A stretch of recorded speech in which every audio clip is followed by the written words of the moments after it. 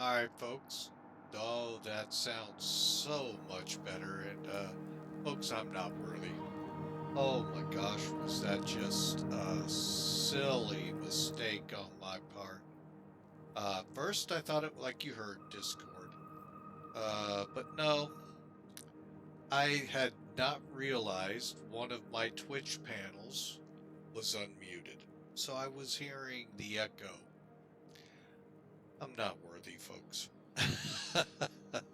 All right, well, welcome aboard, folks. As the title says, we are going to go ahead for the famed checkerboard approach. That's right, folks. We're in X-Plane 12, Beta 5, so we just had an update a couple nights ago. And we're also giving this bird out another try in X-Plane 12. Now, the last time we flew this, hang on, I'm going to get something out of my ear here that I thought was causing the trouble. See if this is any better. So, well, it's not. So we'll switch it to this. And there we go. All right. Was just monitoring the output in my ears and really don't like hearing myself. So I hope that's not the case for you all, folks. Hang on a second.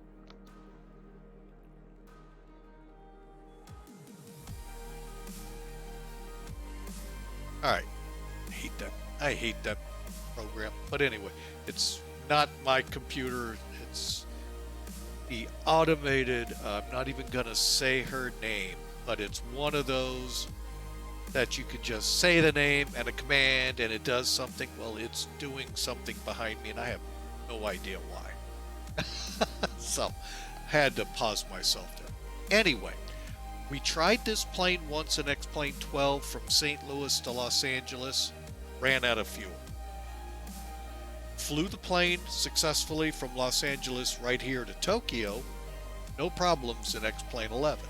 Well, the developer has come out with a update for X-Plane 12. Two versions now. You get the 707-120 and the 707-120B. Differences, I think, guys, if you're Boeing fans, and I know there's one out there, feel free to dispute that with me, because that's just way too far back, folks, for me to know. I was born when this plane started flying, so that gives you an idea how old this plane is. And we're not going to get into that year, but it was somewhere in the 60s. That's where we'll go with that. All right, folks, so but today's flight is from Haneda, Tokyo Haneda. That's the old international airport before they built up Narita. And this is closer to the downtown area. We're flying from here to Hong Kong. But we're not going to the one everyone goes to because that's what charts and FMCs and all of that have. Oh no, we're going to go to the one that used to be there. It's called Saitek. And it has a famed checkerboard approach. Now, right now, I think winds are going to really hurt me on this, but we're going to fly it anyway. Now, I haven't had the chance to program in these fixes. So, hopefully, we can make this happen, folks. There's a way to do it, and you basically have to figure out where along the approaches you need to be able to intercept what would have been the localizer to the checkerboard, make your right-hand turn for the runway. So that's in the future coming. Let's get going here. For those who like this aircraft but have a hard time starting it, we're going to see how hard of a time we have starting it. So let's get in the office and let's get flying. All right, we're in the plane. We're just about finished boarding. We've already connected to the GPU and air card, folks. There's no APU on this plane. Okay, so no APU means we have to have electrics. We have to have an air card. So, got them selected here. We've also opened the front door. Now, these may or may not have been on the plane. I'm thinking probably not what they're doing with it in this version, but maybe. This possibly, the 727s came out with them. So there's a possibility there was auto brakes. Don't quote me on that, folks. So, and then you can see this is new over here and this. And I'm trying to see. Let me see what we've come up with here. 224.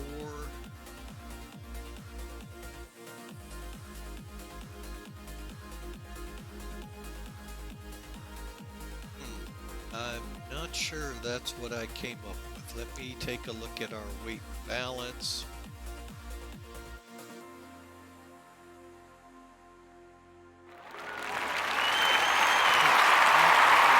Again, the figures I have are 707-300, not the 100. They're hard to find. So let's take a look over here, shall we? All right. First things we got to do, kick that battery switch on. Avionics is already on. Let's kick it over to ground power. Let's bring in the air. All right, so the passengers are starting to feel nice and cozy back there. Flick the galley power on, and we're going to go ahead, flip the bus tie on. All right.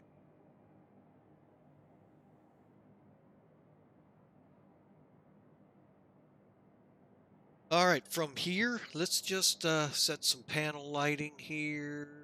Panel lights will bring up to there. We shouldn't have a need for this, folks, but you know, you never know.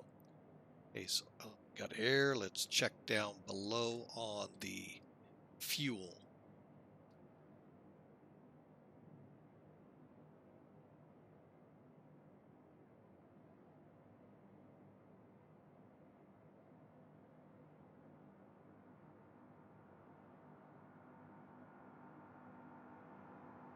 Okay, something tells me the fuel has not properly distributed. Oh no, something doesn't seem right. That's 6,000. That's 24.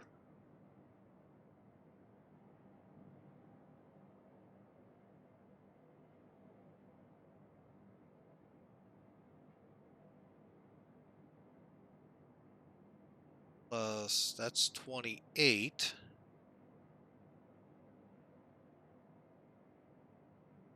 Yeah, we are nowhere near where we're supposed to be on fuel, if the gauges are working.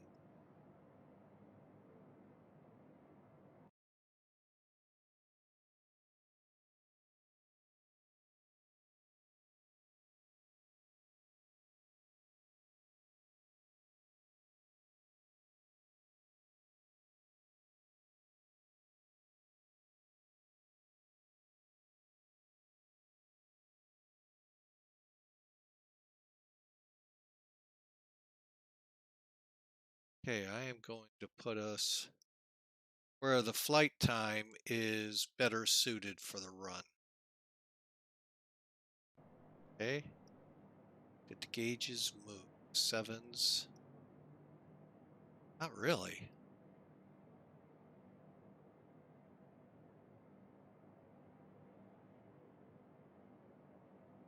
Okay.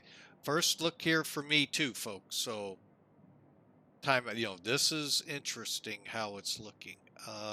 Yeah. All right, well, we're going to go with it. It says we're going to go. Set our 36. We're going to look at the flight plan here in a minute. Yeah, this is going to be a little choppy, folks. Well, it's been pretty choppy from the start since I'm not. Let's welcome aboard, Mr. Hawker. Sorry to hear how your stream went yesterday. I hope much better today.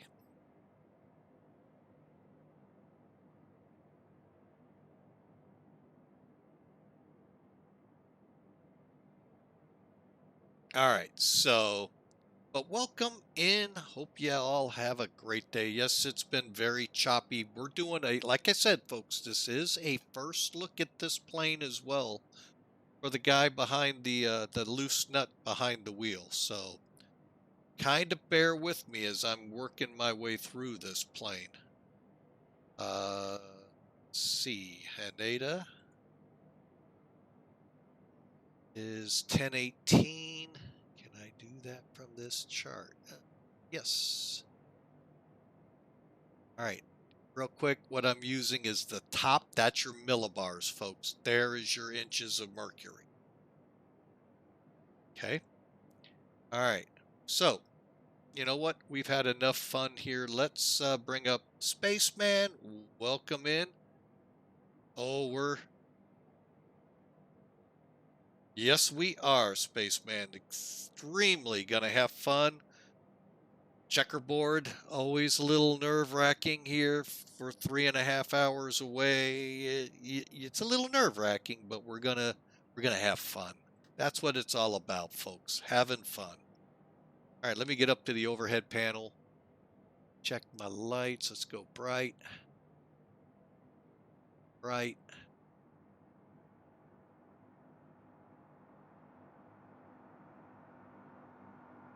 Put those up a little bit. Console will go. That's the red one. Bring the white light up a little. Instrument panel up. What's the one for the overhead? Oh, there it is. All right, and nav lights, logo lights, and one click down to go armed. Did he fix these by chance? He did. And those are now working, folks. Or maybe they were, and I'm just, like I said, that loose nut behind the wheel that missed it. All right, so let's get Sim Toolkit up here, shall we, folks? See what we're doing as best as we can. Let's put it that way, because, well, quite frankly, oops, I guess it does help to do that. There we go. I do want to check one thing. Stand by, folks. Again, with X-Plane 12 comes interesting new things. Those of you running on ACARs. Now that's not promising. Did I sign on? That could be the problem. Oh, it always does help to click start flight. And hopefully, oh, VHH, not found. Dang it. Means I gotta run the program. And I don't know if I can do that with the sim on. Dang it.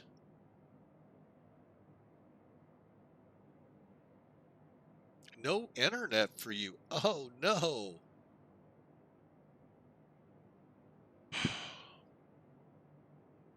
Dang it.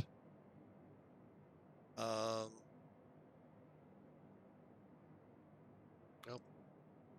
Don't know. Easiest way to do this. All right, folks. Stand by for a second. I'm going to try and run this in the background and see if I can't generate what I need from this. I don't know if the sim needs to be on or not.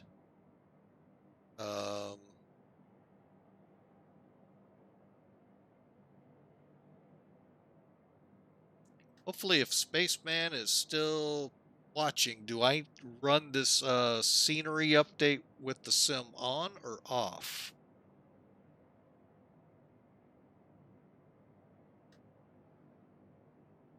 Well, let's do it. I'm going to turn it off. And I forgot, had X-Plane or X-Pilot running.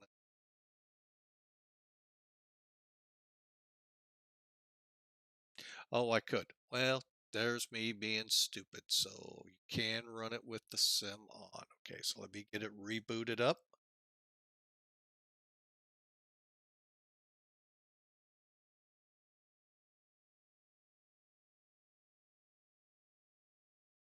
Get back in my parking spot.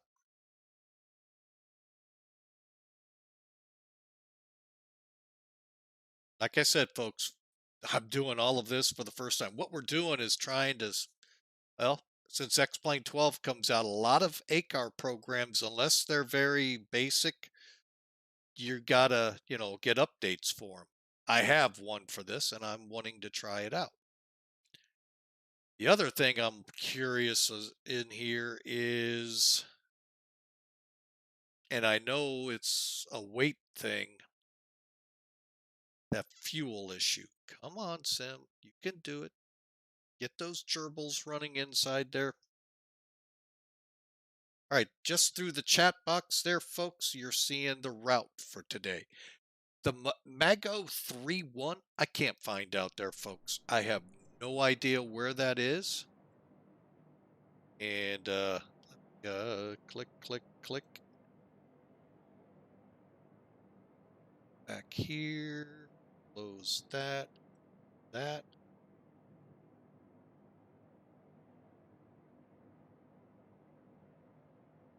All right, now where do I run? Settings. Oh, there it is. Way down there. All right, so syncing scenery.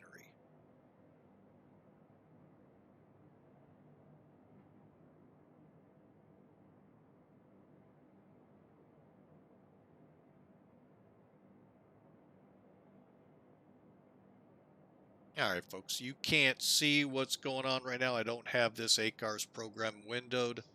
Actually, I don't even think this would show. All right, well.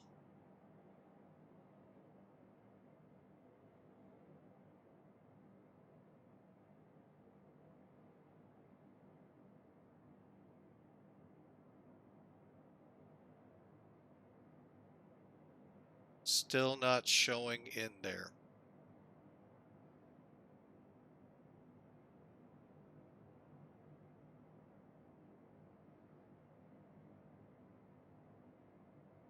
Ah, well, that's fine. I've got little tricks of my own sleeve to work it out. Still showing red. Let me see if I've got this one. No, I don't. Let me try with the browser. Where is it?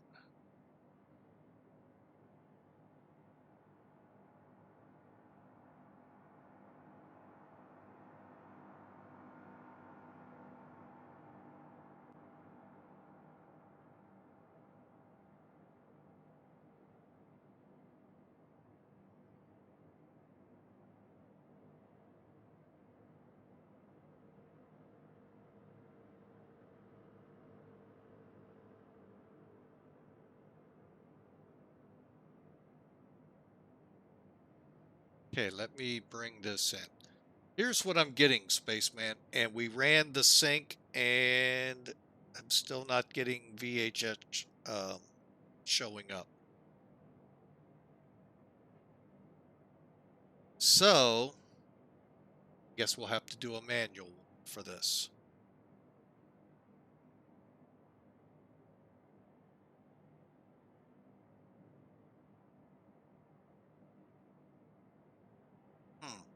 Interesting, interesting. Why it won't sync it in.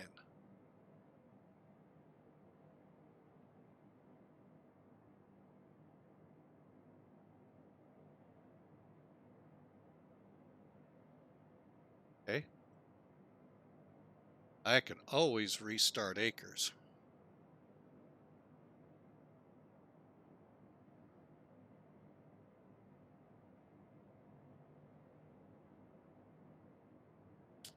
Still coming up the same way. Ah, where'd it go in my browser? Oh, I know where it went. Being a little booger. Hang on a second.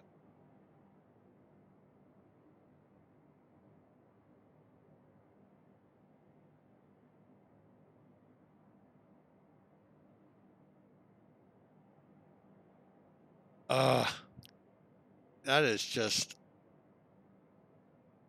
restart and resync. Okay.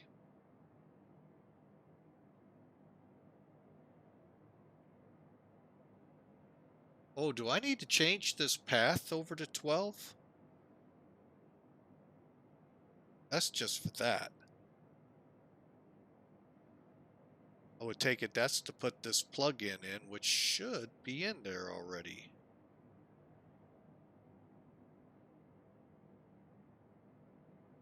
Did I do that?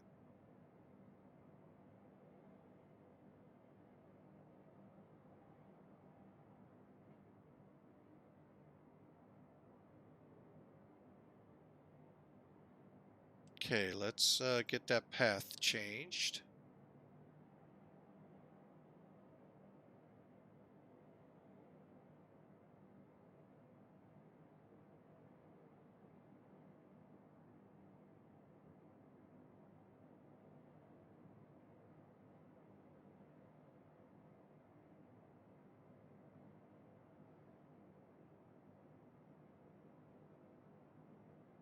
Now let's see. I swore I switched this all over, and obviously it's saying no. Oh, because I flew it on 11 a couple days ago. All right, folks, and again, very choppy start. To the passengers in the back, this is your captain. We are having maintenance issues.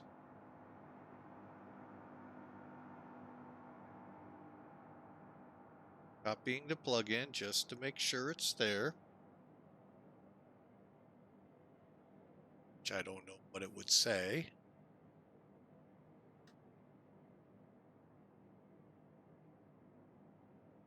I don't see any new plugins.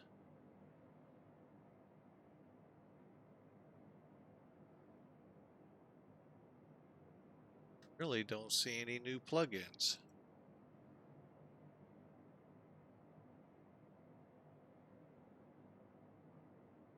All right, let's give her a shot. What the heck?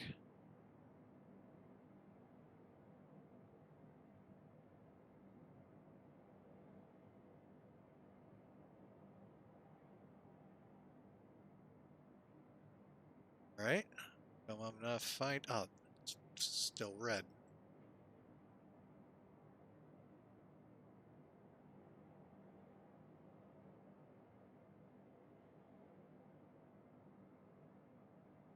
I wonder. Oh, I know what I need to probably do.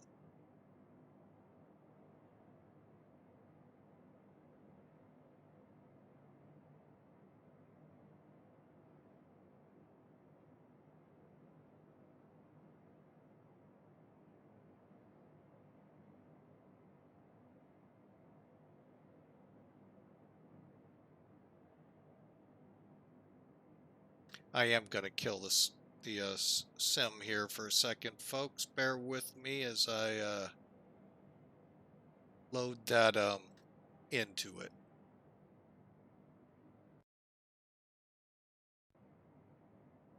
And if this doesn't work, we'll just go manual.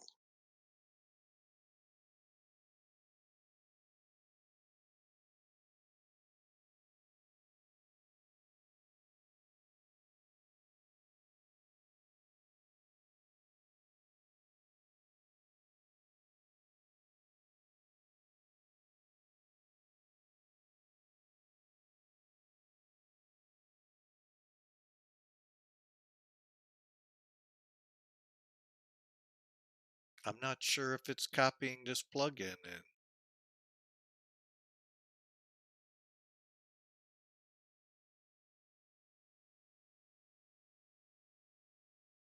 Yeah. Well,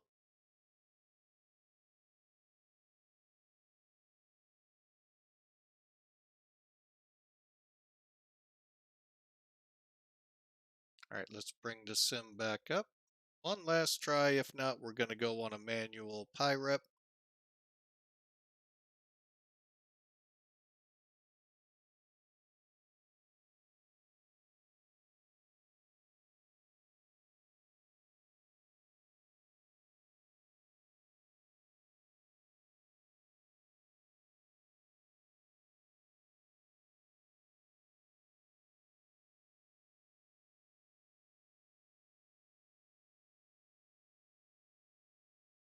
because I want to get flying, just like all of you all want to see.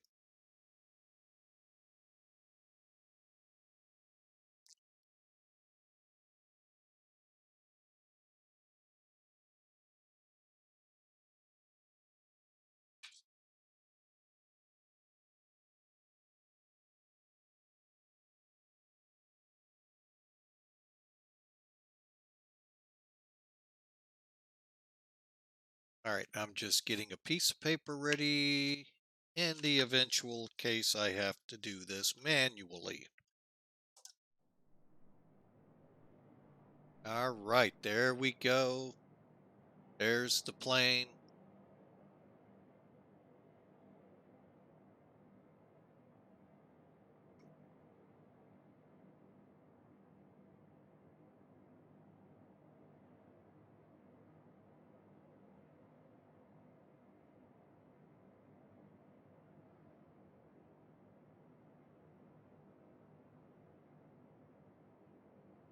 Just getting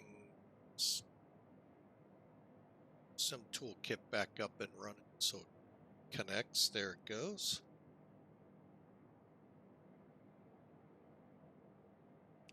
All right. Yeah. Yeah, we know we're late.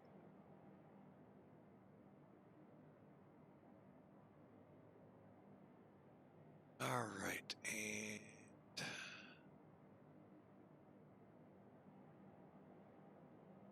going ahead and getting Squawk Box or X Pilot back up. Boy, that dates me, Squawk Box.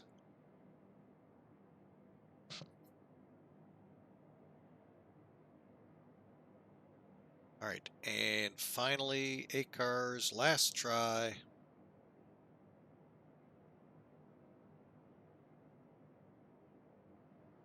Hey, hey, success! Just so everyone can see the end product of success. Then I'll work on getting a window prepared for it.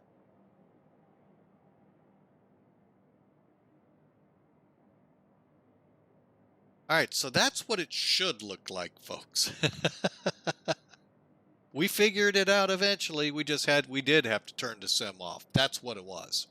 So, all right, so let me do that one just in case. All right, so folks, we're flying. Again, Haneda. Pardon me for being so late, folks. Pardon for the start-stop it's been.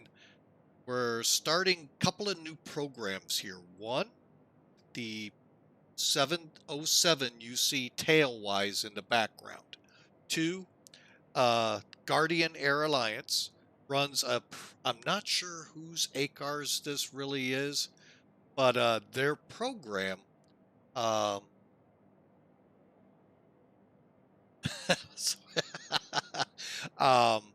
that they use for ACARS, I really like it. Just needed to be updated to be able to run in X-Plane 12. As now this plane we're going to fly today is X-Plane 12 ready. You get, like I said, the A and the 720 and the 720B, the JT3C and the JT3D, I think it was engine-wise. All right, so we've got this. All we got to do, and this is what I like. It's so tough. Click start. Boom. There's what you're looking for. There's your flight. And all set, ready to go. Ain't that just special?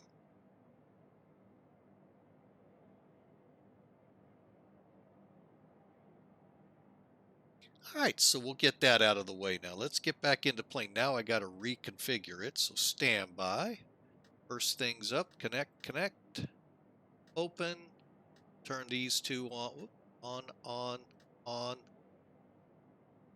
Now I am showing 210. All right, let's go over here and see. It kept the weight and balance, so that's cool. All right, so let's go up top. Oop, wrong top. Let's go top side here. Battery switch again, on. Ground power, on. And then I always move this one over to external power. This switch does not work. Galley power on, avionics on, bus ties on. Now, we're not on the gens yet.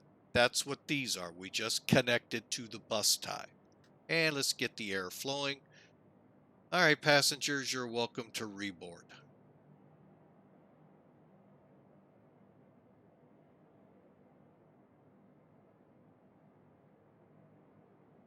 All right, so we'll come back over to here, get the arm those, that on, that on.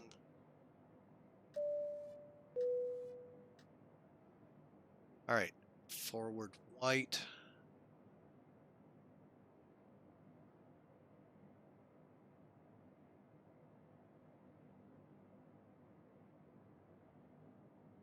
Okay.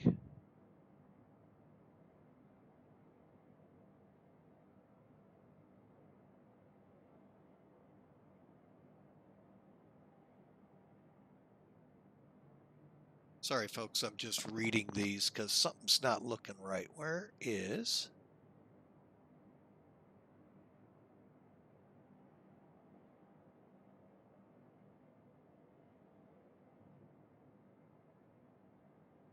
Okay, well, do that. Okay, there we go, folks. We're set, ready to go. All right, now comes with the GPS. So to get to the flight plan, you just go to the next page. Oops, I didn't put it in here yet. Shame, shame, shame. It'll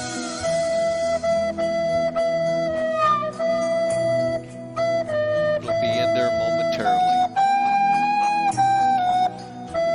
Captain had to head up to the front desk real quick to say, hey, can you send us our flight plan?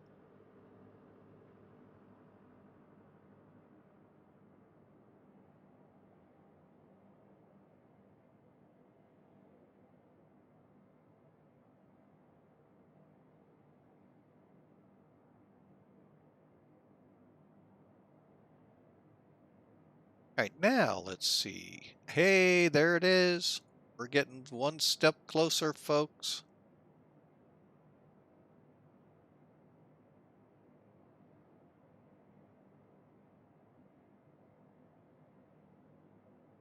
Did it load it? That's all that matters.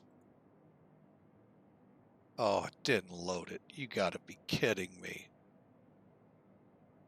Oh, come on.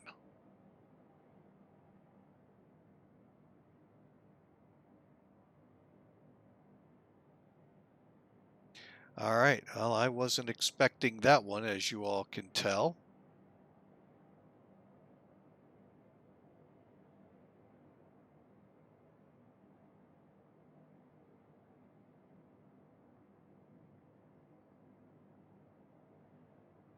Oh, for real sakes, the airports, oh, that just...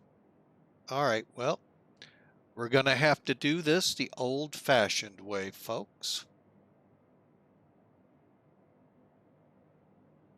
We're going to have to hand input it.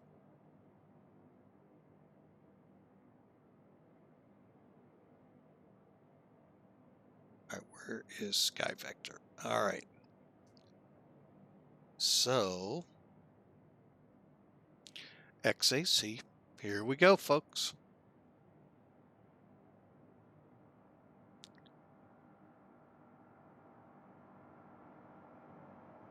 A,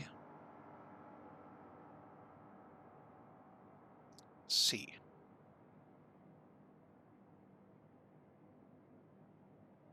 Then we're going over to CBE.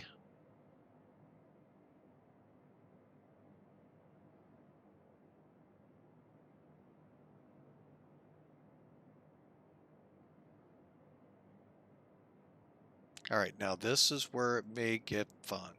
Okay, so keep going.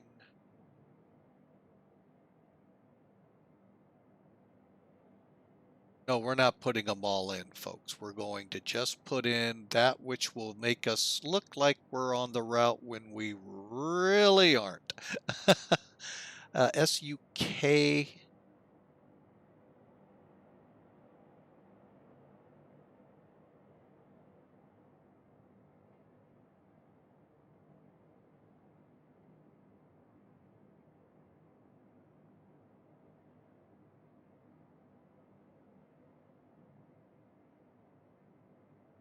And MO. And to the controllers, this will look pretty good. Now, if they tell me to go direct to an in-between one, I'm kind of screwed. I'll have to look it up.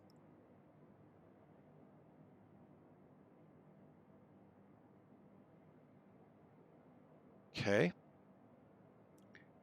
From that one to HKC.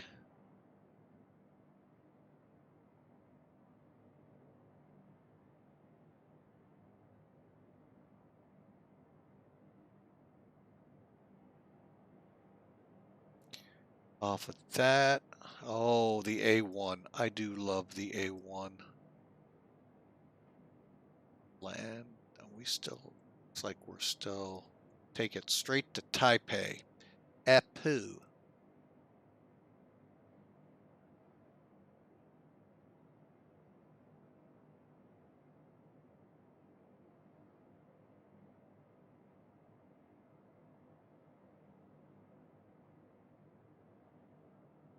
Enter, enter. All right, and we'll continue to MKG. And if you all look at my flight plan here, you're already going, where are you on it? That's the way it's gonna be, folks. MKG.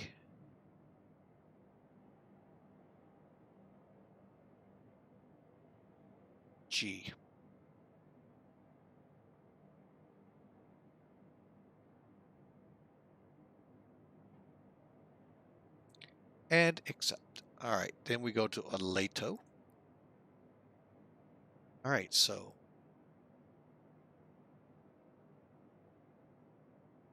E.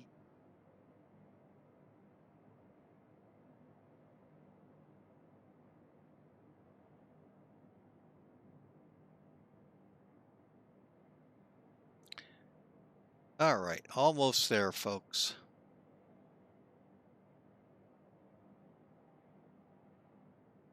Aleto to Magog. M-A-G-O. Well, do we want to go there? Yeah, M-A-G.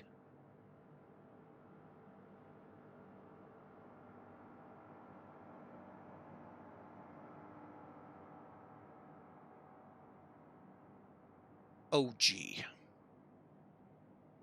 You know, that's kind of how I feel on this whole flight so far. Oh, man, every turn we're just getting hit with a... Okay. All right, so now we go to CH. And this is my attempt at putting this in here. I hope to be hand flying it at this point, folks. Or the best I can. Now this is going to have a bunch. Wow, it's not. DME.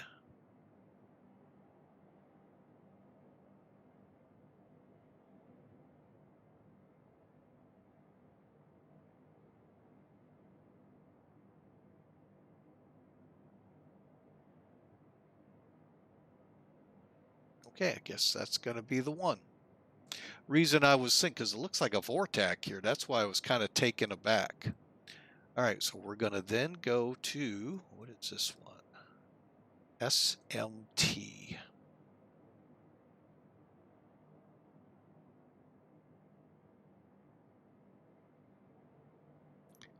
SM.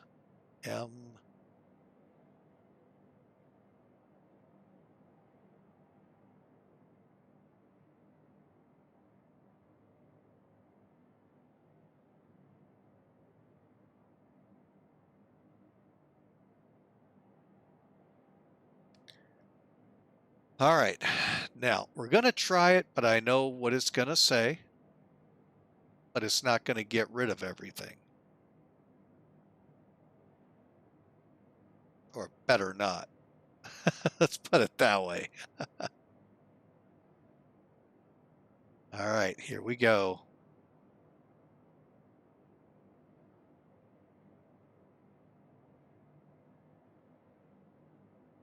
Wait a minute, what are we going to?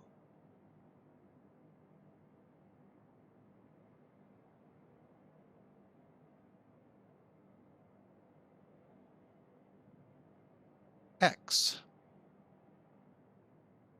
Nope, it's not pulling up. So we'll refer back to H, enter, and that's only to get it. Now we will not be able to work off of this, folks. So we'll definitely be off the INS, back on nav1 or nav2, flying it VOR to VOR. I have a chart. It's not a great chart. I don't even know who made this chart. And that's what I'm going to be using.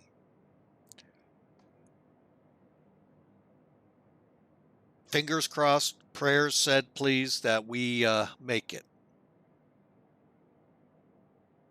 All right, well, we will make it. Now, I'm already figuring out we probably don't have the localizer to tune in. 111.9. Here, let me show you this before we get too far in. We'll see it again. Bear with me a second. I got to change my browser to the browser. Go figure that one, huh? Ain't that special?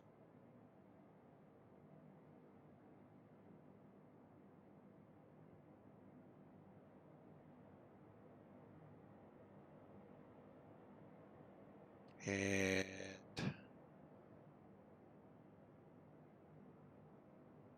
all right, so here's the chart we're going to be working from. I just did a search VHHX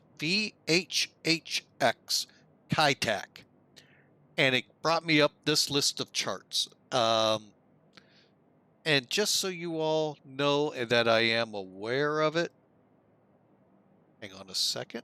You don't see it right now, you're about to.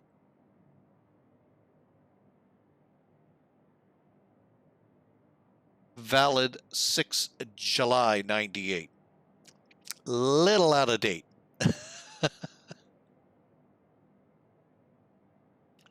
By about 24 years.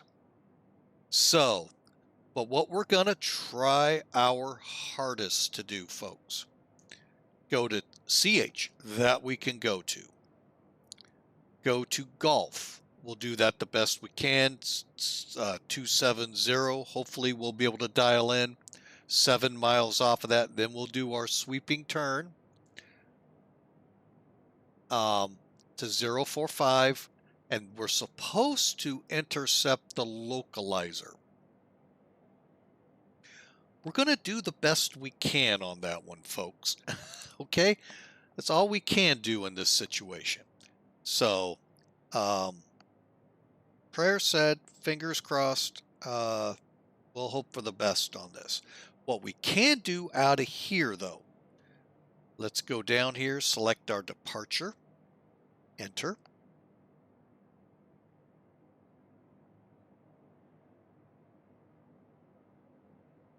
That is kind of scared me there for a second. I see BEKs, and I'm like, whoa, wait a minute, that's Hong Kong. No, we're going off on the Vader 1. Enter. You know what? I forgot what runway we're going off on. 34 left. Only because it's the closest one to us. Enter. Transition that one. And enter. All right, so it's all loaded in. Then we'll kill that, and then you can kind of see how it looks. We're going to basically fly, make a turn to here, over, down. I know, real good. Isn't that outstanding aviation talk there, folks?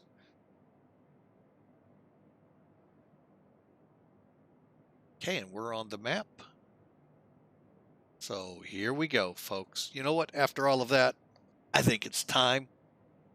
I feel the need to kick the tires and light the fires. Haha! Thought I was going to say something else, didn't you? I don't know if you can call speed in a 707. I mean, they're going to go Mach 0.80, but Tomcat's a little faster. All right, we're ready to go. So, folks, 47 minutes, a lot of problem solving and fixing. We're ready to go. So let's just do a final cursory check.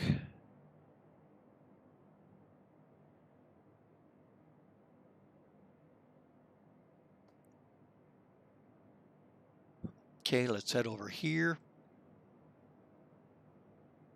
All is well. Everything looks green, ready to go. Go ahead and brighten up our radios just in case. 22.8. All right, frequencies out of here. That's a good starting sign. Okay, Haneda is, well, let me just read. So what we're going to be doing is a climb runway heading to 700 feet. We're going to make a right-hand turn to heading 100 degrees. DME 9 from Haneda VOR. Then we're going to make a right turn to heading 222 to intercept 177 to Vader.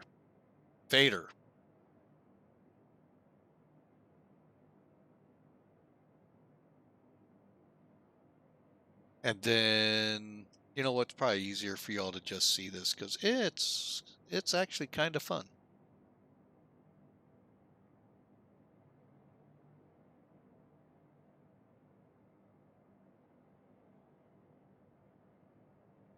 All right, so again, directions right here, 3-4, left and right. Climb runway heading 700, right turn 100, DME 9. We'll turn right to 222, intercept the 177 to Vader, and then on we'll go at or above 5,000 feet, at or above 9,000 at Vader. All right, there's your 5,000, there's your 9,000. So basically, we'll come out off here, turn to 100, turn to 222, intercept to Vader, and then another 5 miles we'll intercept, so we go here. I'll probably be on GPS by then, folks, but we'll see. All right, and then off we'll go on our route. Now, we didn't get much into that on Sim Toolkit, so let's bring that up for a real quick cockpit flight brief so everyone watching knows what we're doing, because I think everything's set and ready to go. All right, Sim Toolkit. Yeah, we're 46 minutes late. I know. Real good program, folks. It's free. Click the clipboards here. You get a nice summary in front of you. See if it shows the taxi. No, it does not. Okay. Oh, yeah, it just did. How about that? And we're in stand 109, so we're going to push. Hang on. Yeah. So we'll have the nose facing in a generally south direction. Taxi out. I guess that's 8 Delta. We'll have to look on the other charts. To Papa. Cross the runway, come down, get on at the end. All right. Loadout sheet. 90 people. Those that chose a different flight, smart people. No, just kidding. We got 90 brave souls behind us, 21,200 pounds in the payload section. 0 fuel weight showing in at 170,000 pounds, and you can see why I was concerned. Again, we have to look at this as a 707-300. This is not my one, and it's not foolproof that it's even correct. So that's our ramp weight, fuel weights here. Initial will get up to 36,000, not far after X AC, I think it is, we'll hit 38,000. All right, look down here. We do show potentially the localizer, 1099. We'll see if it's actually there. Beautiful, folks. That scene in the opening that you've seen several times in this, that was me there seeing what it looked like, putting an X-Plane 11 Hong Kong Saitek into X-Plane 12. Fingers crossed, this is going to work. Everything looked magnificent. Now, we'll probably get some warning messages. Some things may be missing. I'll tell you, I couldn't find any. So we'll find out. So over here is our flight plan. Again, 707-320. We're in a 120. So obviously the numbers are way off. So, but what we're going to focus in on is the 349 wind at 20. Okay, a little bit of a headwind. Mach 0.80. We got 1,649 miles to get going to. And call signs Clipper 1. 11.8 is what we should end up with. And just some quick gee whiz. Here's how we get to Baku, I think it's called.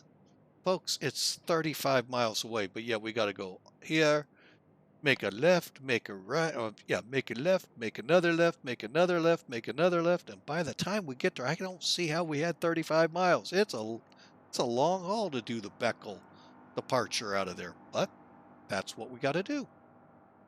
So, hey, we'll do as instructed. Finally, again, our loadouts, we got a 1,000 pounds of cargo under there too. So, hey, let's get flying, shall we? Real quick, let me pull up the live map so you can see what we got going on. Come on, got a little more to go. I know, there we go. All right, so you get an idea how we're coming out of here. A little better graphic. Just realize we got to loop around to get on this leg. All right, so let's close it up and get going.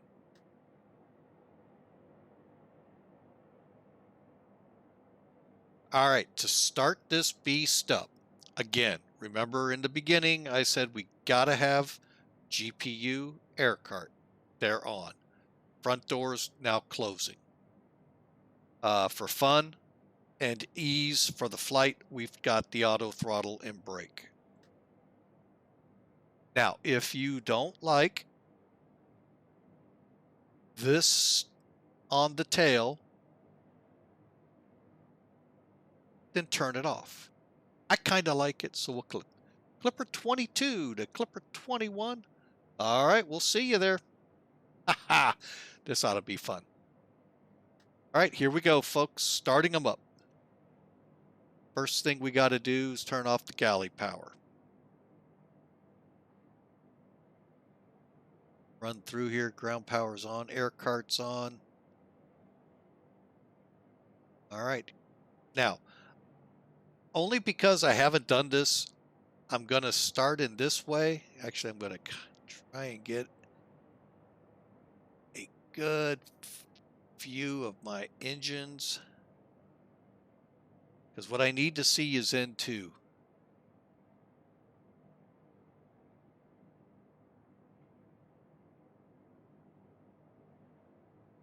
Okay, now I know how to look at them. Okay. Okay, we're going to start number 3 first. We'll explain that as we're firing up. Let's get going. So open the guard and make sure you're aimed down with that arrow and hold it. You need at least 20. I go for it's stopping, because what you're going to have to do, unless he has corrected this,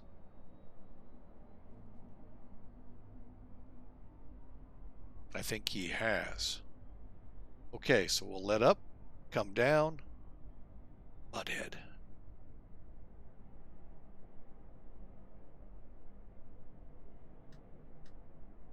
Dadgummit, we're going to have to do it again, I'll bet.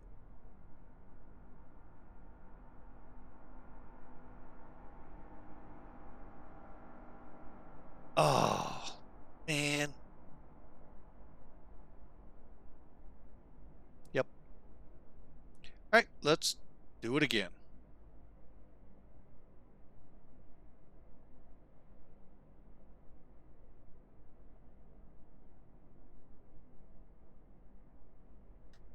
All right. So from here, it used to be all you had to do was that.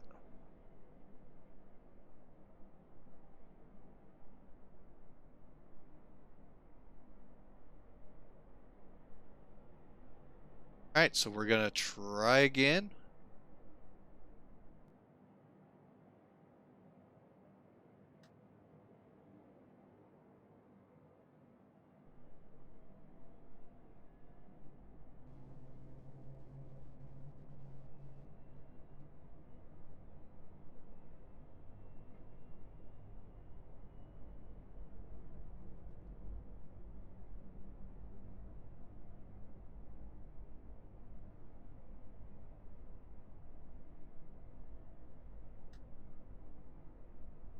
There, we got a light off.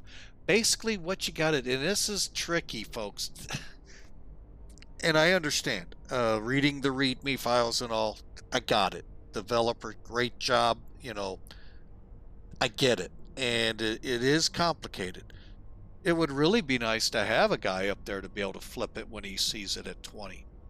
But we got to do it the way we have to. And what that is, folks, come up here. Here, I'm going to zoom in now. And we're going to try it on another one. Come up here. You see how the down arrow? Click that, hold it. Now at the same time, you got to be watching these gauges. Make sure this one gets to at least 20 to 30, somewhere in here. I think we touched 20 when I came down, but then you got to come all the way down here and kick the fuel on. That's real world. All right, so basically, one guy holds. When you get 20, boom, you hit with the fuel from the other guy, be it the flight engineer doing the start or the pilots. Then you come back here and the flight engineer will then turn the generator to close, bringing it on the bus. And then I take this, wrong one, to generator 3, and everything looks good. We're going to come off ground power and see how this works. Now, theoretically, you should be able to push back now. We're going to go ahead, go for another engine.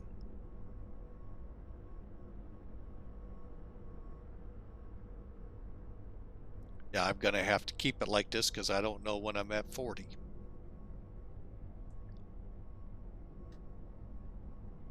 All right, I'm going to go ahead and close that one up.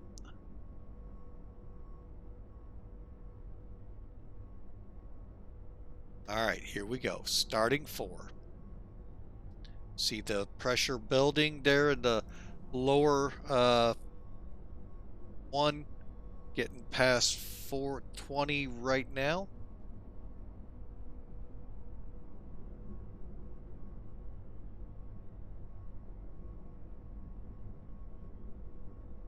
Okay, and boom, let's go for number 4. Got a light off. There's what you look for to see the EGT coming up.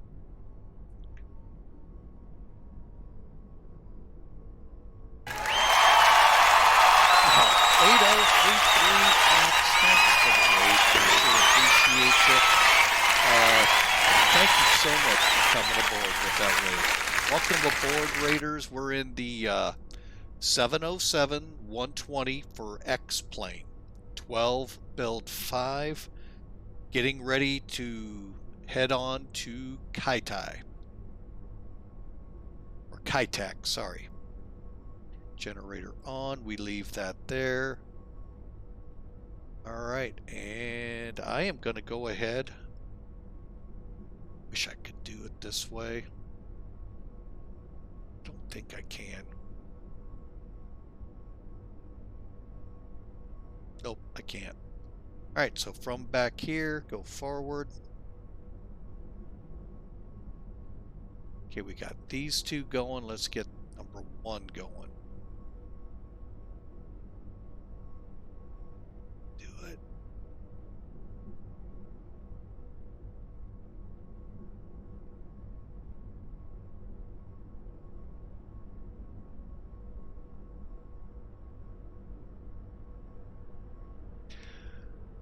Okay, here we go, folks.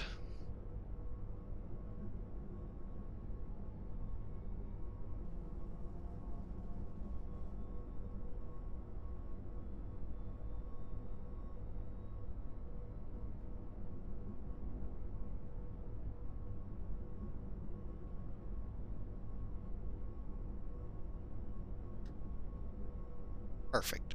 So I can at least get away with looking at N1.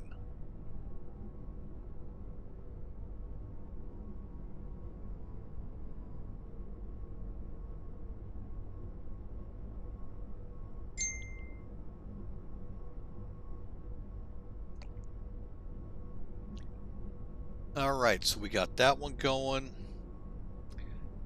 Number 1 on. Look on the bright side, folks. Only one more engine to go. All right, so now,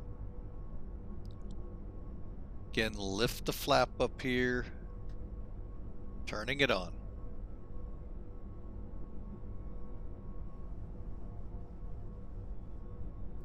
And basically what I'm doing, folks, is I watch the needle. When it stops, we give it a try.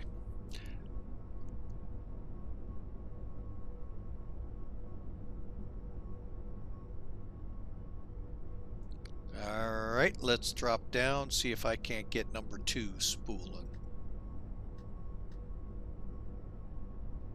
There she goes.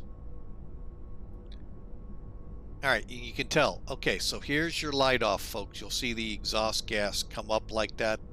Rolls down as everything else rolls up. All right, so we're looking good.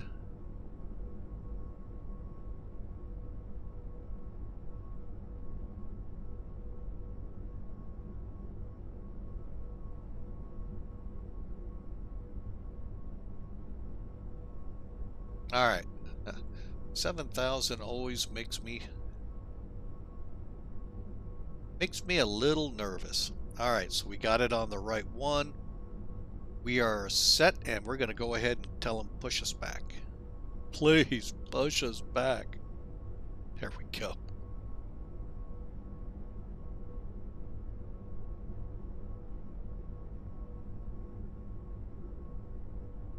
Tokyo Haneda International Ground. November 721 Uniform Sierra. Request pushback to the right. November 721 Uniform Sierra. See what happens. I've never done this way. I got to get better pushback put back in. I keep forgetting.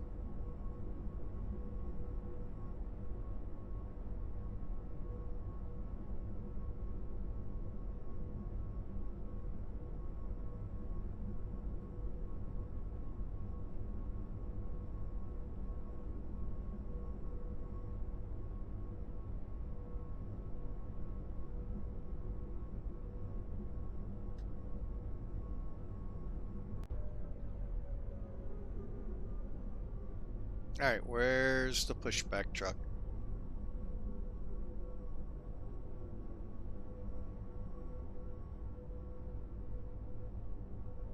That's why I said I probably need to get that back in here.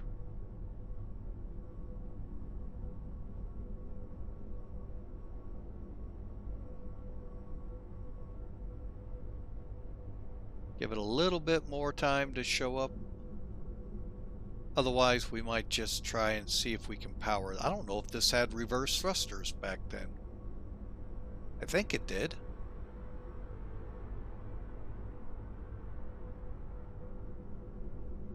Aha! Doug's here. Why are you so slow?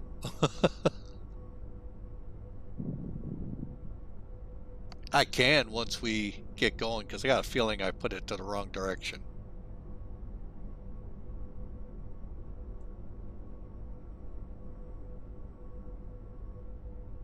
Commencing pushback. Release parking brake. Brakes off, hopefully.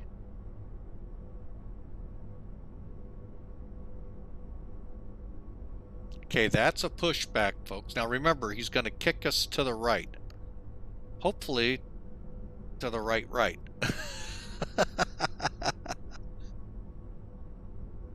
And not into those cans.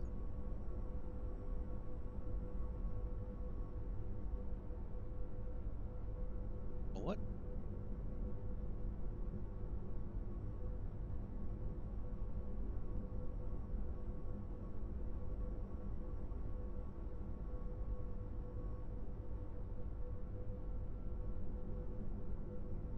I did pick the right direction, folks. How about that? There's something that you don't normally see.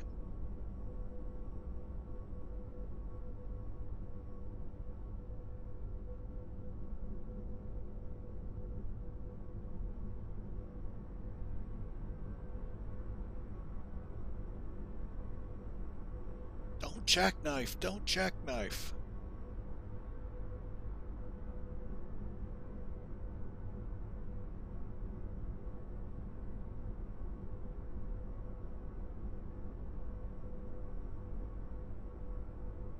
Alright, so once we get unhooked from him and we're straightened out, we'll do a push the power back and see if we can. Because he's going to hit the cans. He did.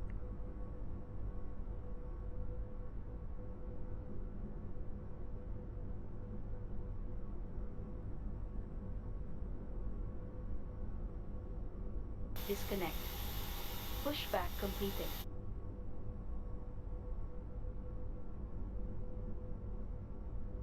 Bear with me 1 second here. I just want to make sure things are... Yep, they're working. Okay. Power back time. Let's see what happens. First off, get rid of that. Here we go. Brakes off. Looks like we might be able to. I just saw the reverse in the engines. Oh yeah, they opened up.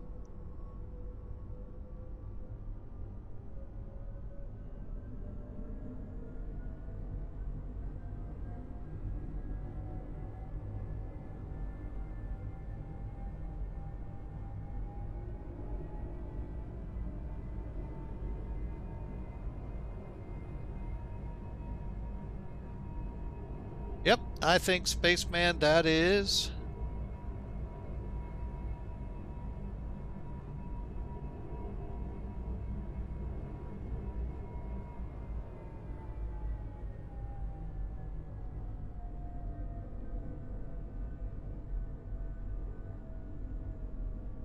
Oh, we're not coming out of reverse.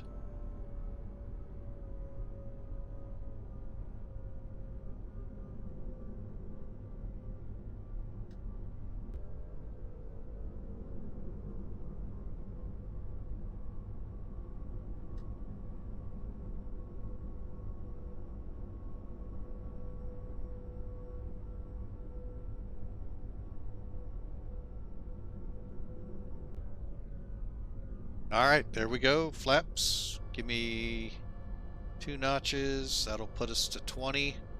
And we're out of here. Yep, I'll probably be, because we got a 3.5 hour flight ahead of us.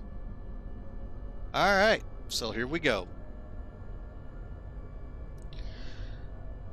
Alright.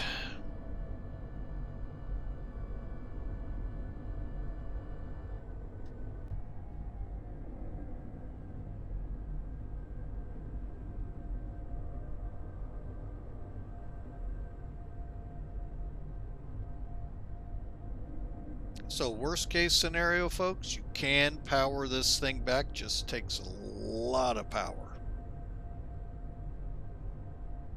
Then again, it's 200 something thousand pounds, so, you know, relative.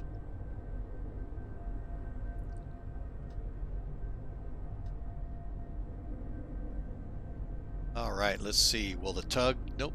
Oh, nope, the tug didn't yield. Here we go, folks. Okay.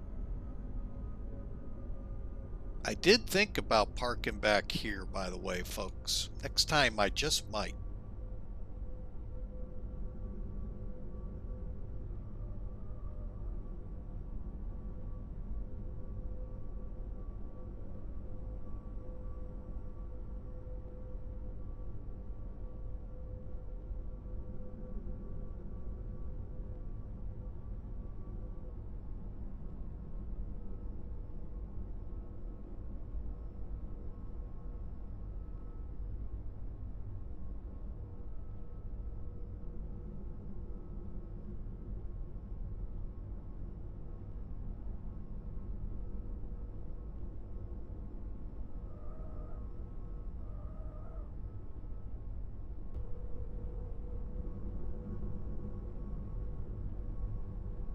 Nice little gauge in there, folks, for your control checks right here.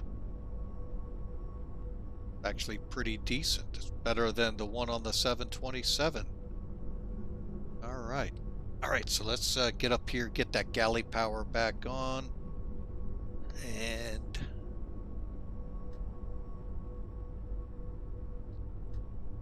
you know what I forgot to turn off, folks? Disconnect, disconnect. Yeah, we're just dragging them along.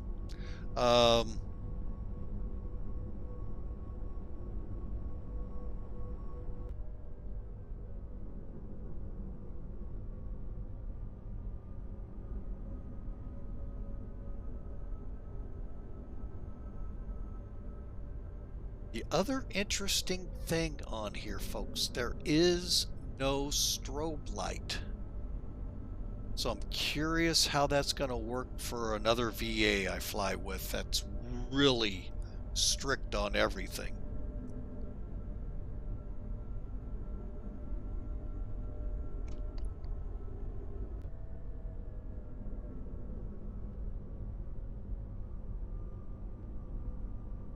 All right, so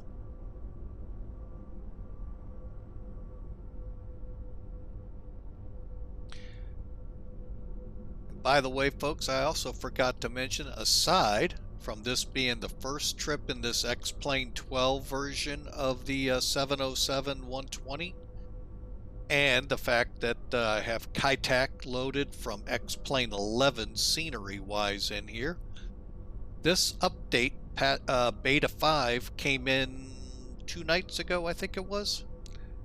I haven't flown it, folks, so this is the first time flying it. We'll see how the weather does with it. No significant weather that I'm aware of along our way. Watch me fly into a typhoon. Oh, excuse me. As I was trying to say before rudely interrupted by last night not getting very much sleep, just the way things have been lately for me. My luck, I'll fly into a typhoon there in Hong Kong.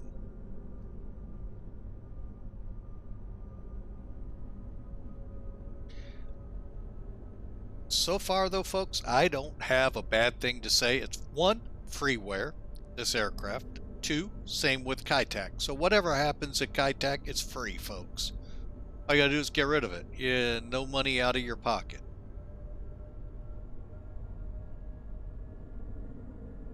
And 3, well, we'll just see what happens. Last time we ran out of fuel, St. Louis to Los Angeles. See where our fuel ends up. We should be probably around, well, it was scheduled to be around 15,000 pounds there. 11.8 was our minimum. And now that we've brought the weights up, I'm not sure what it will actually be.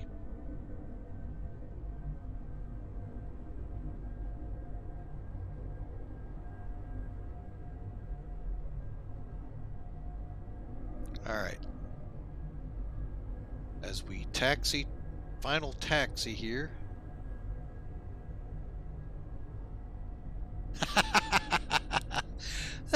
You know, that is true. That's one thing with Guardian. I mean, there's some peculiarities with this airline, and that you may or may not find a flight. But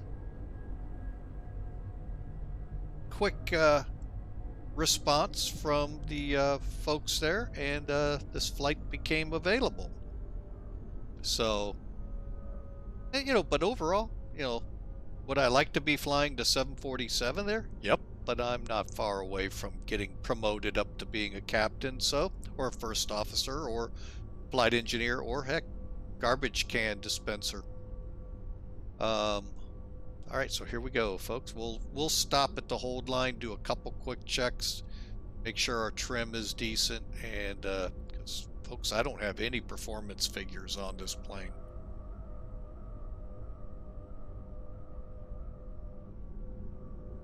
Kind of funny. All right, brake set.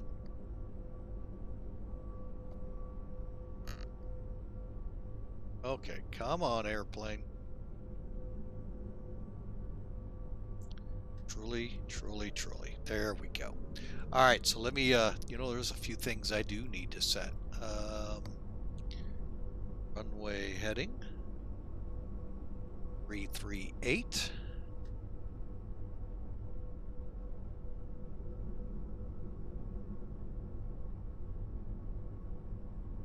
And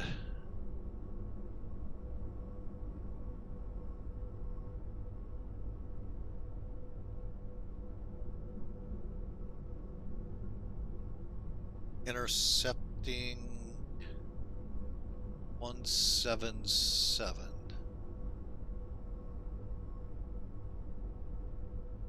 Okay, down here real quick. Actually, I need this, like this.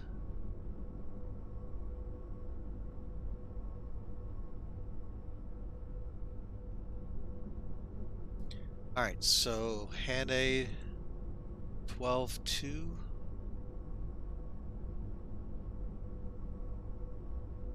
$13.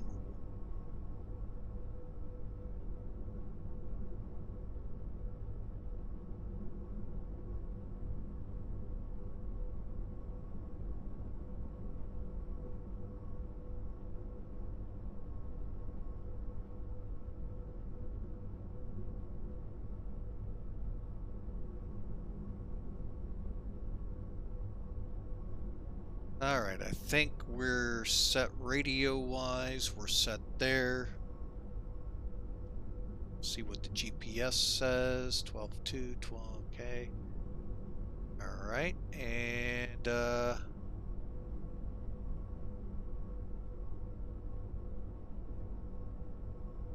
right, let's get ready to go.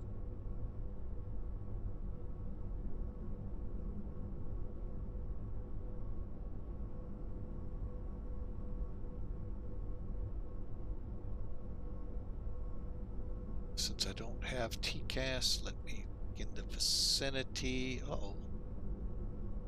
Somebody may be landing here. Let's swing around, make sure it's not our runway.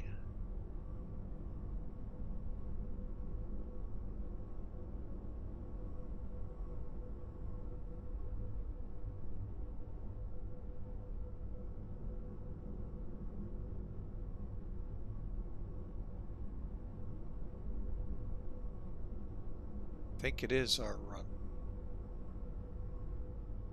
747.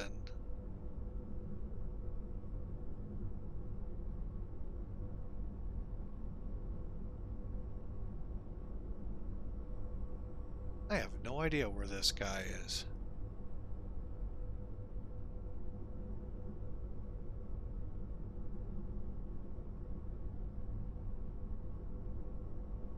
All right. Worst case scenario, he is on the ground.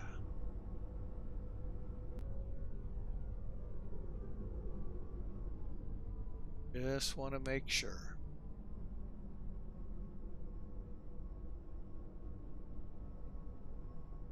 Okay.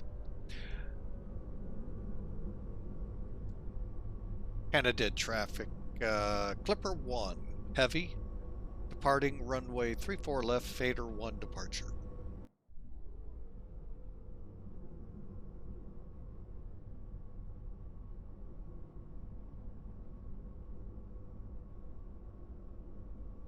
Alright, there's our traffic, so cool. Here we go, folks. Da-dun, da-dun, dun, dun, dun.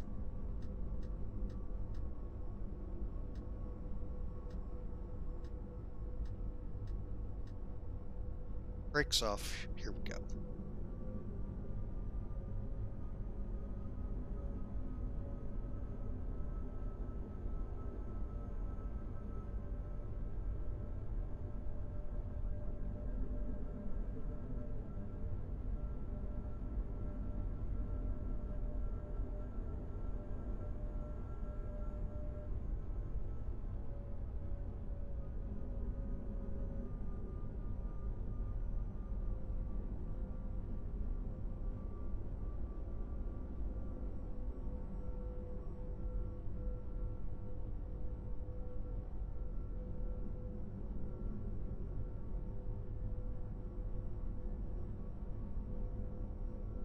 Okay, lights are on. Let's bring the speed up.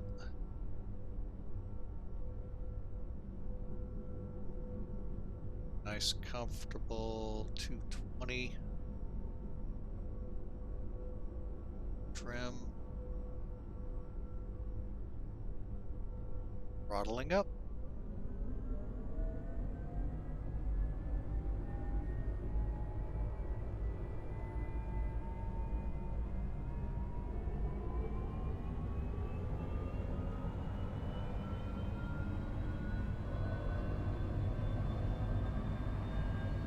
He's definitely got some good performance on this thing, folks. It is. Oh yeah, it's a little bit of a dog here. That is nice. That's 707 as I understand him. There's 100. Cross check, takeoff power set. 120. Off we go.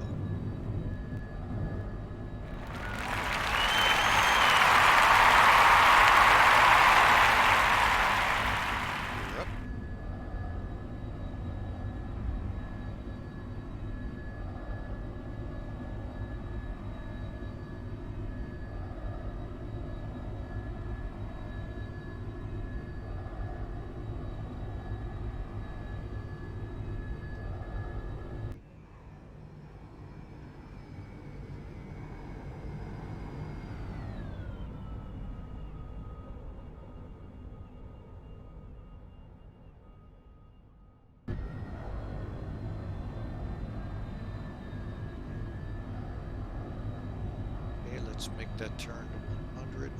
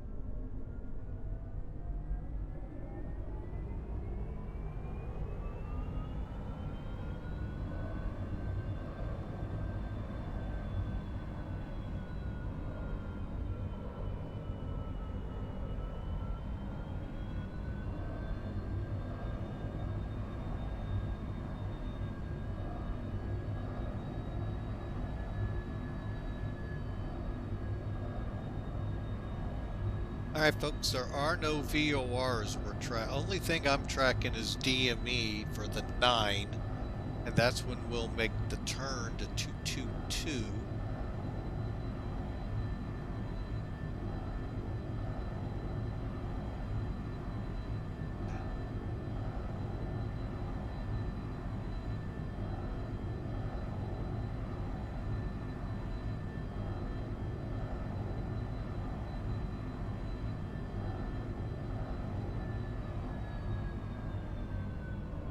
Up on that bank a little. I just noticed I was turning pretty tight there.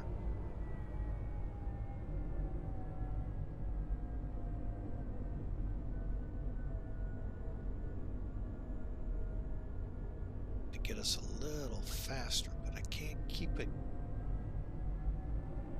in the groove to climb.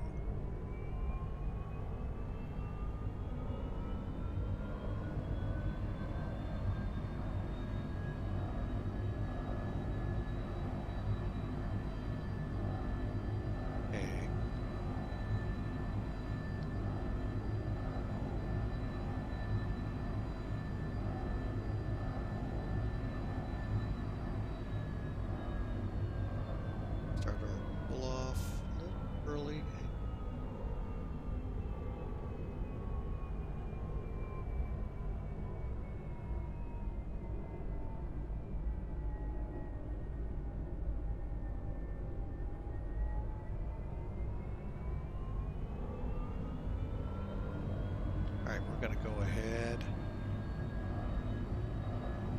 Come on, girl, quit this.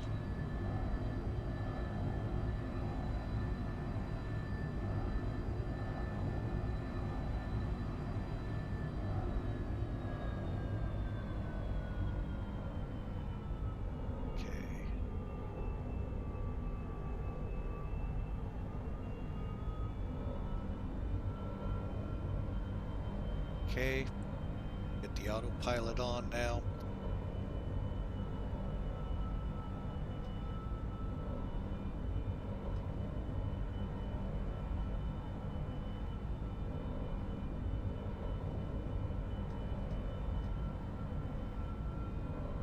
See if we can't control it better this way. All right, so there we go. Coming up on 10,000.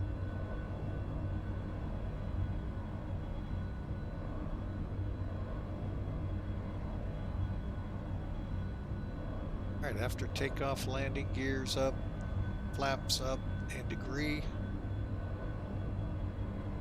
Go ahead and turn the radar on, even though I don't expect anything to work on it.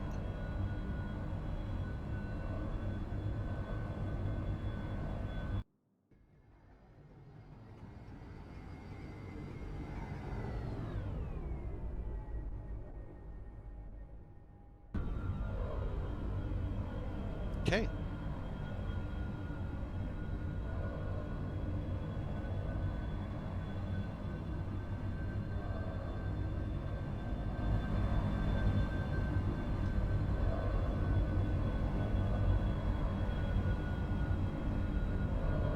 All right, let's give it a try, folks. What they told me, I gotta see if it'll take the nav lock. Okay, we're above 10,000, so first off, we'll kick the lights off.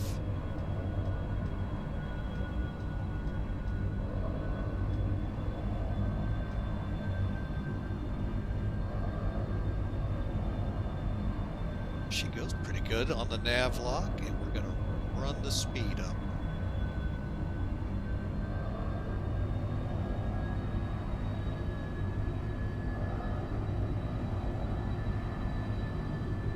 Down. There are 2 clicks, we'll see.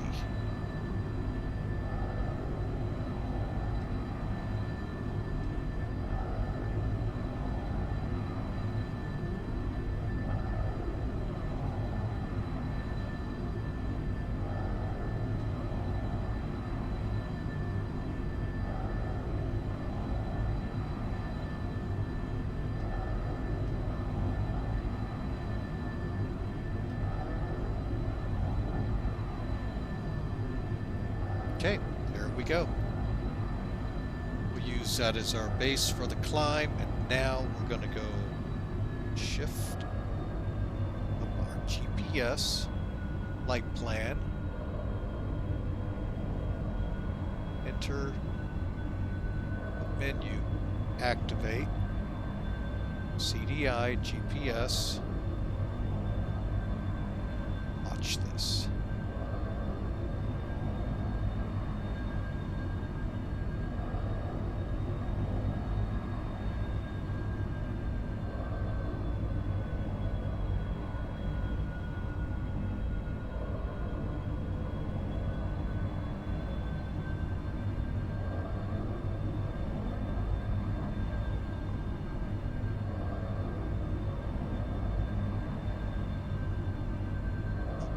Alright, well, wasn't expecting that. See that flight plan.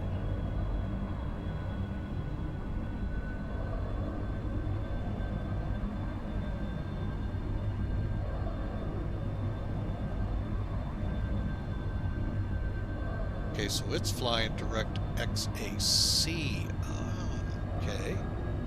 So that'll be 1310.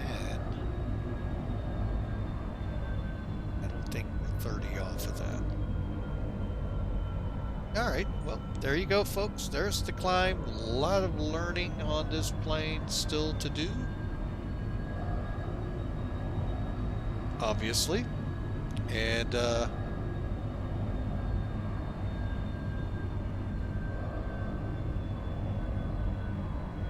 so yeah, we've got a lot of learning. We're at 290 climbing at 2,000 feet a minute. We are through transition, so we'll set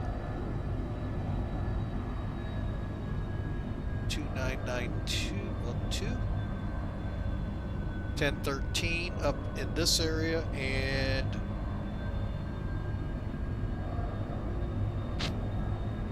keep climbing on. We'll watch our speeds, watch our engine power.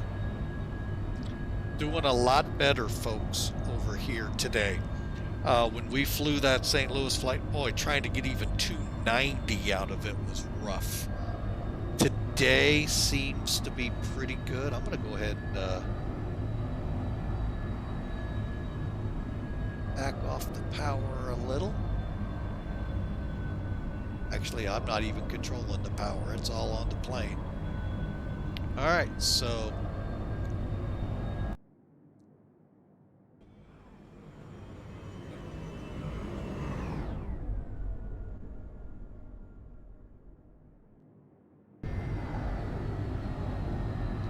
XAC.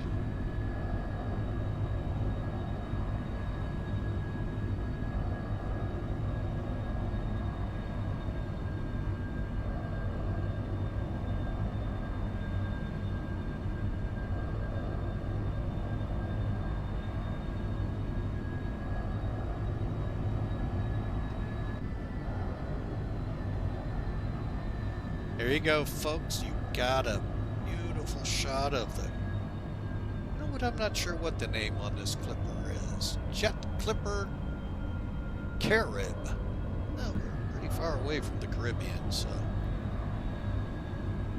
Alright, so let's get up here, make sure all lights are off. We'll turn the wing lights off now. Oh, you know, I went through all of that. Totally forgot. Make sure I turn those all back on. That's still on. Good. Oh, nothing. Go. All generators are on now. Alright, so we are on our way, folks. Hope you enjoy the ride, and should be there in about an... Are you... No, I know my eyes are not reading that right.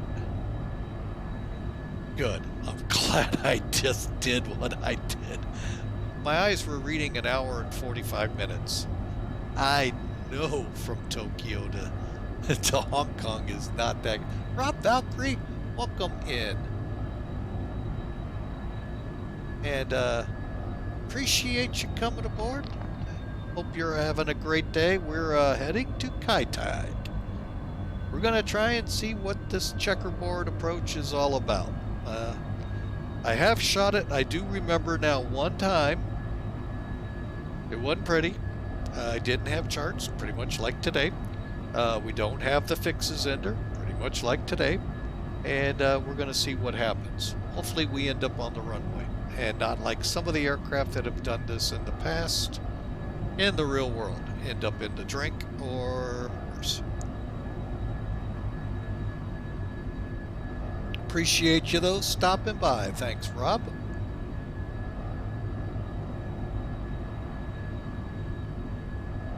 All right, let's see here.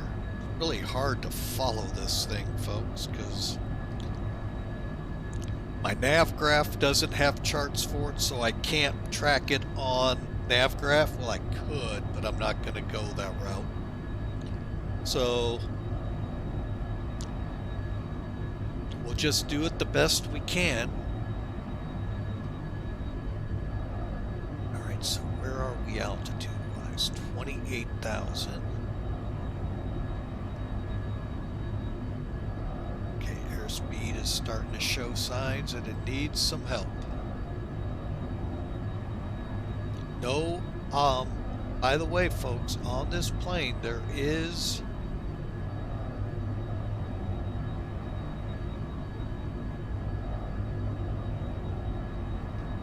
no, let's see, there is no altitude select, so you have to do it, meaning you'll listen for the tone. When the tone goes up, back off your climb rate so you can then hit the altitude hold, and it'll hold the altitude, or at least it did in 11 quite nicely.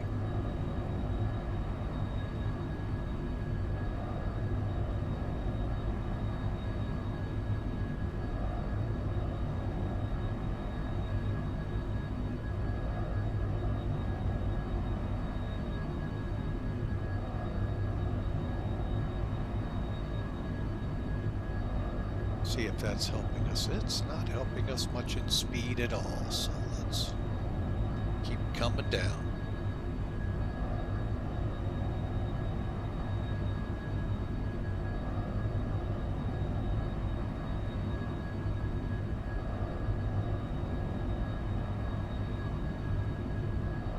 Well, we'll see how she goes.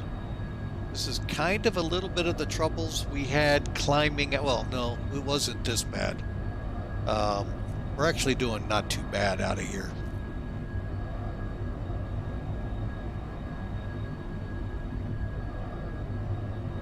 So hopefully we won't run out of fuel again and need a tanker in flight. Yeah, no, I can hear y'all saying, those aircraft never got tanked. Yeah, we know. Well, they did on that flight. They were tankers, but they weren't able to be tanked back then. Today they can be, the KC-135s. All right, hang on, let me look at my fuel burn.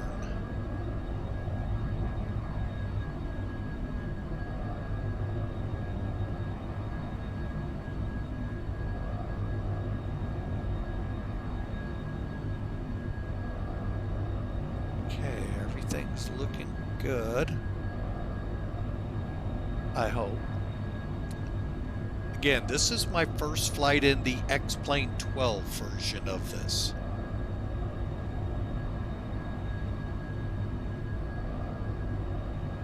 And we've added X-Plane 11's Saitek scenery into the sim, so we'll see how that works out.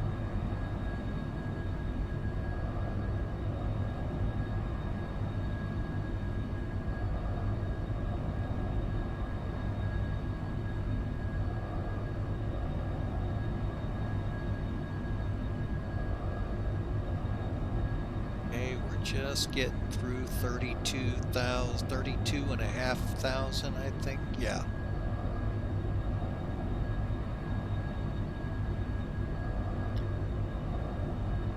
So we got about 3 to go, folks. Speed's about 270. So for an old dog like this, that's actually not too bad.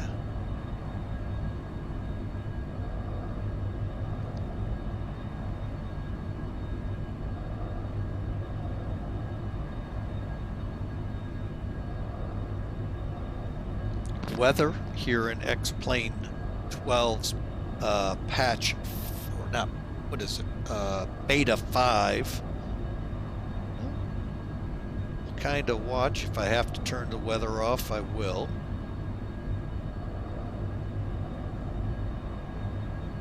I'm thinking I may have to pull back on the climb even more. I think I will.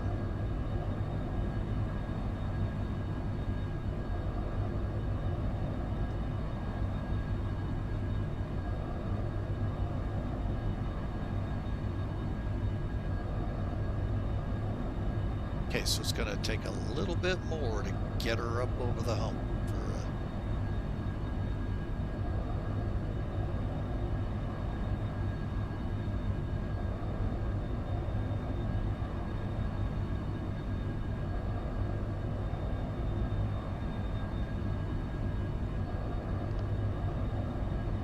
Alright, so we got about a 400 foot a minute climb. Folks, that was not unheard of back then. Matter of fact, I wonder if they would have gone to about 32. Wait a minute. Yeah, 32. Leveled off and, you know, built their steam back up. Got a little lighter and then gone. Because in essence, that's what the flight plan's actually saying here as we go to 36.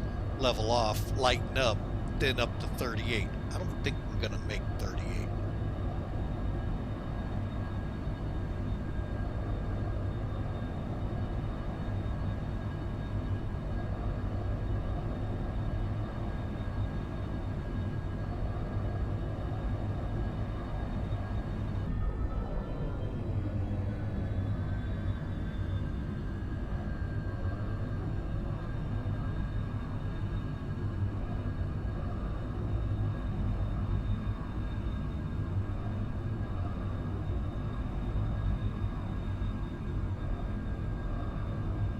Looking really good, this version for X-Plane 12. My only wondering is this wobbling around, is that I haven't looked at the SPEC'S to see if there's any out here.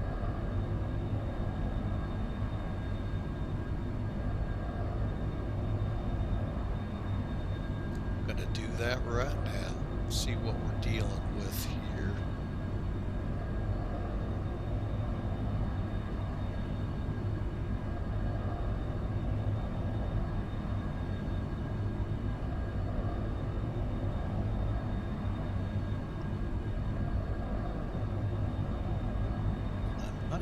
Getting any information on SPEC'S? How about turbulence? None of the above. Alright, well. Got about 2 minutes, 2.5 minutes or so, and we'll be at our cruise altitude. See if we can't build up to 0.80. I'm not overly concerned yet, but a little bit.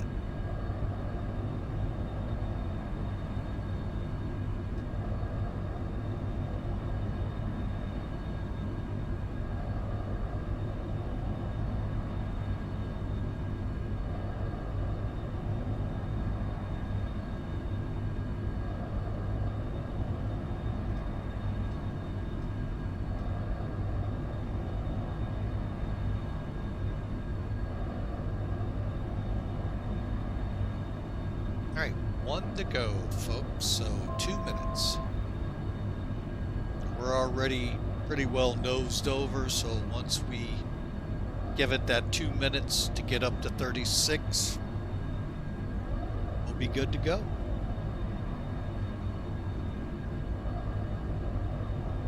So I hope y'all are having a wonderful weekend as we're climbing out here.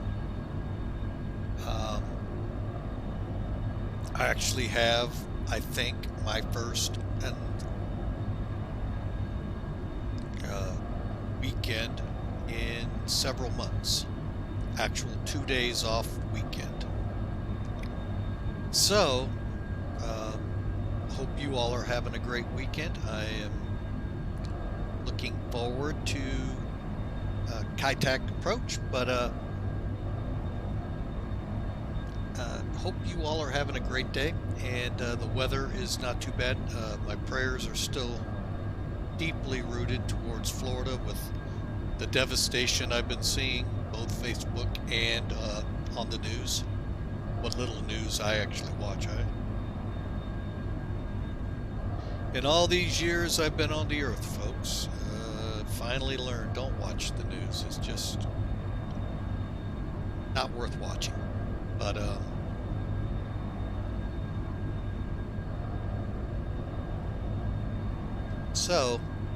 but yeah, my prayers go out to you all folks there in Florida.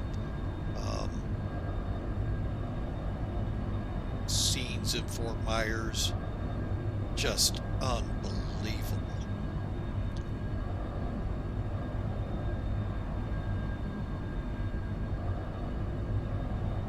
So if there is any good news in this, is that storm has been downgraded towards post-tropical. It's just a big rainstorm now for the East Coast as it pushes towards the Atlantic. The scary thing is always when it reemerges. I do like to track hurricane forecasting. I have seen some models that say it could go back south into the Atlantic, where it could, put quotes around could, reform. But let's deal with today. Let tomorrow, enough problems for tomorrow to handle itself.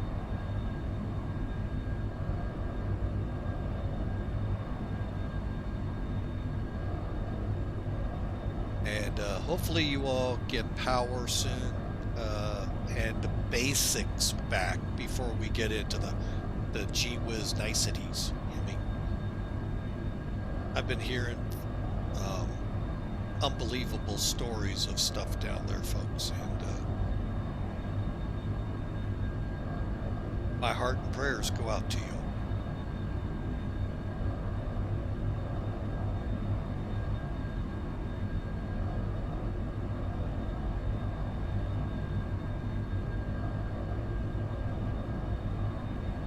Alright, we are just about to top at 36, so what we do here, folks, we just let it ease on up, and that's exactly what it's doing.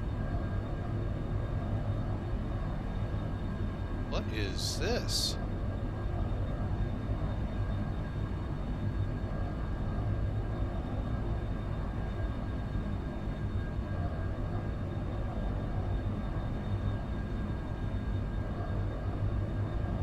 That is bizarre.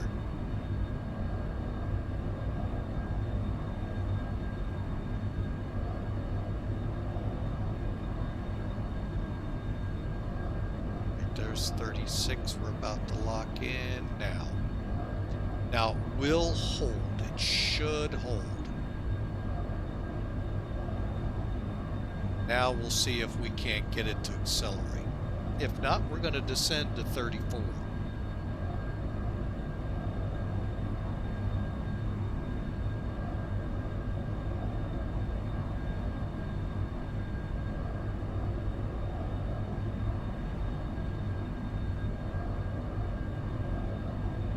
Get my wind charts out here and see how we're doing.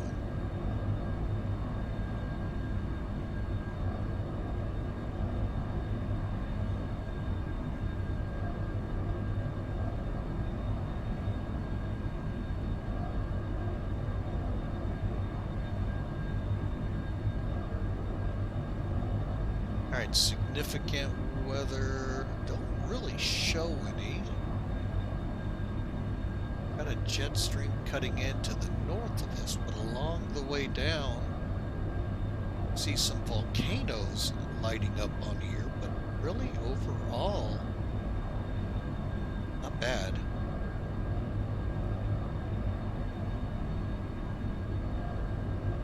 There's our 20.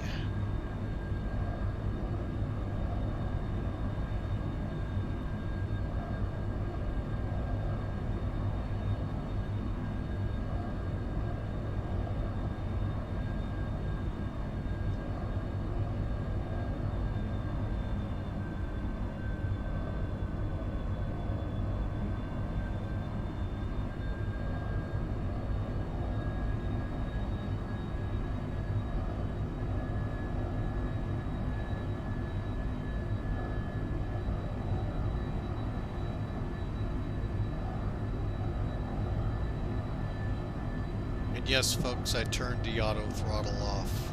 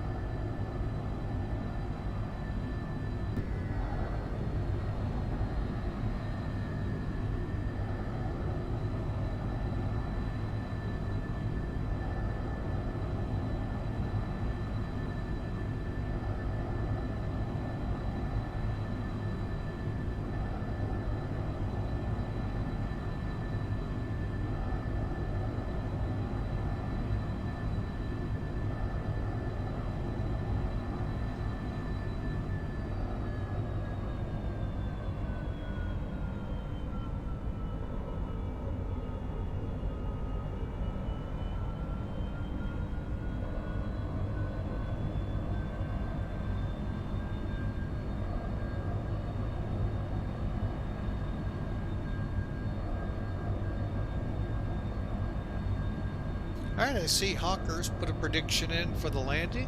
We're still a good 3.5 hours out on. We'll do our best, sir. We'll do our best. I'll go ahead and put my standard one in.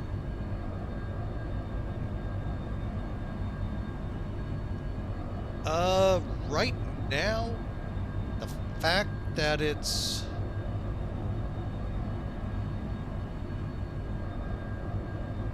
The fact that it's actually, no, it's not maintaining Mach 0.8 still. That may mean I'm going to have to do that for it, so I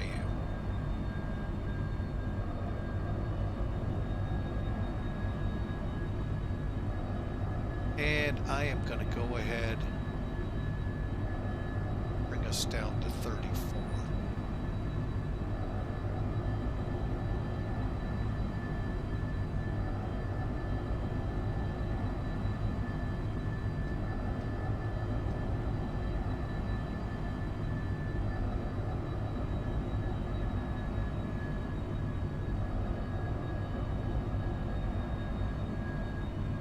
Kind of ease her in. Overall, those that have flown this aircraft in X-Plane 11, overall it's pretty much the same. The big difference being you have two choices now, 320 or 720 and 720B.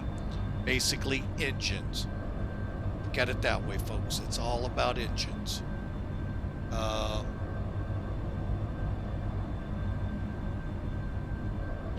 No idea if the fuel burn their Hawker is any better. Right now, I'm controlling it, so we'll see how that does. We're down to where we only have 1,000 to go, so we'll see if taking it off this auto throttle may be the key. Okay, we just crossed, I believe, yeah, on our descent. Okay, real quick check. CBE, we'll get that here fixed in a minute. Go ahead and get us coming up here. Ease up on this descent.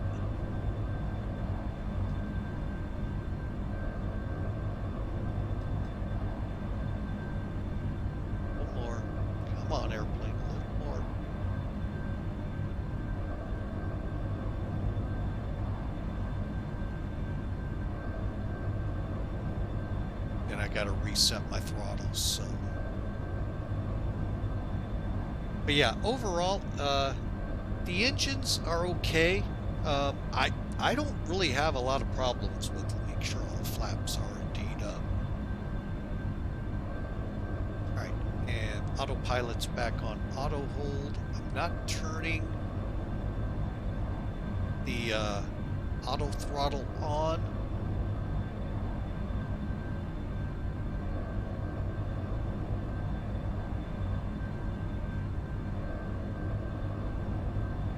See if we can't bring her up to Mach 8.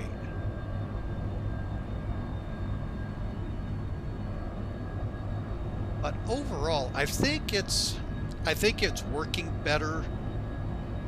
Okay, now this is going to sound weird in X-Plane 12 than it did before. Well, and I understand the why.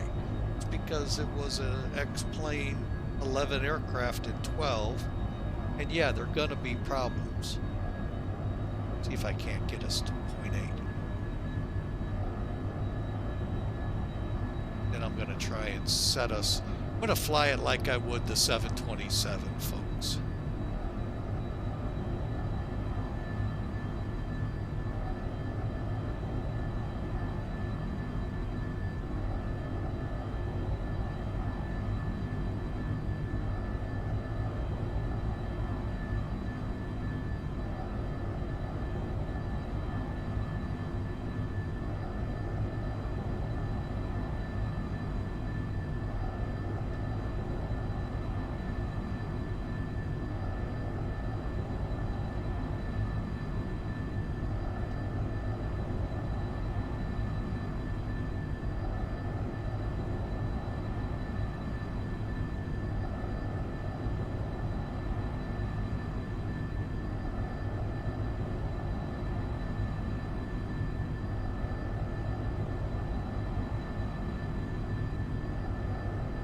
Okay, so we're just trying to find that sweet spot in the engines. I think I found it. We're a little shy, but we'll see how that does.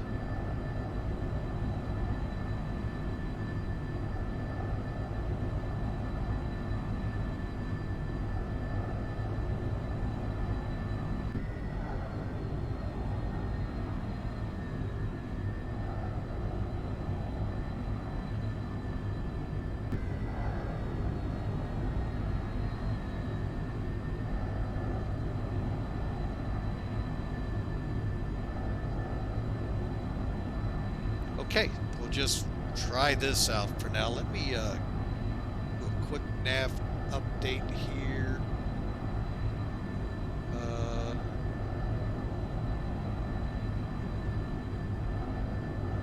17.8.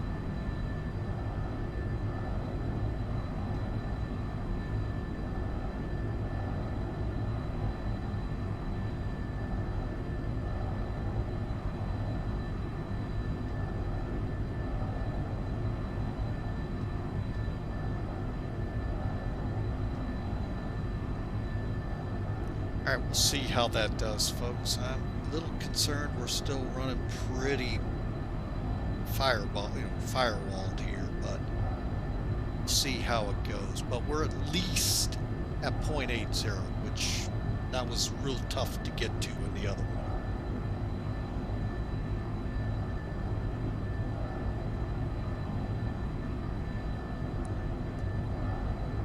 And that gauge is fluctuating.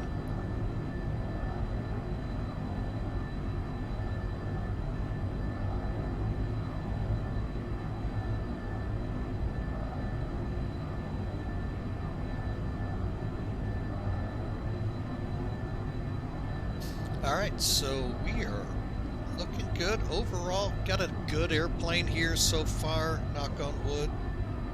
Not a lot of performance information on it, not a lot of, I mean, there is a checklist that comes with it.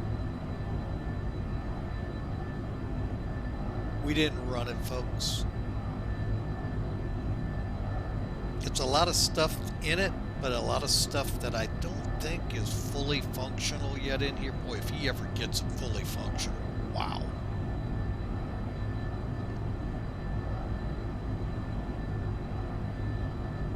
That'll be spot on then. But you know, again, I'm not complaining, folks. This is a magnificent aircraft. He has done very good work. A lot to be proud of here. Let's see. Kind of hoping to see Fuji, but I don't think we will.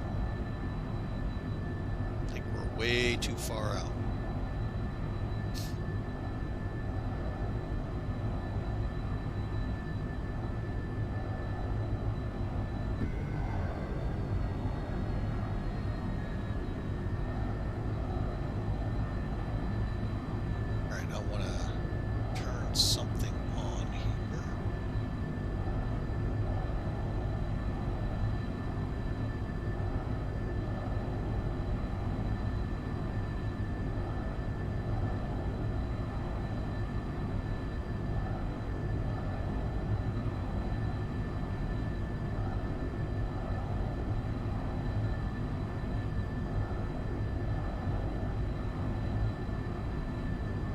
Alright, so that way we can start seeing at least what the weather is in Hong Kong. Not necessarily at the old international airport. So,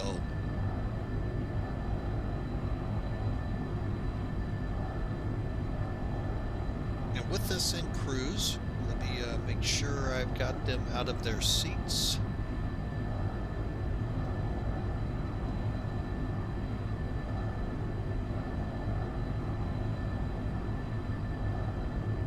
Still not sure if I like that wing view or not.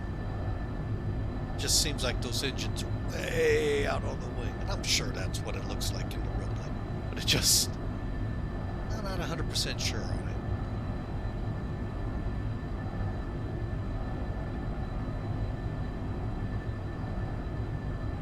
it. And by the way, folks, I'm not using the Beta X camera stuff. This is all strictly put it on my keyboard and go to them. I don't have as many of you do. I have the standard, 10 on the num key. But they look good to me.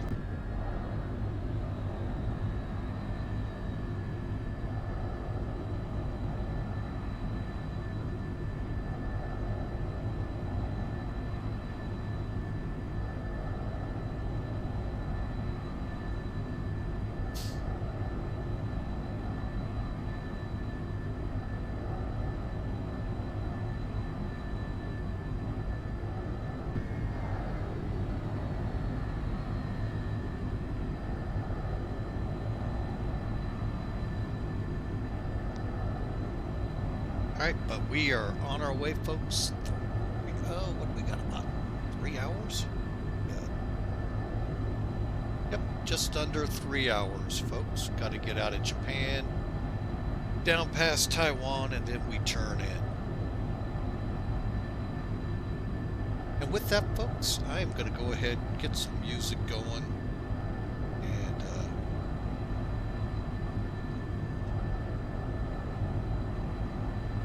go hit the lav here. I'll be right back.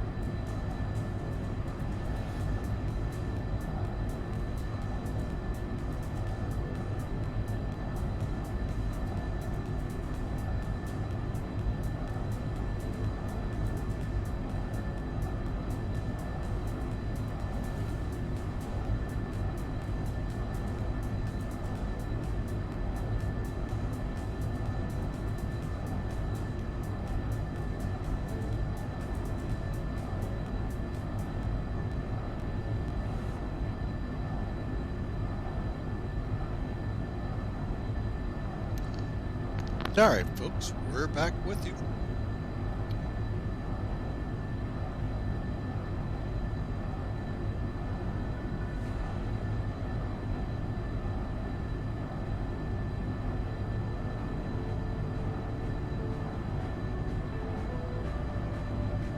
Alright, so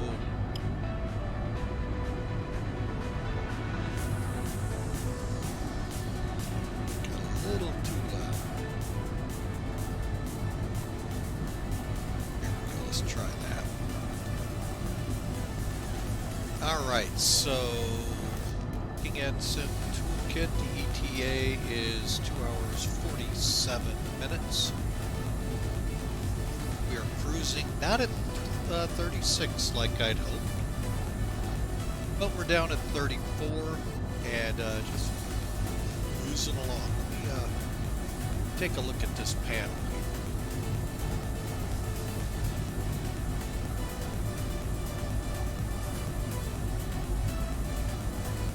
Not sure what this is all about.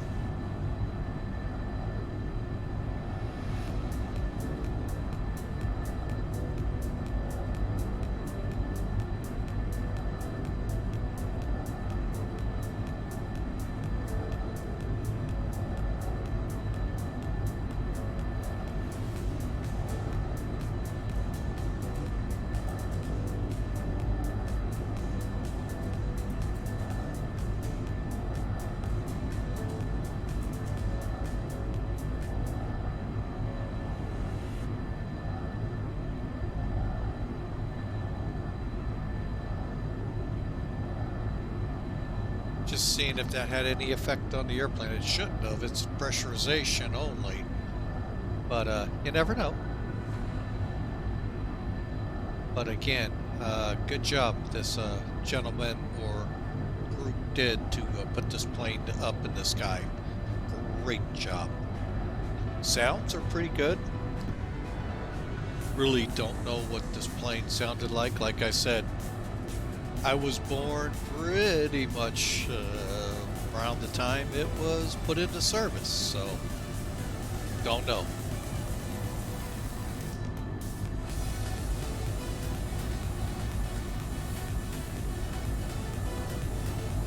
As we start heading out of Japan.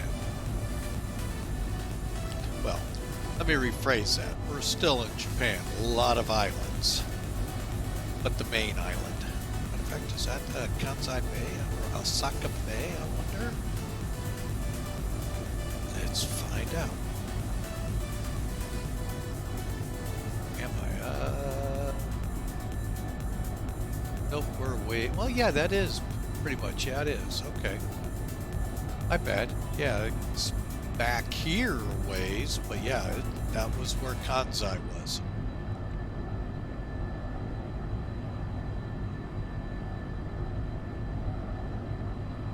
But folks, for a free aircraft, phenomenal. Can't say enough about it. And if you want to get your grubby paws on it, here's a link.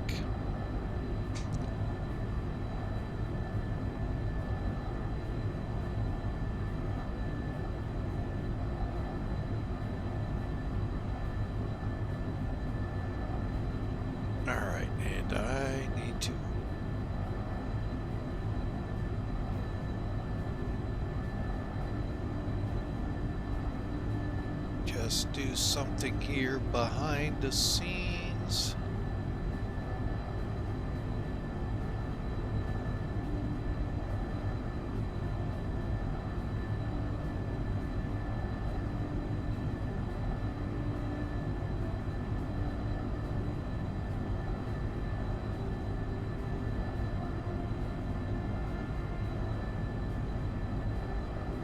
All right, got Rob put in here.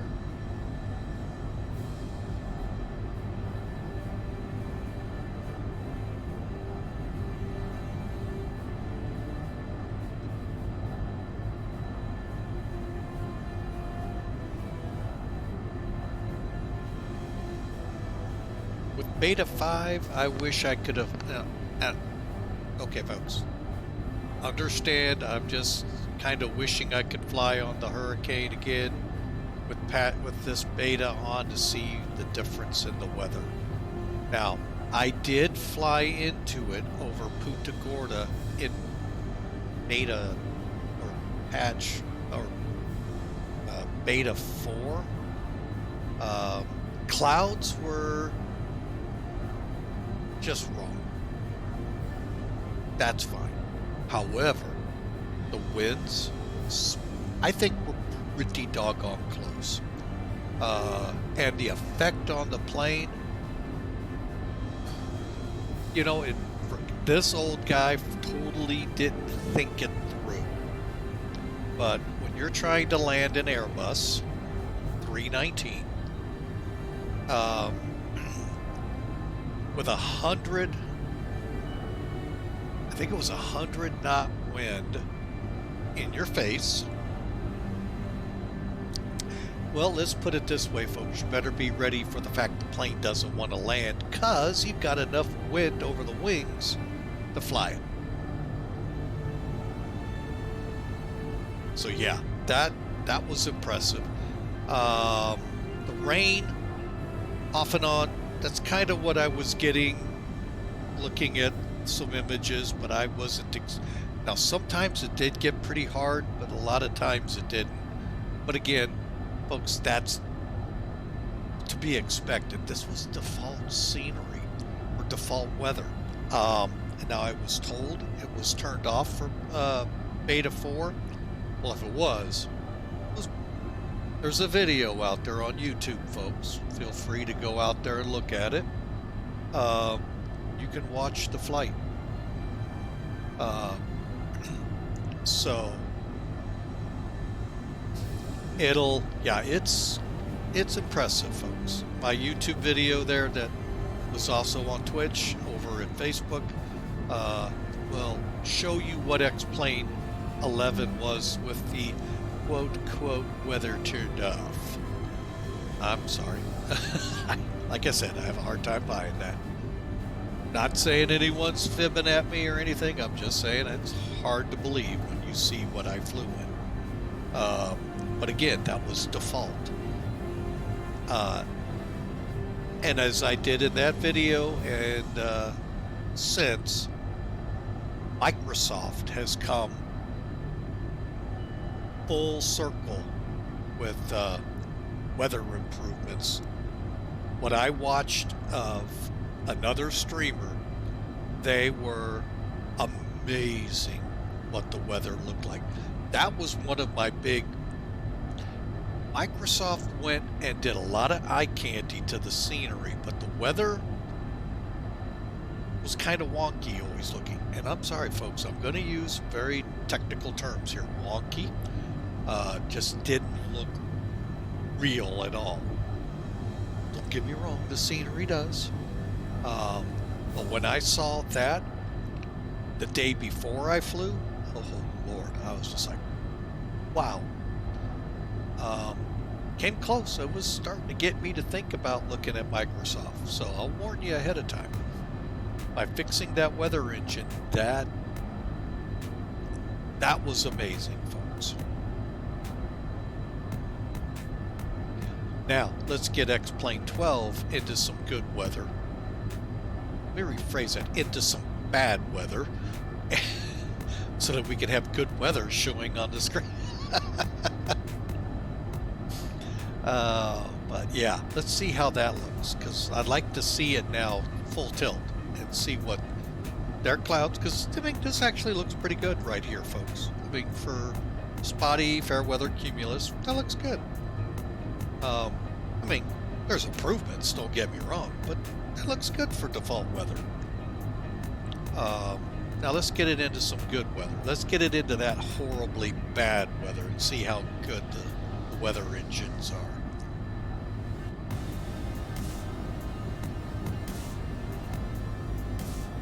Alright, so we'll see. I'm hoping, however, not for this flight, because we'd like to see the checkerboard, to be able to make the turn, head for the runway, you know, those kinds of things.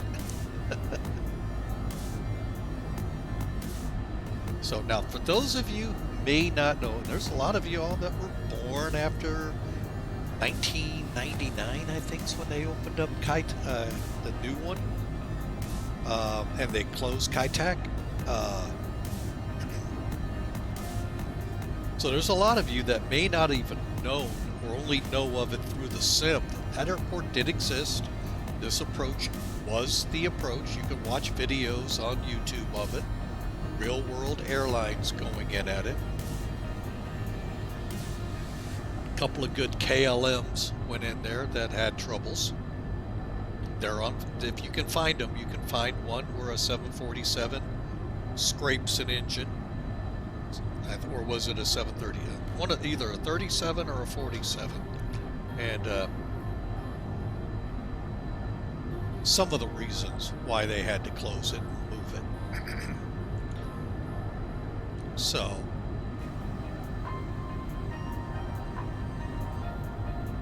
it's probably, if I'm looking at the way the angles are, probably, I think it's even a tighter turn than Juno. And Juno on an LDA, that's a pretty good turn for the runway at the end. This one matches it.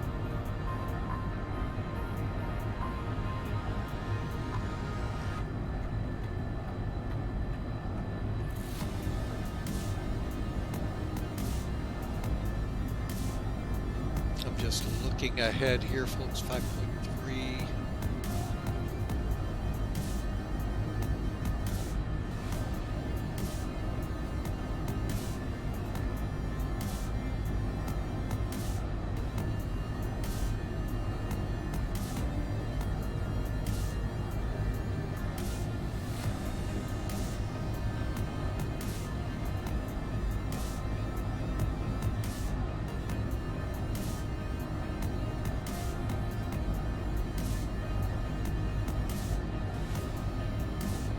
Let's get in the cockpit, see how things are going. Still looking about the way we left it.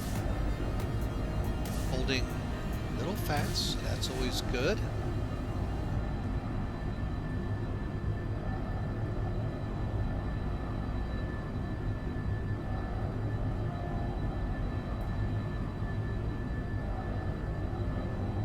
That is always good that we're a little fast. That means I can pull the throttle back and ease on the fuel. We could not do that with this plane, the X-Plane 11 version, the original, in X-Plane 12. It just would not get to 0.8. Hence why we ran out of fuel. So, right now I'm hopeful we've got plenty of fuel to make it in. We'll find out in 2.5 hours. So folks, feel free to, the chat line or chat box is open. Just shame on me for not paying attention too much to it. I do appreciate Hawker out there. And, oh, Duluth is in here in the house. Appreciate you both out there.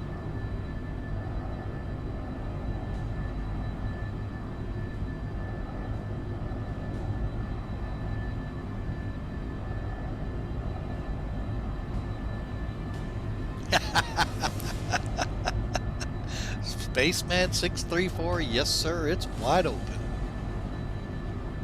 Almost like this aircraft, although this one at least I'm pulling the throttles back to maintain 0.8, not like the other one. Not like it in X-Plane 12.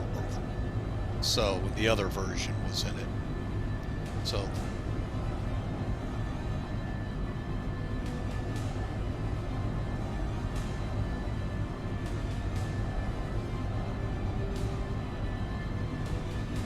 as I'm seeing it,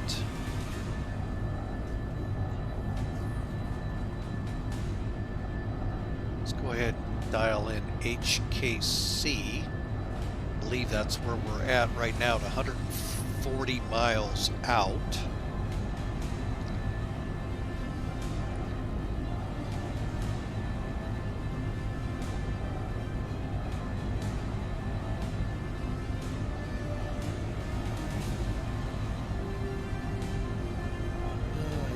KC 13.3. Let's see if it dials in here.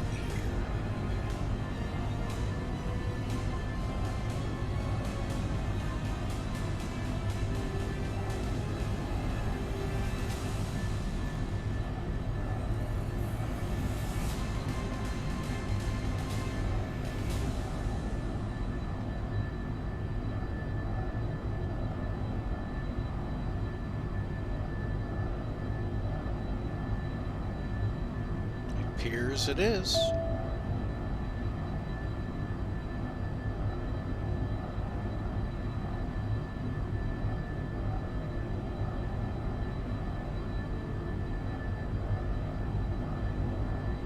right, let me do some more research here. Do we have anything on minimums?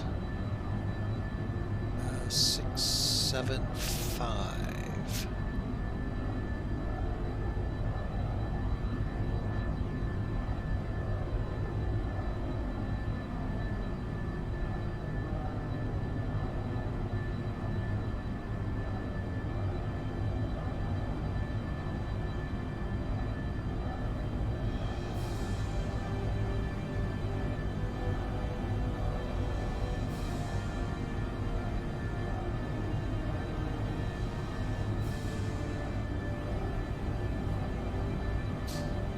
Alright, so we'll just keep going for another 120 miles and then we'll be turning towards Taiwan.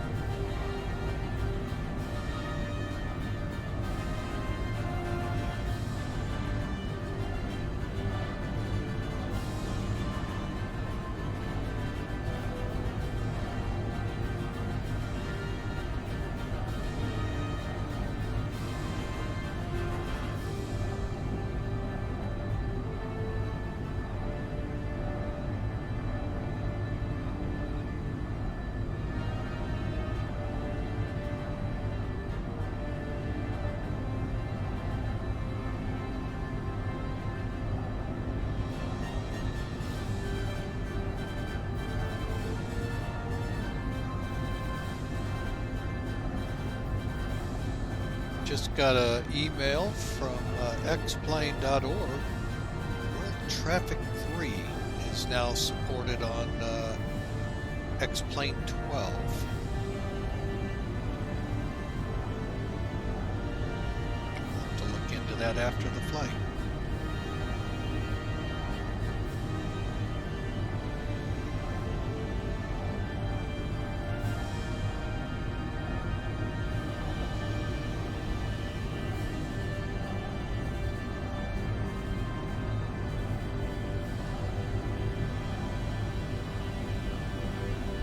Alright folks, so we will continue on here.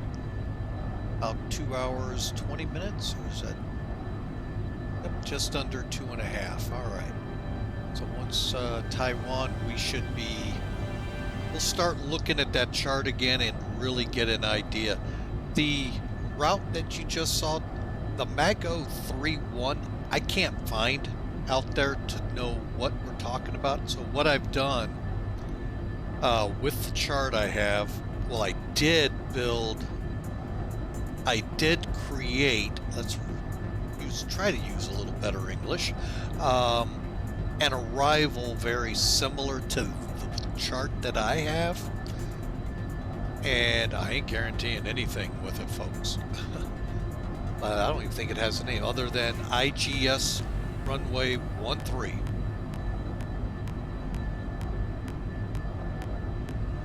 So, and it's nothing more than a displaced localizer, but you turn at the checkerboard. Really, that's it in a nutshell.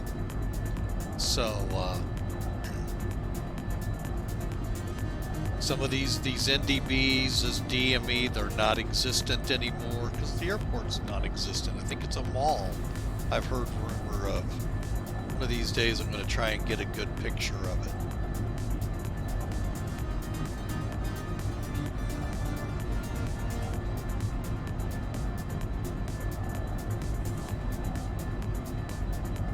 That's actually not too bad, reflection off. The other, if I had a critique for X-Plane 12, and I haven't had a chance to give it a try, won't probably this one. The sun seems bigger than I guess my P-brain envisions it. I have a great screenshot of a landing into O'Hare. Sunset, clouds behind it, just seemed like it was gigantic behind it. Maybe it is. Maybe I'm just, the way I see it doesn't look that way. But that might be the only one other than the weather. So I think they've done a great job. Now, if they could get the jetways to work everywhere, that would be awesome. I don't know what that takes, so well, I'm just putting it out there.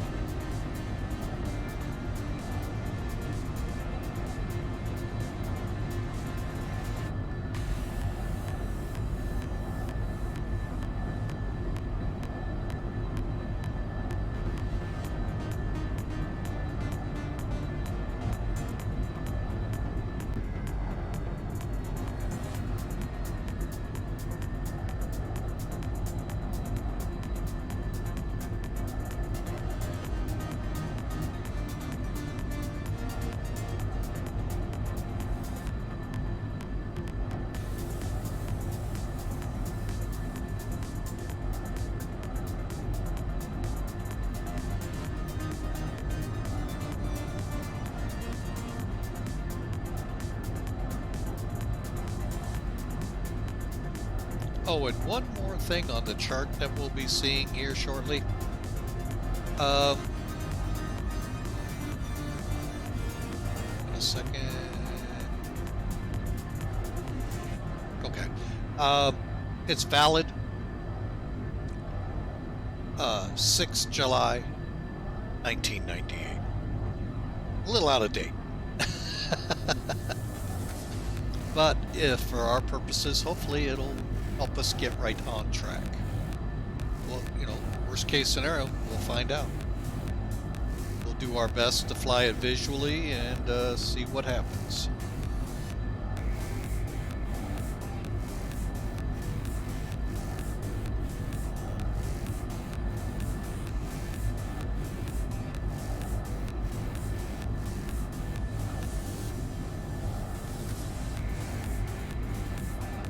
Alright, so I'm just going to sit back, relax here, folks, like you all are, and begin gearing up. Flying a B314. Is that one of the flying boats?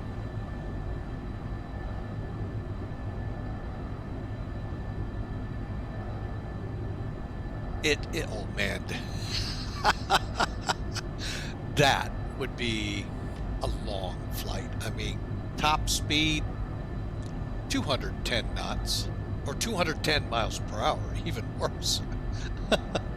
Cruises at 180. So basically taking a Archer or Arrow, I'm sorry, an Arrow or Saratoga from Los Angeles to Honolulu, if you could get enough fuel. Wow. That would be an interesting run. Yes, it would be.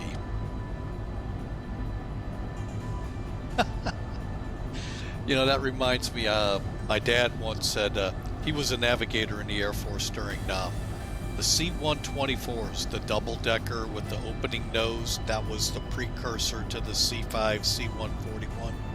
When they realized, and C-130, the lower, you know, the lower that rear, the loading area can be, the easier to load. It would take literally days to get to Vietnam with that plane. It's only like 180, probably 180 mile an hour cruise. So imagine that. Now it could fly more. I mean, it took literally almost a day and a half to get there with the plane. So, well, how far we've come.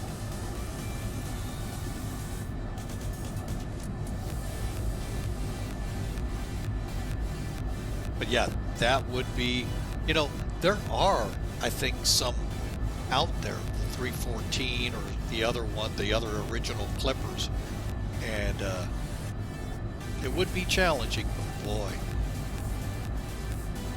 you're looking at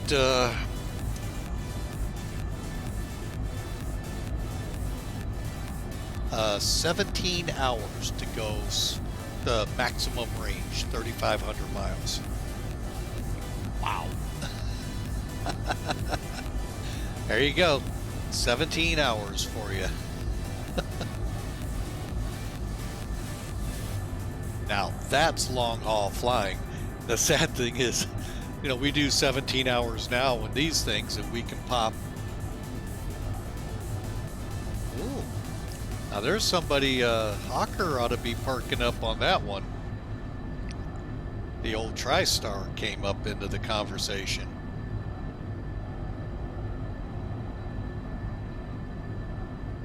Yeah, it's amazing. 17 hours could only get you a little further than LA to, oh, the Constellation. Ooh, that's a good plane too. But 3,500 miles, I mean, granted, you're going to go past it. That's to Hawaii, folks. Now we can do 17 hours literally from New York City to Hong Kong.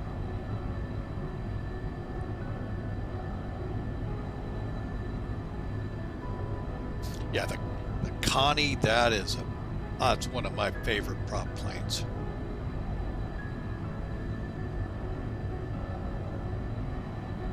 I used to have a really good free one, and again, this goes back to Century of Flight, and that was awesome to fly.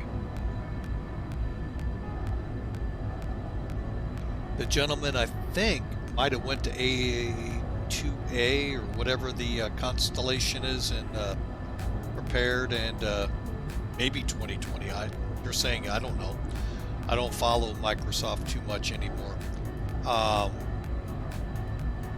Man, everything in that flight engineer worked, everything up front in the cockpit worked. What a plane.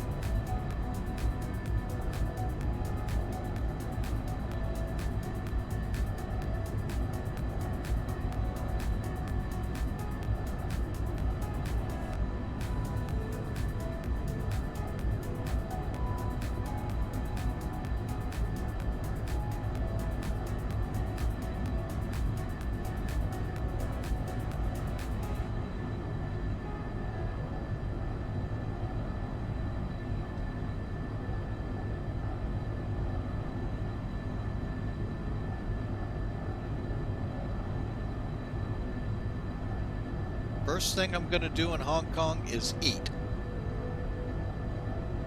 It'll probably be dinner time here in the house.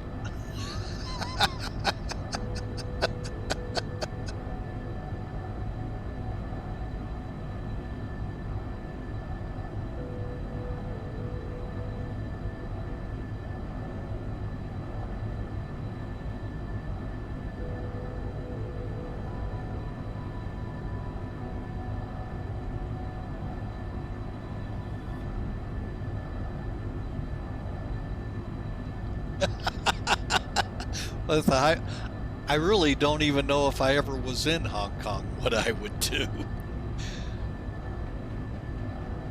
Because I really don't know I know there's a tall building there. Beyond that, I have no idea.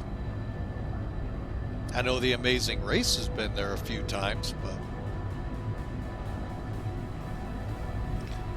really beyond grabbing some food, that's my game plan.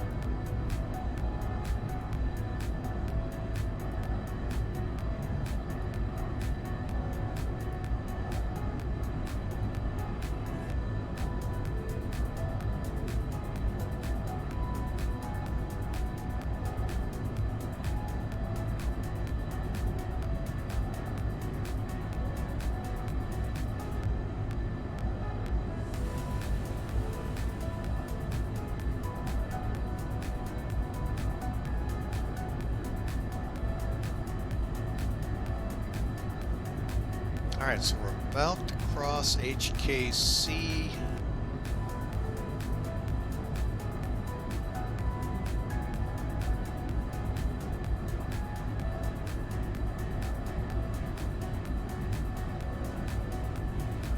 Now we got a pretty good haul to Apu, Taipei, Taiwan. VOR is Apu, APU.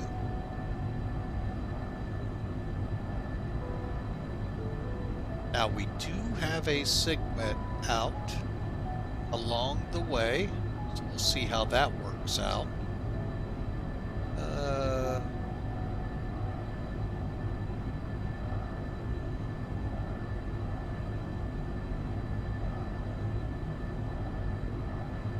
Doesn't really say. Darn it. Well, we'll see what's up.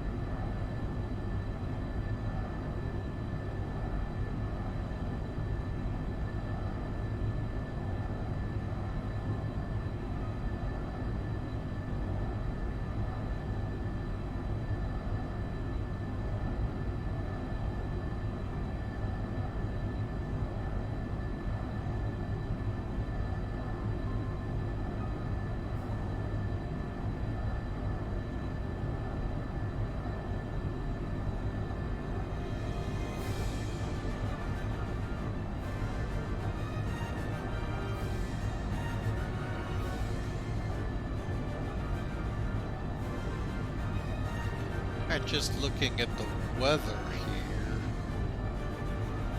Alright.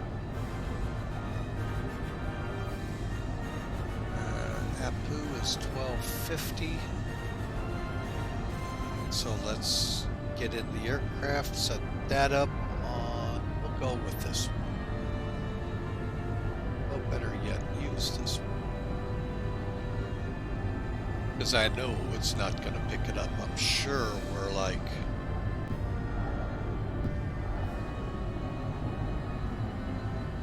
yeah, 600 miles away. Because I didn't put the fixes in, folks. So, yeah, that's a long leg ahead of us. So, that's a good hour in itself. So, folks, if you want to take a break...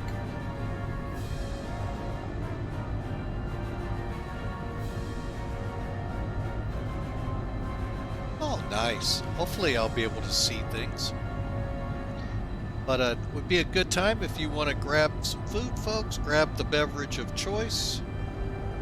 And we still got a nice 2 hours, 15 minutes ahead.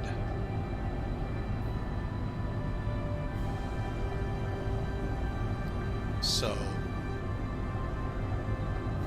Clipper Carib is on its way.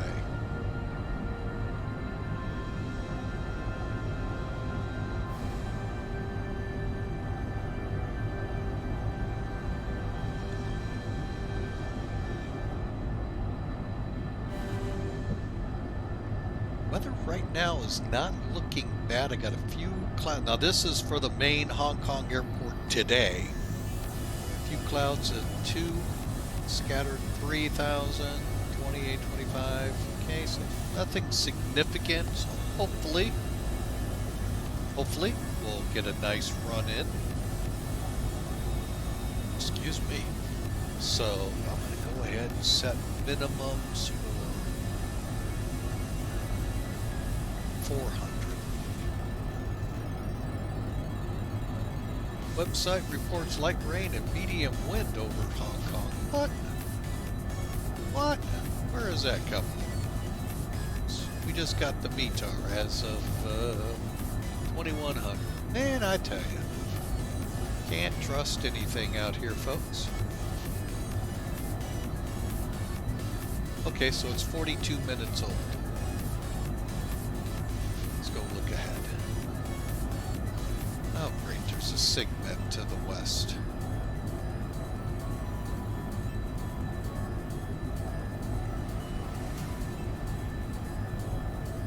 Alright, well, we'll do our best. That's all we can do.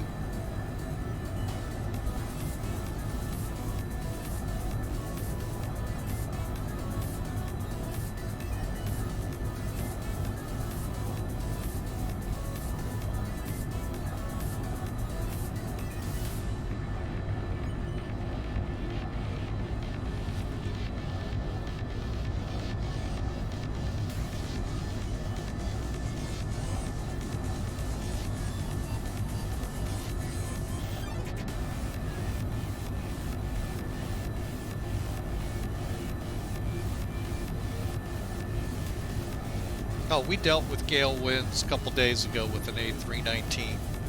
So, actually, oh, what they would be called? Category 4 hurricane? Category 5?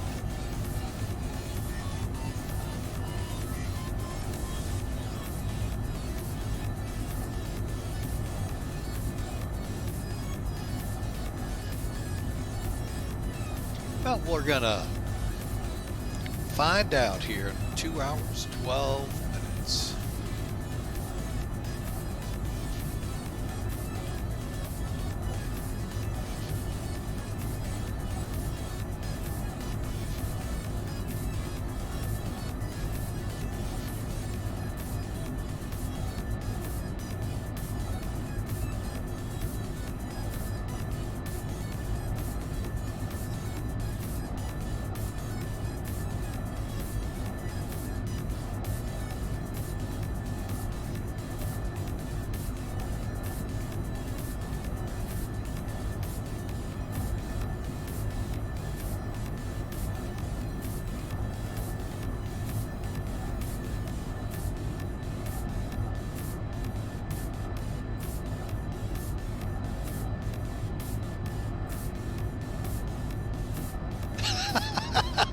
Well, I'm sure you will win. Let's see. There it is.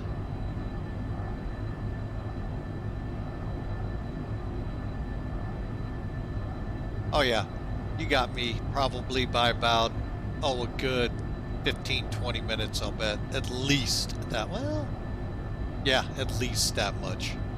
Maybe even 45 minutes. So, yeah, you got me beat. I'm pretty sure of it. Unless you're on VATSIM and the VATSIM controller comes up and says, you're gonna have to hold.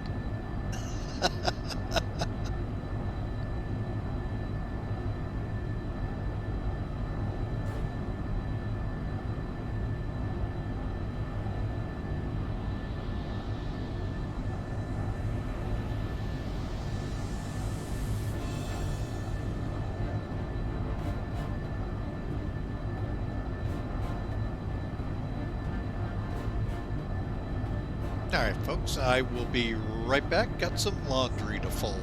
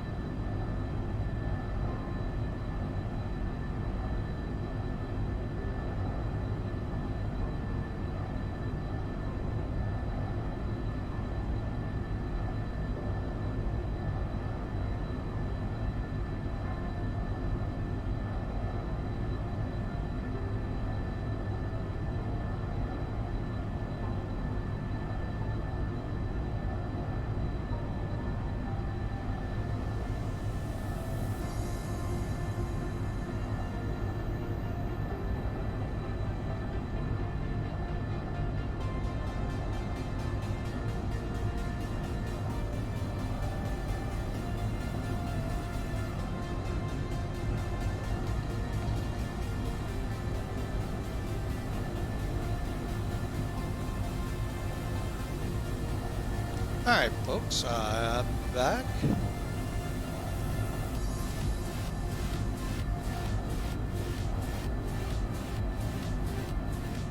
So, I got you beat by about 30 knots, huh?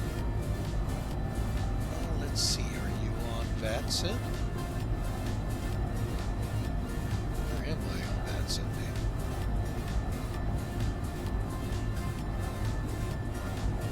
Oh, Hong Kong has come up. Kind of figured they would.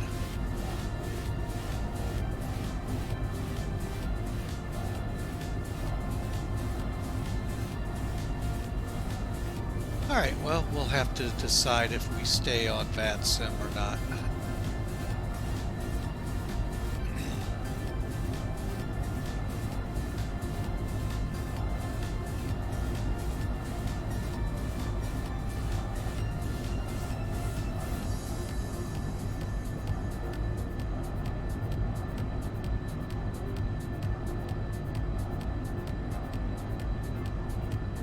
Welcome back, Hawker 125.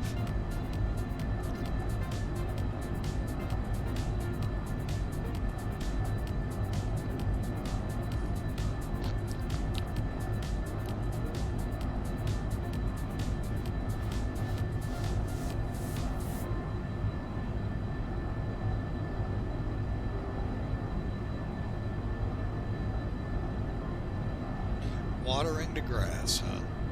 Yeah, it has been a while since we've actually seen a little bit of rain here. Well, significant, I should say, but we've had quite a bit this year.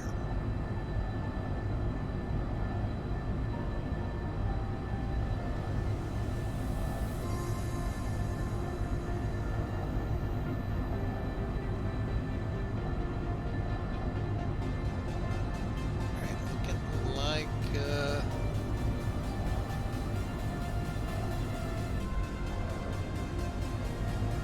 34,000 was a pretty good decision to drop down to.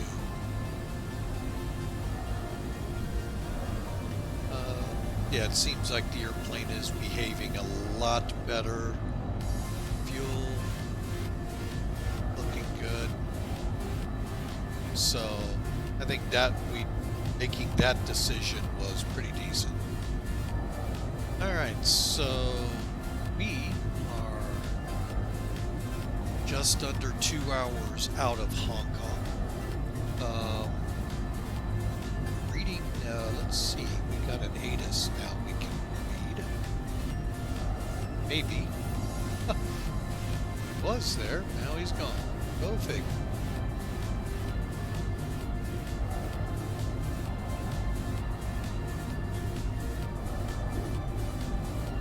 Oh, now that's weird. Like Oakland radio is up, but not for the whole. Well, you know what? Whoa, I forgot there is a dateline. Never mind. Yep, the whole thing is open. Okay, look like just half of it here. I forgot. It's one of those that doesn't overlap. So when you look at it on a map, we got a cafe behind us. Alright, so we'll see what we run into. We had an ATIS. A lot of rain to the west, northwest, and west of Hong Kong. So we'll see if that all stays there until they let Flying with Mike in so he can try to make a decent landing.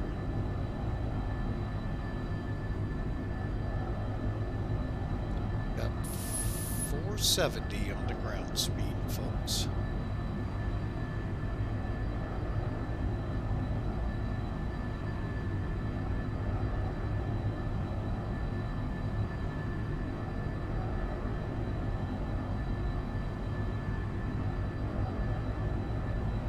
You got me beat now, Spaceman, by about 5 knots, if that's what I'm doing. Let's see what this one.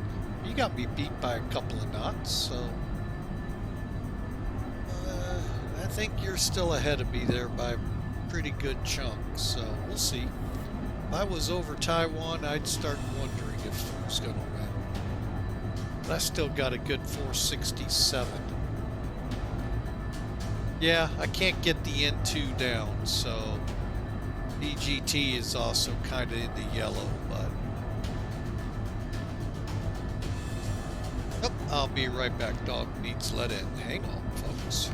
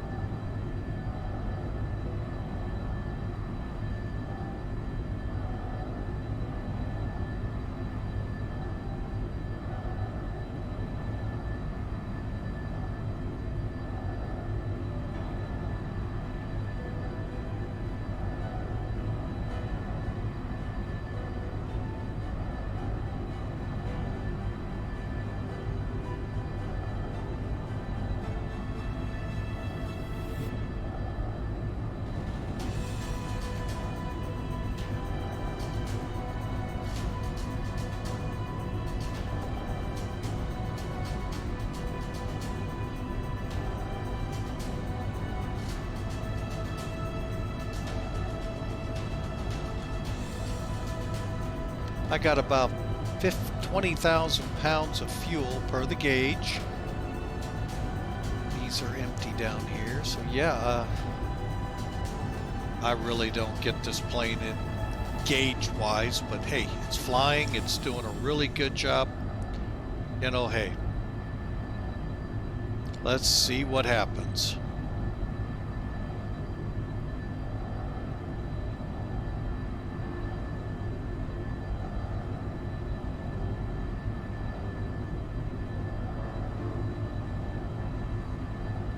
Okay, 21Z.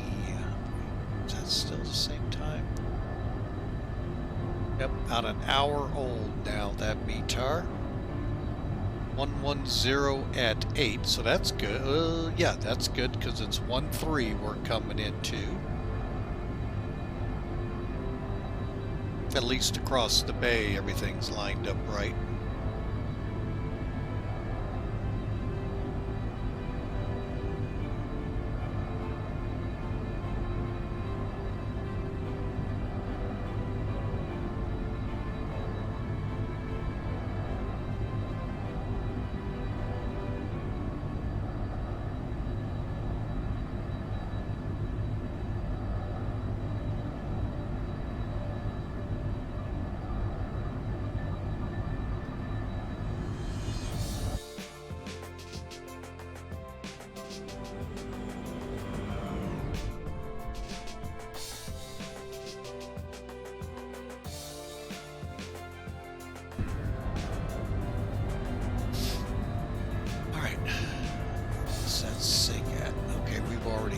Past it, okay, I think.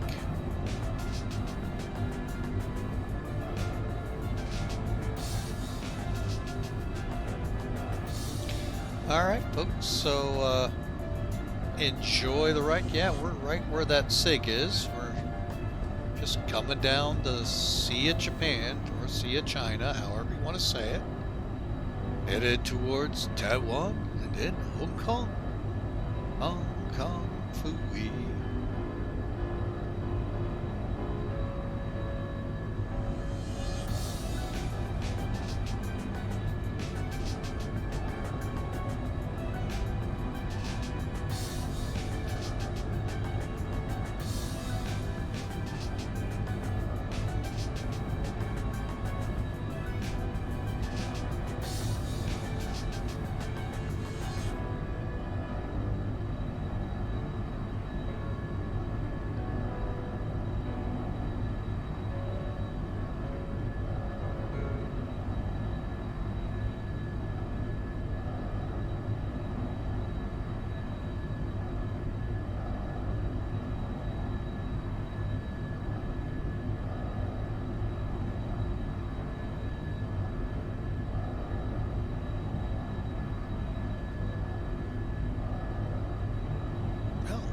interesting what's ahead of us here. Let me pop up a little bit. Interesting. I wonder what we got ahead of us.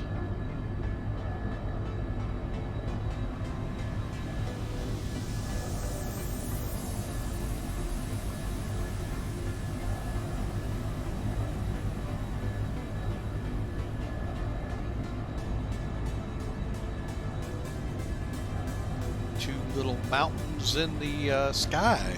Who knows? That's kind of interesting ahead.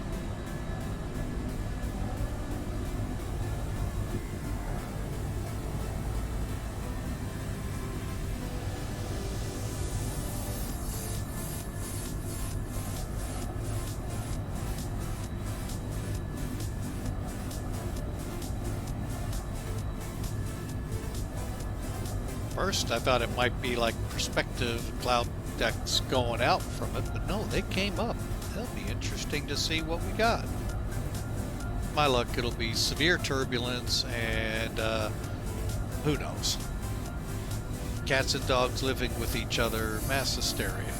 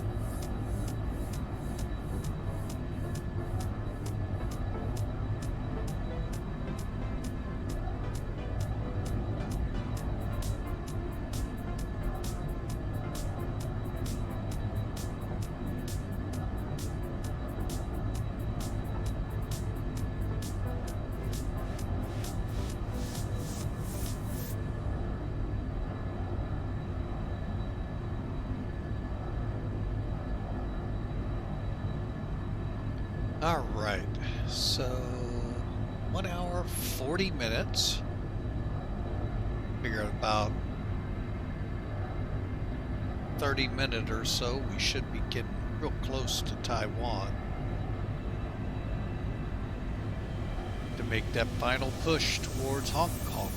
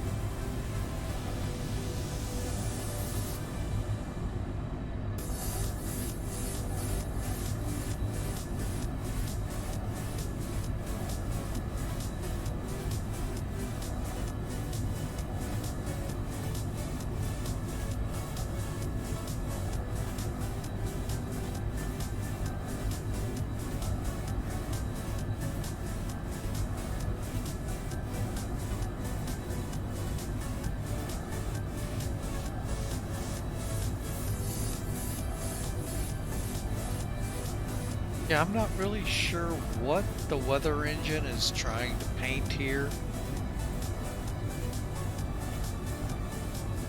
Just quite a unique look here.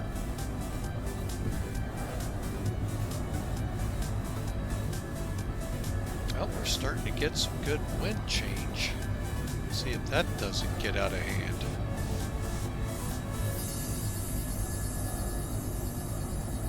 See if anything's showing up on.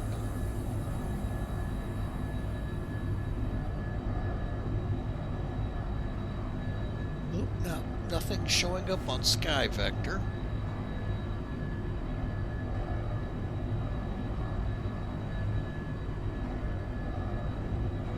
Let's see if we can't get a cross fix here. 1310. I think we might be too far away, but give it a shot.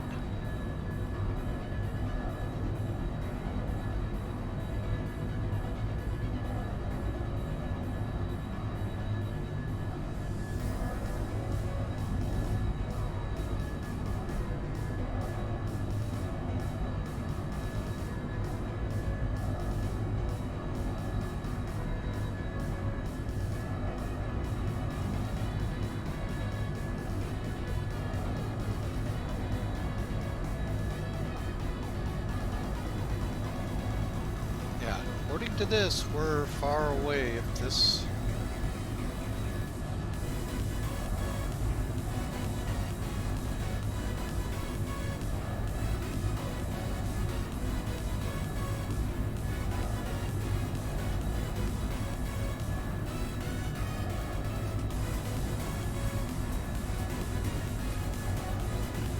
some kind of exclusionary land area.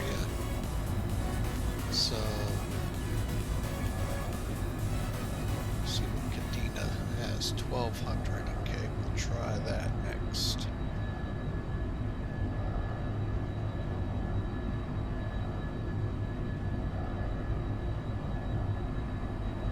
That we may be too far out from. Oh, nope, we're not. Oh, yeah, we are. 176 miles.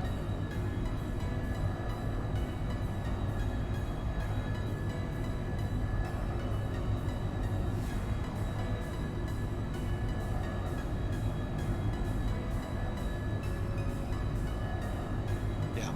Okay, yeah, we're still well out of range, so.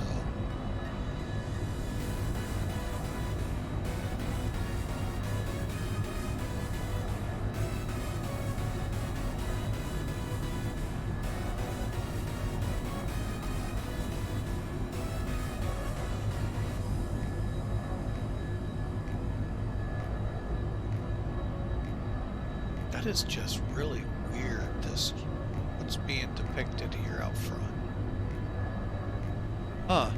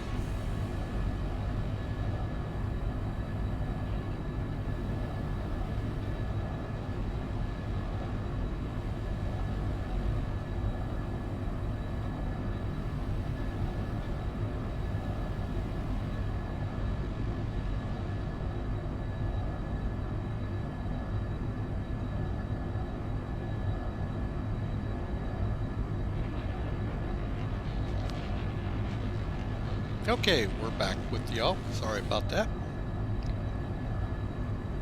Getting a little en route snack in me.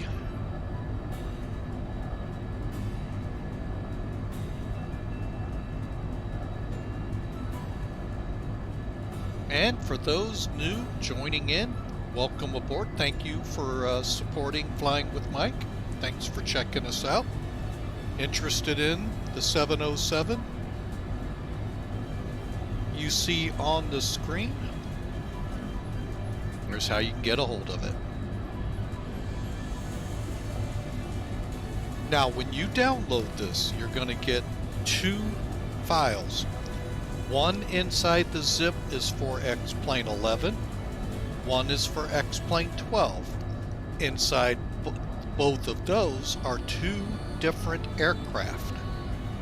But you won't be able to, you just put them in your aircraft like you normally would. And when you fire up, you'll see 720 and 720B. Just basically different engines at the moment is what I can tell. Haven't tried the 720 yet. I've only got the 720B. And there's been some little modifications here and there since he released it for X-Plane 11 just prior to X-Plane 12 coming out.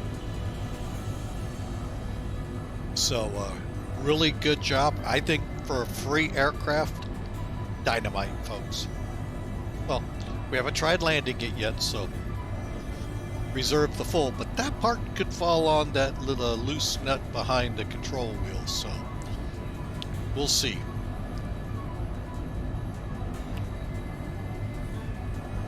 But in about an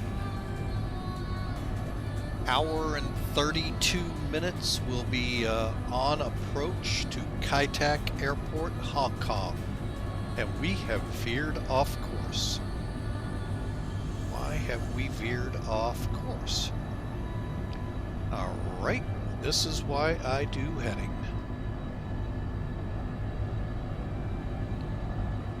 Coming back on track.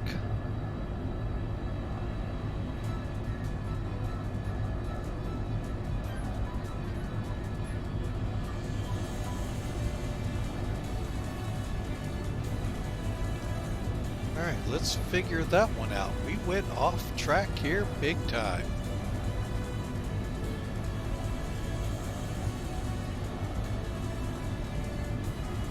Alright, so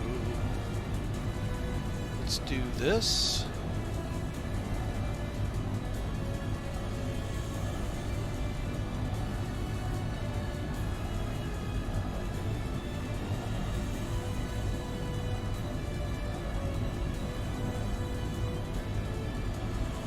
Be really nice if we were in range of that VOR, but we are not.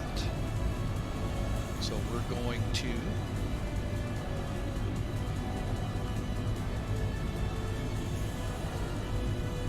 turn in and slowly reacquire our direct.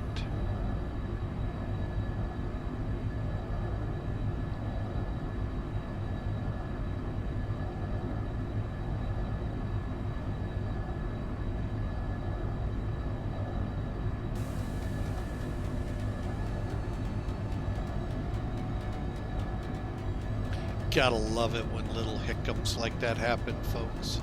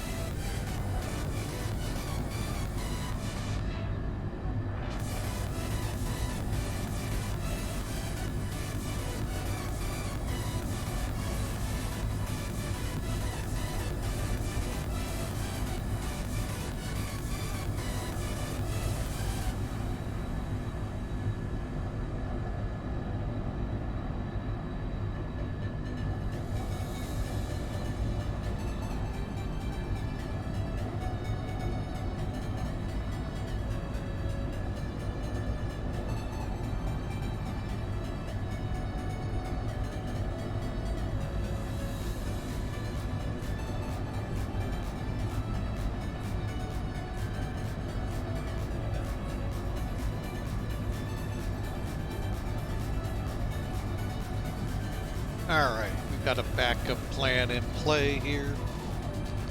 We'll get on course here in a moment. See what that fix is. Wonder, can I put that in light?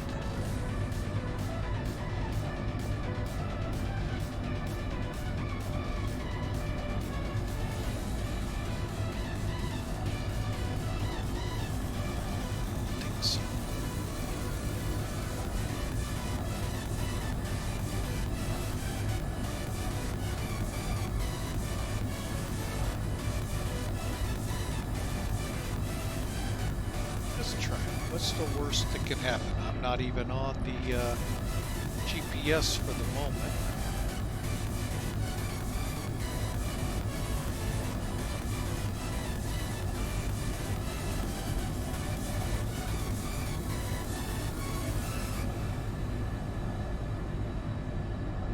Didn't even think to... Oh no, I can't do direct. Okay. MON.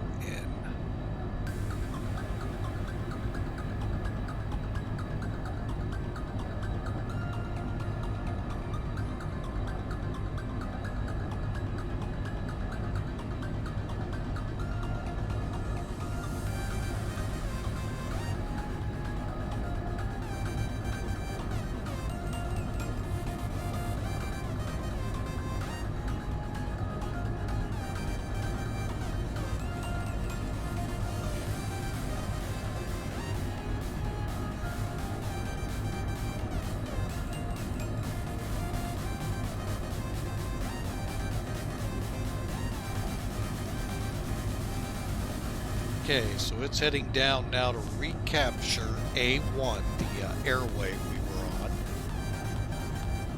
and then turn towards Igmon, which is probably should have put a couple of waypoints in on here, but I didn't think it'd be a problem.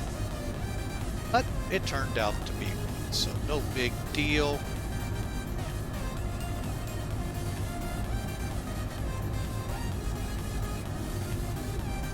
Just watch it carefully here and make sure it doesn't overshoot.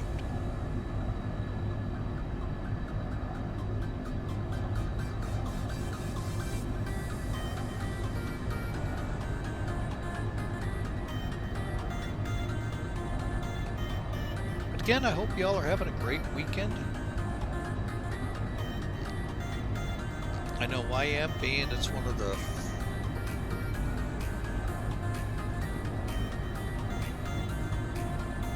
Uh-oh, power failure and decompression, never good.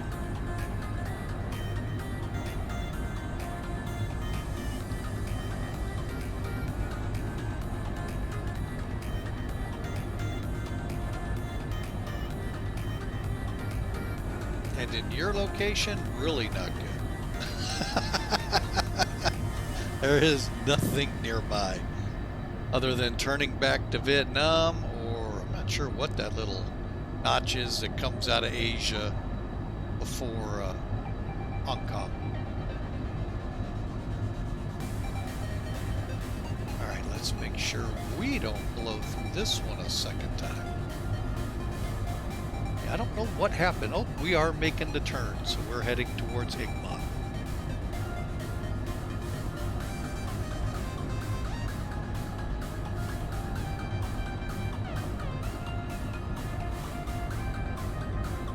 Now, for those of you out there that have the, I've seen it now called SIVA, the INS payware, I think it is. That supposedly will work right with this plane. This GPS 430 that you see here, the default X-Plane one, that came with it. So, and it was for me, it's what I've already got set up for, but I think it's Alt-G will pull it up for you. It's in the README notes, so make sure to read me.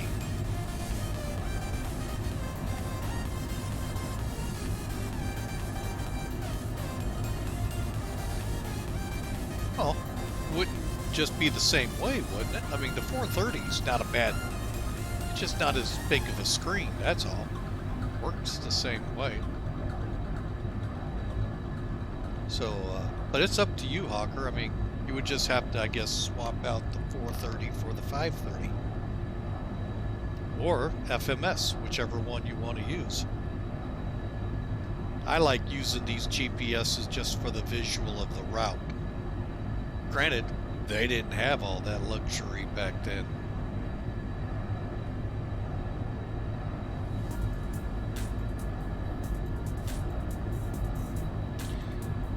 You are 100% correct there, Spaceman. It is.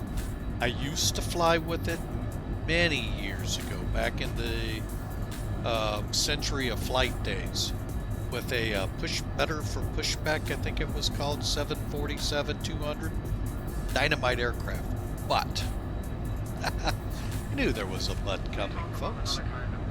At some point, either I rushed shutting down the sim from a flight and didn't properly shut down the SIVA, because it continuously errored from that point on, and I just said, "Phooey." And this is about the same time I got my hands on the Century of Flight's version of PMDG, and pretty much grounded to 200 anyway. But I did find a generic FMC that worked amongst all aircraft that could keep the 200 flying, but not for very much longer. The PMDG 747 was just better than the 200. Eventually outdid it in my hangar. That's why, folks, if you see me with the Fearless plane, which I haven't flown, I know, in a long time on stream, with the 727, that's why I don't use the INS. The headaches that I went through with better for pushback into SIVA, I don't want to deal with those online. So that's why I do it this way. But yes, the SIVA is fun in that you have to do all of that pre-setup and all. Kind of downside is if it does screw up, it could screw up for the rest of your flights. Plural, not just that one. So, stand by 1 second. I think my wife may be home. The dog is kind of pacing back and forth between the garage door here. Stand by, see if she needs help.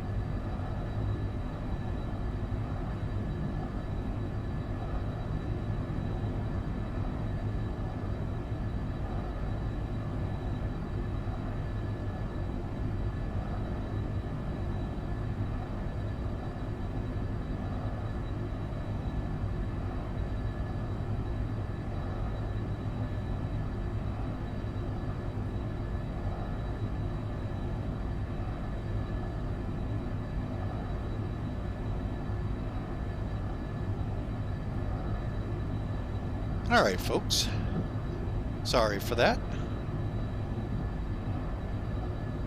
All right, so Taiwan is still just under 200 miles out. This can't be right. An hour and 17 minutes? Wow. Well, maybe. Kind of watch our coursing again. We actually should maybe be able to pick it up. Nope, not yet. Let's make sure I dialed in right. I think I did.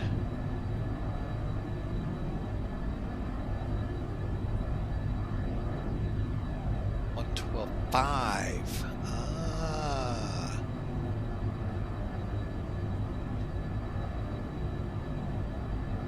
Yep, we're picking it up. And what I'm gonna do, even though I know we're way out of range, I'm gonna put in the Gong Pengu MKG on this one. On 15.2. Even though I know we're out of range, but it'll pop in here pretty. Wait a minute. Trying to see here.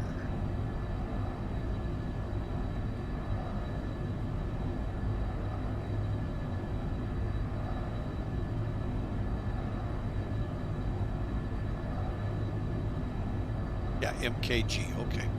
Yeah, I should have put one in intermediate. Let me put that in. That'll be our intermediate. 14.0.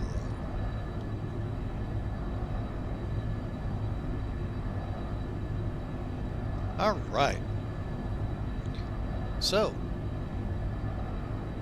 everything's looking good. We're a good 170 miles from Apu.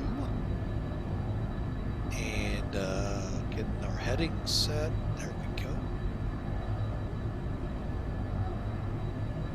So, I hope y'all enjoy, and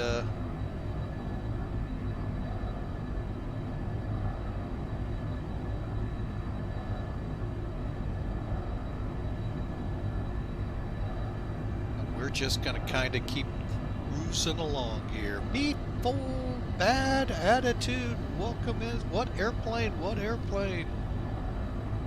Oh, let us do this.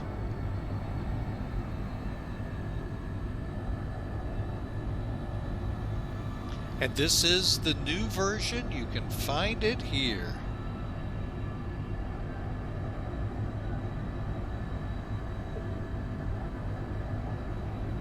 It's both for X-Plane 11 and X-Plane 12. It is the 707 that came out free just before X-Plane 12 came on the scene, and has been updated since to work pretty decently in X-Plane 12. We're gonna see what it's like going into Saitek, sorry.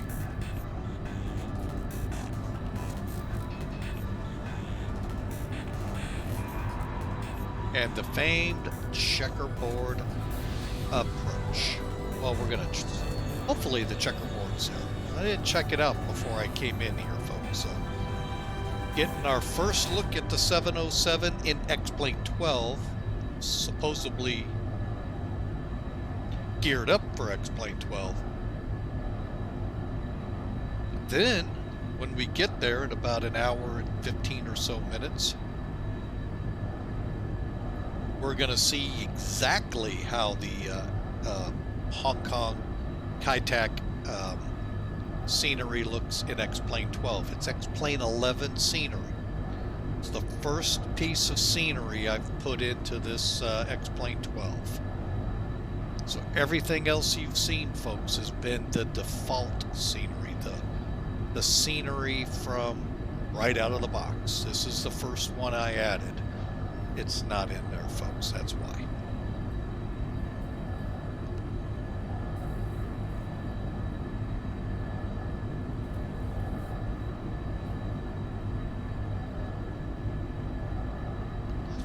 So there you have it, folks.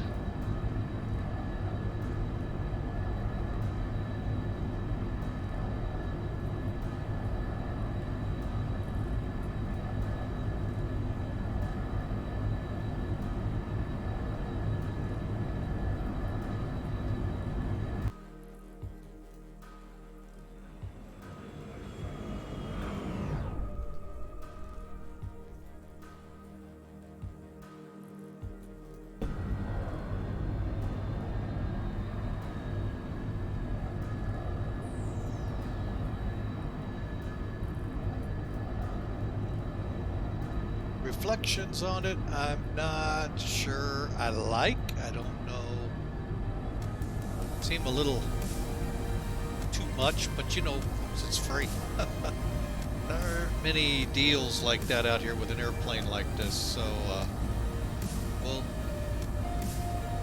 my critique, folks, it's if you like the more historical aircraft, then yeah, no, I'm talking more. My problem with the reflection is in the windows. Little, I mean, it doesn't look unreal. A little, to me, overdone.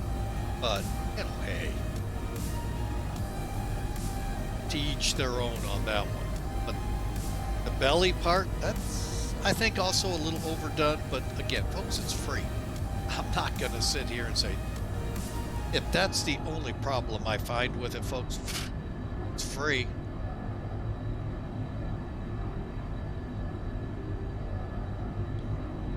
But it's going to get a good test. Well, it's getting a good test. A nice 3.5 hour, close to 4 hour flight to Hong Kong. Add to it, we're going to fly the Checkerboard, which that nav information I don't think is in this scenery. We're gonna dial it up as if it was. Oh, it was a mirror chrome. Oh, I don't know Pan Am that much. I think if I saw Pan Am, it might have been once. Mostly Delta, and of course, TWA and Ozark, living here in St. Louis.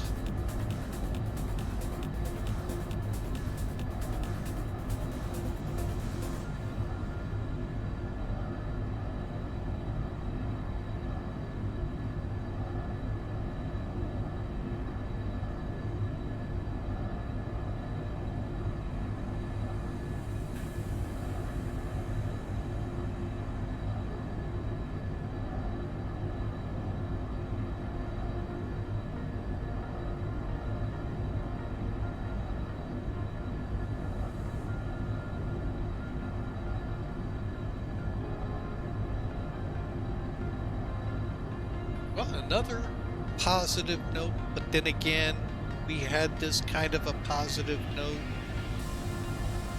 I'm trying to think, what did we fly? Oh, from Johannesburg to Cape Town during the day when that night the Beta 5 came out for X-Plane 12. Great. Niceties with the SIM and OBS and everything, because the clouds, it was clear and light clouds. As we got into some heavy clouds, I began seeing some performance issues with OBS, a little bit in the airplanes. That was, again, Beta 4. Now we're in Beta 5, and it seems to be playing a little better, but again, how many clouds do you see out there, folks? Not many. So, I'm gonna hold off my total review on that until maybe we find some bad weather. And I hope it's not this flight. Sorry folks, I know you all want to see bad weather, but not me on this flight. I actually want to be able to shoot this approach.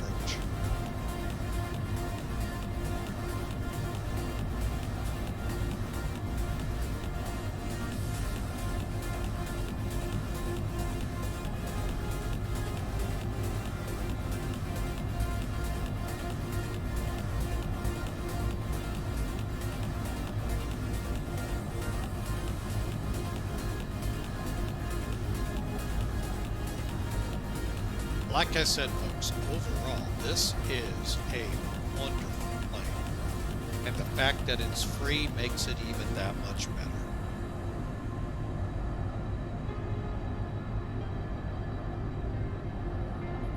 And if this was Microsoft, this would probably be a good $30, $40 plane.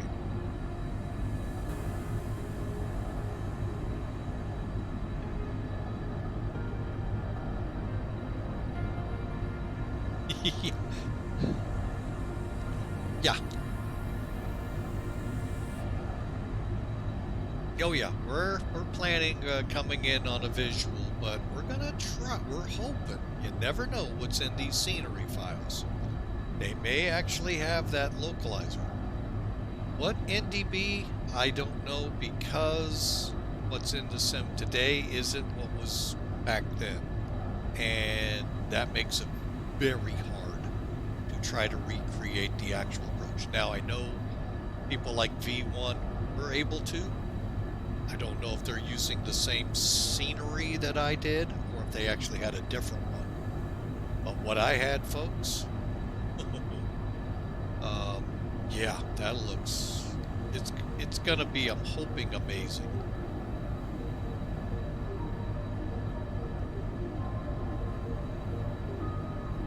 And I'm hoping the clock will be about no later than 3 o'clock there, so we're not having any sun issues or anything, and we get a good visual of Hong Kong. That is one that if you go in to your custom scenery folder of the X-Plane 12, that's one of those airports listed. That's why you're going to see some enhanced scenery. Same with Paris, same with New York, Washington, oddly enough St. Louis, and a couple of others. So Berlin and Frankfurt are in there. I can't remember Hong Kong, like I said. But yeah, you can see the airports they've actually dialed up in here. Or at least the names, and then you know when you fly in there to be ready for some pretty good scenery if you got everything dialed up. So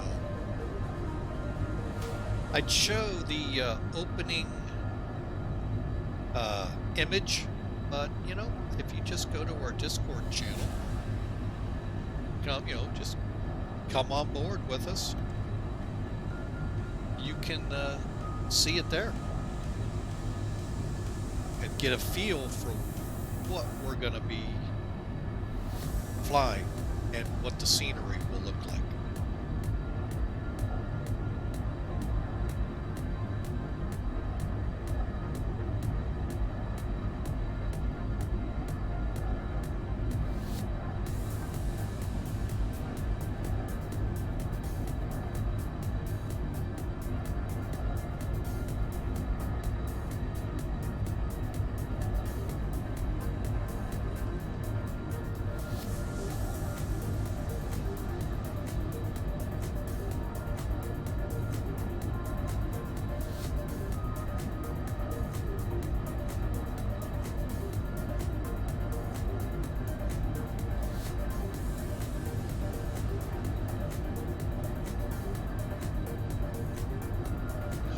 So, giving y'all just a few angles of what the plane looks like.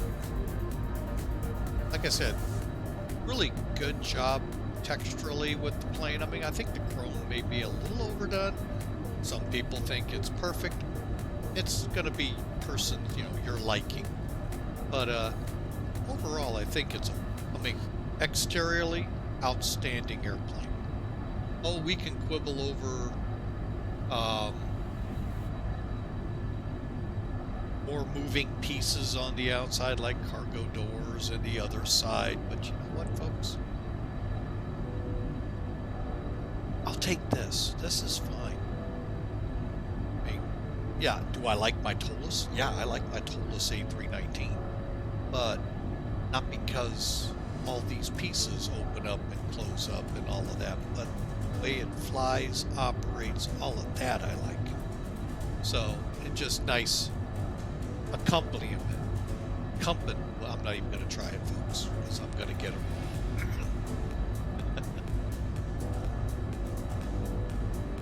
But this is a rock-solid aircraft, I think, and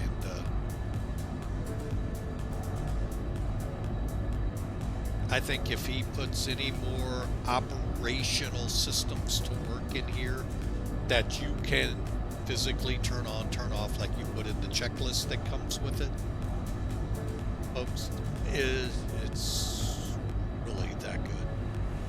Most every switch works. So yeah.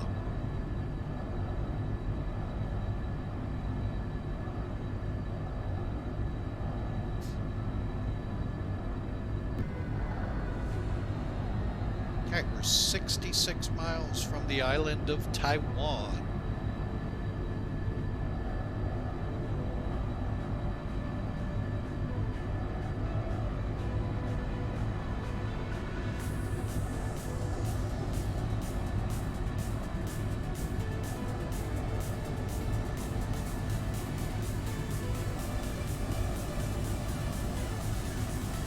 Okay, we're still doing Mach 0.8.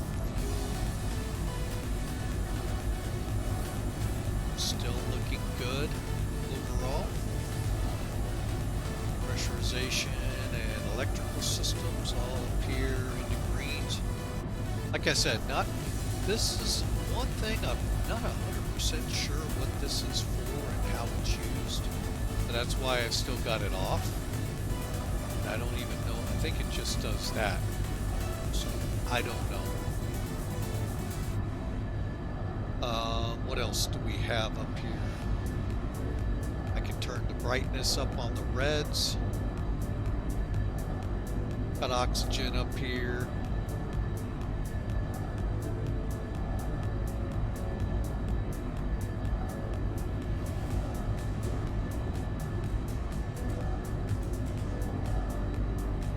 And I do have a wing view set.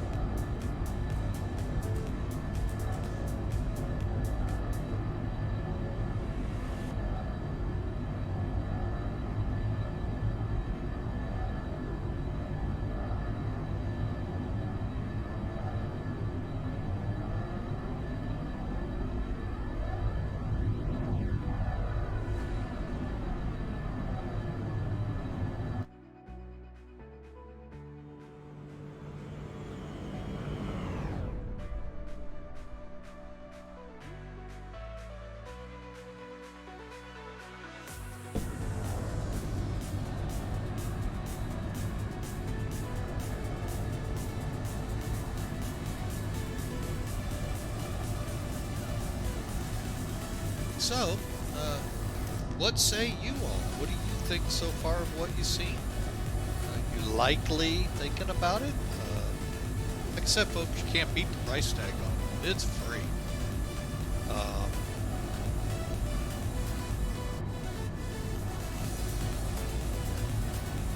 So, like I said, if you're into historical aircraft, folks, you got a free aircraft here that's really good. I got a DC-3 to try out here soon. So, who knows? That might show up on a stream here soon.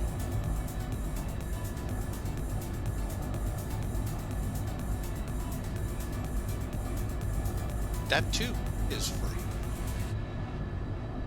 We'll have all those details when we get that bird up and going. But, upcoming streams.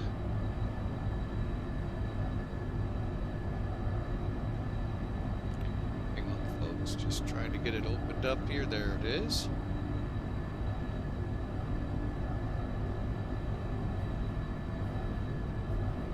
All right, Tuesday, next scheduled stream will be from Norfolk to Mid-America Airport.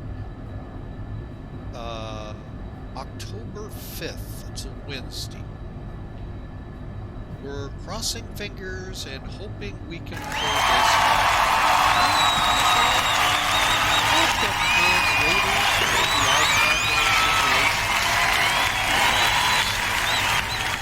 All three of you. Welcome aboard. Thank you, Raiders, for coming in. We hope you have a great and grand time.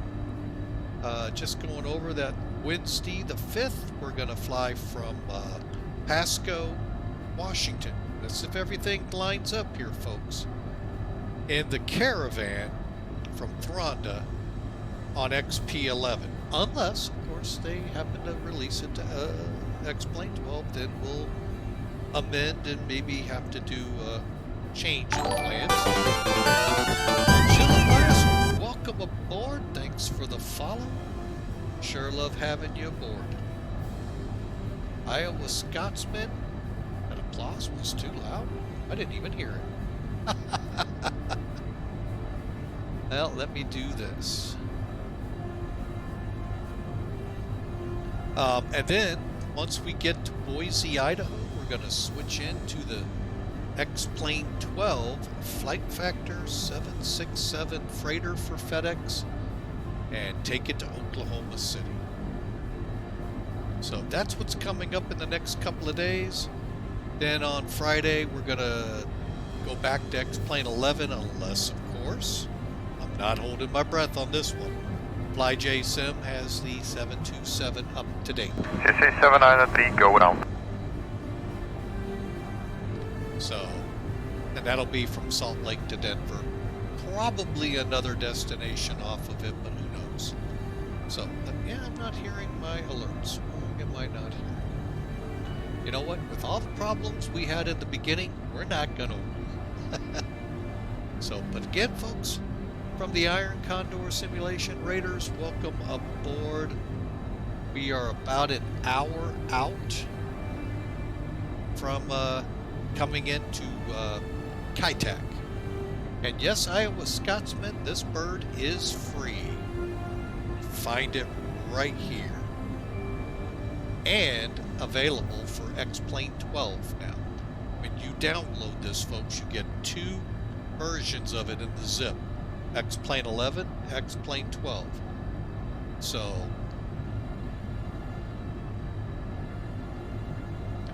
yeah, it's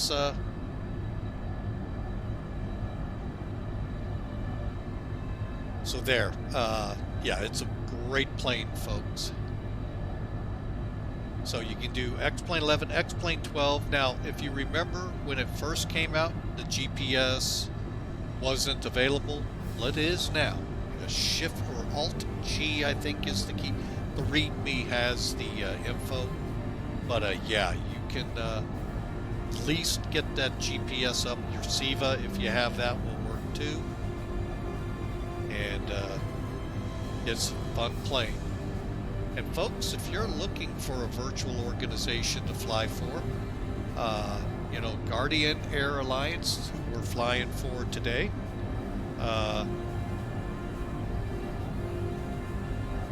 might be something worth checking out.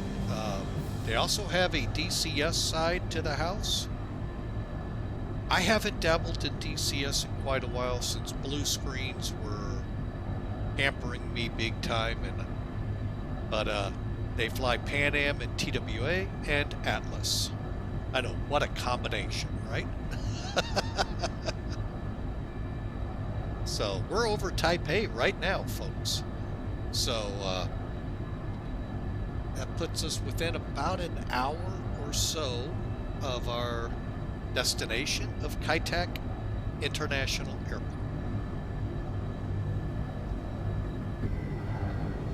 As we make the turn over the VOR and head for Aleto. And that's a fix, folks. For those not familiar with the Far East, you'll go from Apu to HLG to MKG to Aleto on the A1 airway, and then you turn for Hong Kong's airports. See, I told you beat me. I'm just now getting over Taiwan there, Spaceman. So, but again, we love having y'all in here, and hope y'all enjoy the hopefully fun approach into Hong Kong. If you're not familiar with this approach, folks, it's the famous checkerboard approach. You may have heard of this. In a nutshell, it's basically flown this way. There's a checkerboard on the side of a mountain. Fly to it. Then you turn to the airport. That's it in a nutshell. Today, this airport's closed. The Saitek International is closed, has been for the better part of 20, 25 years. Hong Kong Chapel is now open, has been for quite a while, and they service the Hong Kong. That's the big airport. There's a couple of others that are within 50 miles. And then you, of course, got Guangzhou up in mainland China. So, we're going to give this a try. We're flying a historical airplane into a historical airport.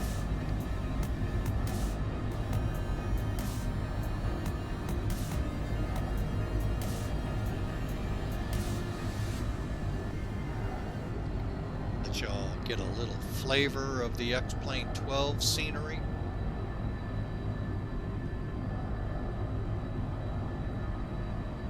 As we fly over Taiwan.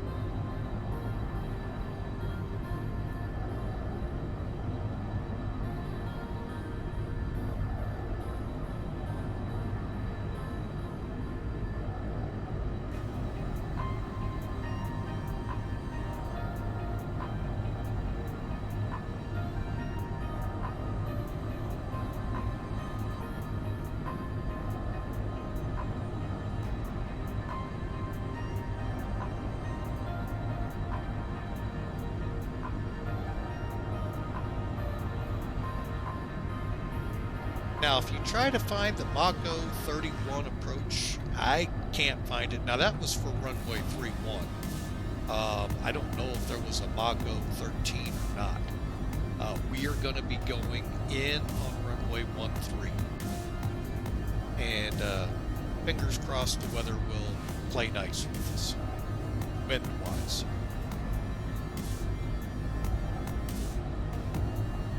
Because that will take all the fun out of coming into Saitek.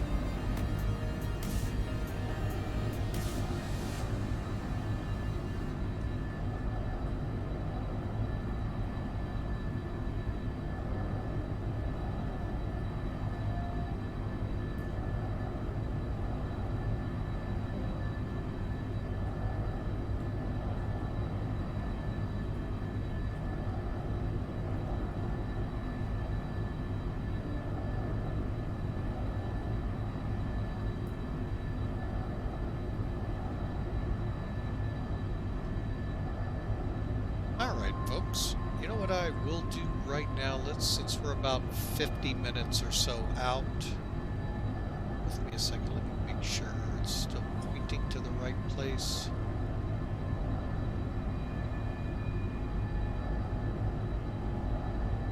Good place to start off, okay. Alright, let's bring up the lights so far, what we have left to go. Start getting into a little bit. I can't bring up charts, navgraph charts, because I don't have navgraph charts for an airport that doesn't exist. So, anymore in the real world.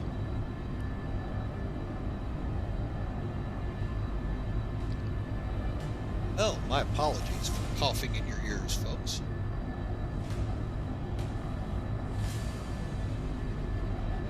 Alright, so what we're looking at here is Sky Vector. If you're not familiar with this. So we're over Apu, I like to call it APU. We're going to HLG and then MKG. From there we head to Aleto. And then we're going to kind of follow the A1 to Magog, whatever you want to call it. And here is where things get fun. As you can tell, there is no Saitek airport. That's the actual airport here. Where's my flight plan? But anyway, there we go. And you can kind of see what I'm going to attempt to fly. So we're going to go from Magog to CH, then fly out to 270. We'll show this more graphically in a minute. To what's called Gulf Fix, head north, and that's where we should intercept the localizer. Now, I'm not going to promise there's a localizer. And then we fly in and make the turn at the checkerboard just prior to it. Give you a little, and then of course I've got to set back to Hong Kong. So in this general vicinity is where we're going to make that turn. Okay. So, what's this actually look like? Oh, you got to have our big dog making his statement here. So let me take us there now. Here's what we're looking at. So from Magog, we go to CH. Dog cracks me up. From CH to Gulf. And then we're going to round the corner here to intercept this run here. Now this is where it's going to get tricky. It's 15 miles from here. So seeing the checkerboard could be difficult. We're hoping not. But hopefully by here we will. And we'll be at 180 knots, maybe even slower, just so I can take this nice and easy. Okay. Then as you see, I'm going to hit that turn point and go in. Now I know there's NDBs out here you can track to make that turn, where to turn and all of that. I'm not seeing them on this chart. But pay attention up here. It was valid in 1998.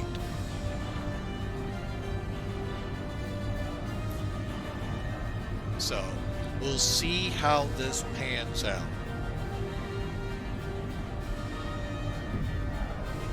Alright, so localizer, if it's there, is 111.9.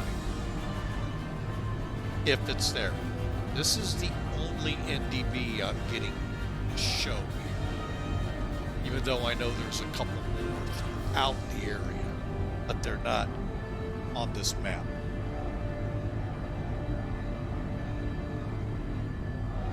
Okay, so not bad so far there. We'll start this 15 miles at 4,500 feet and begin our descent. So that we come over 5 miles at 1,780 feet, continuing down to make that turn. I'm making that turn, folks, at V approach, which I'm going to set my mind at 140. And try my best to maintain that. And then we're just going to head for the runway and hope for the best. But the key is 1,780 at 5 miles. I'm going to... I really don't have an altitude for here, but I can't be 16, 1,800, 27 in that area. Kind of see how it works out. We're going to be hopefully on a nice flatter approach coming in instead of us diving down. We'll see. And then finally you can read the minimums.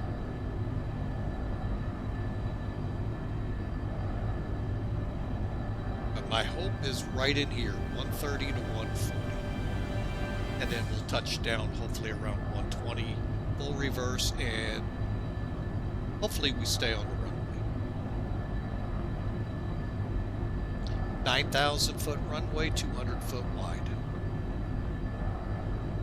So there you have it, folks. That's what we're flying today.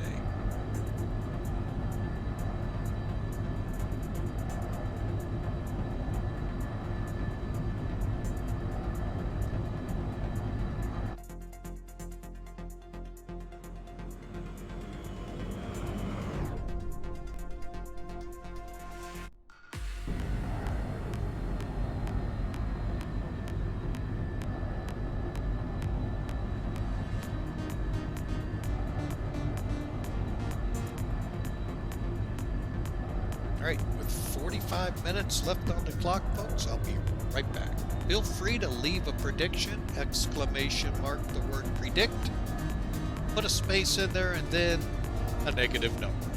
We'll be right back.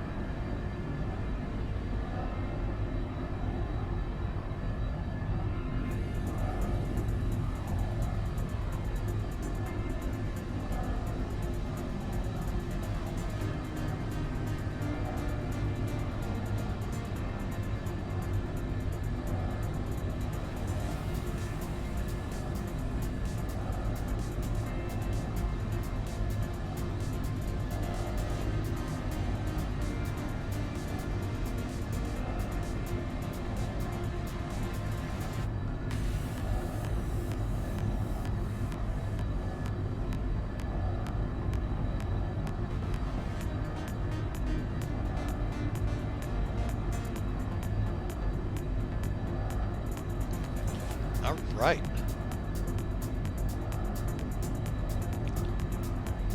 Let's see. What is Sim Toolkit projecting for a top of descent?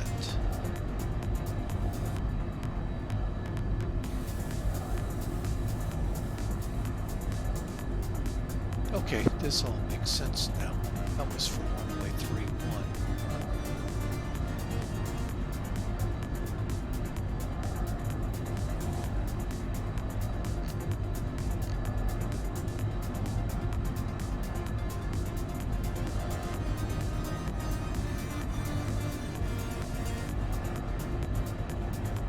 Yeah, I couldn't find. Let me see something.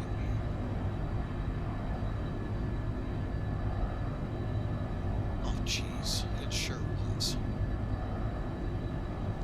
Okay, that all makes sense now.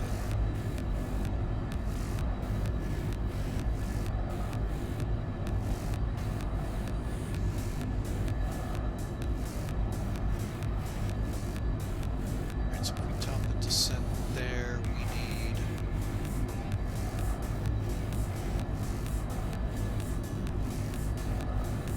8,000. Still gonna be fun.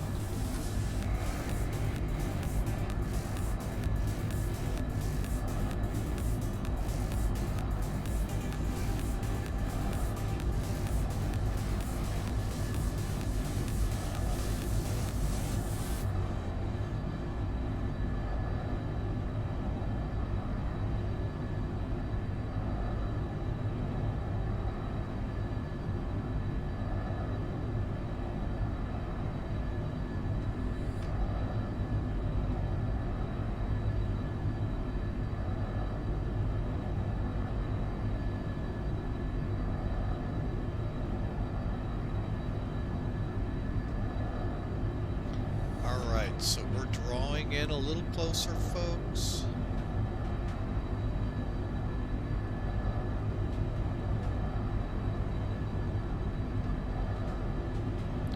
All I can say is thank you for coming aboard and being a part. Flying with Mike today. Look to do our best here to bring this in safely.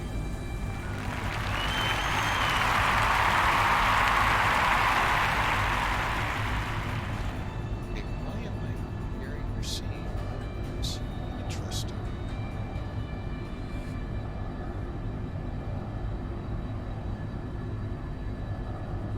considering the start we had to this stream, that's a little problem.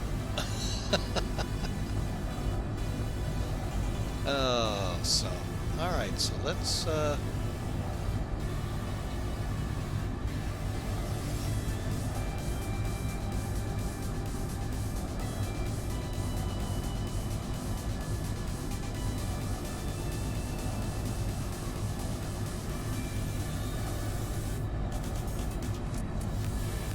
let's see here.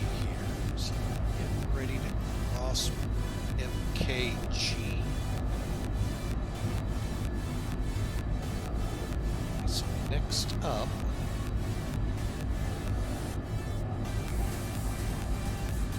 what's that? 70, 10, about 150 or so miles to Laredo.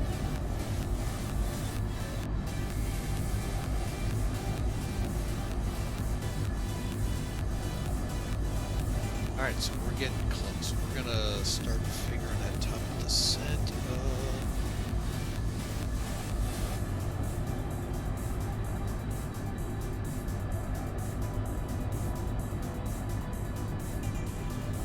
I think we're gonna start down at Magog. And so yeah, let's get CH in here.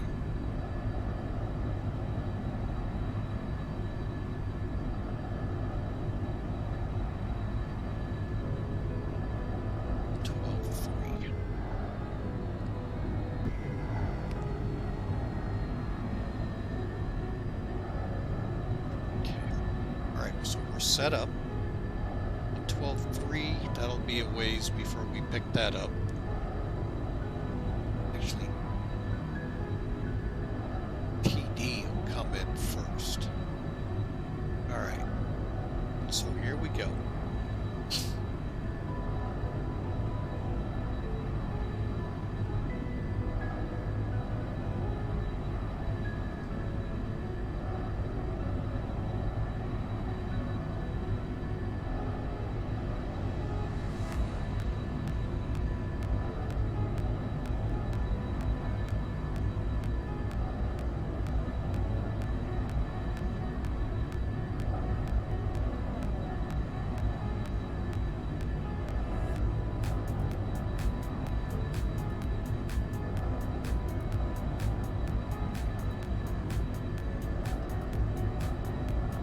Alright, so hope y'all are having a great weekend. I know we are here, like I said this a couple of times today. This is the first 2 days of an actual weekend that I've had off in quite a while. So, kind of glad to be streaming it, but then again, I'm just glad to not be at Deer.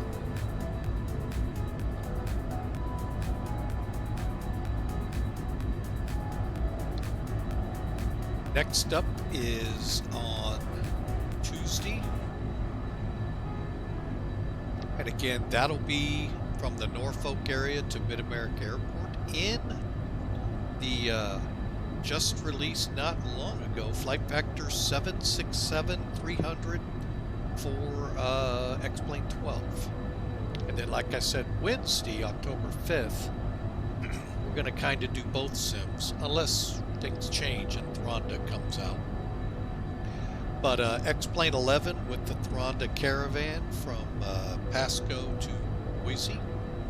And then this one's the tricky one. We'll go into X-Plane 12. That's not the tricky part. It's getting to Oklahoma City. That's got some legs to it. That's about 3 hours and it's 2.5 in itself. May dial it back. We'll see. So that's what's coming up, folks. Hope to see you all there.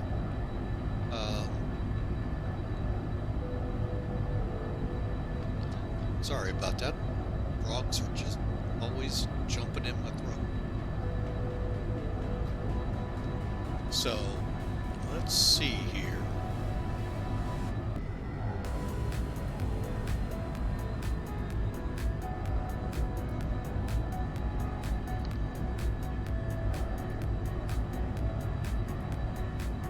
have to say, folks, the weather doesn't appear to have changed much. I mean, cloud-wise, it looks about the same. I mean, but I can tell you this much: I did fly the day the hurricane made landfall in Punta Gorda, and cloud-wise, I was a little disappointed with X-Plane 12. Wind and rain, they seemed pretty decently on par, and I was told that was the weather engine wasn't working, but parts of it was.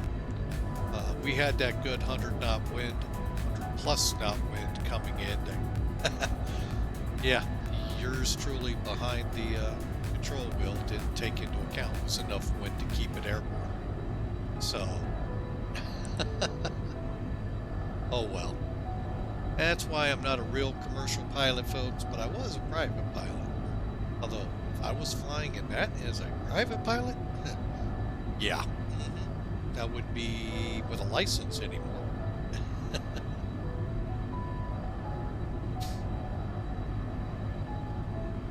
But, you know, welcome to Flight Sim. No harm, no foul. The virtual FAA is much more forgiving than the real one.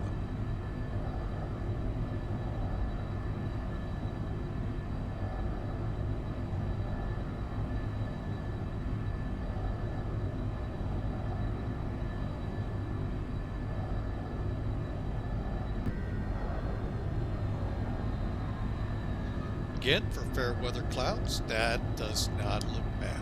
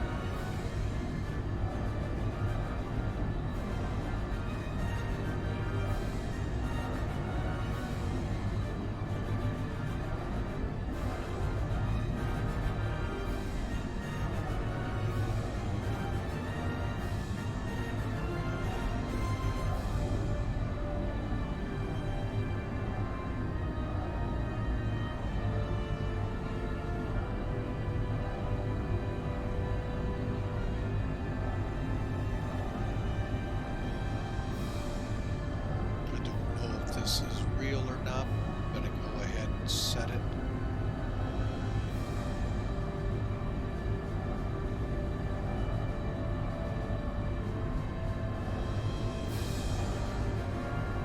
See how it looks. That way I can try and get some decent landing information off of it. I've set it for what? Yeah, it did a little better. Okay, that'll work. Alpha CH, all right.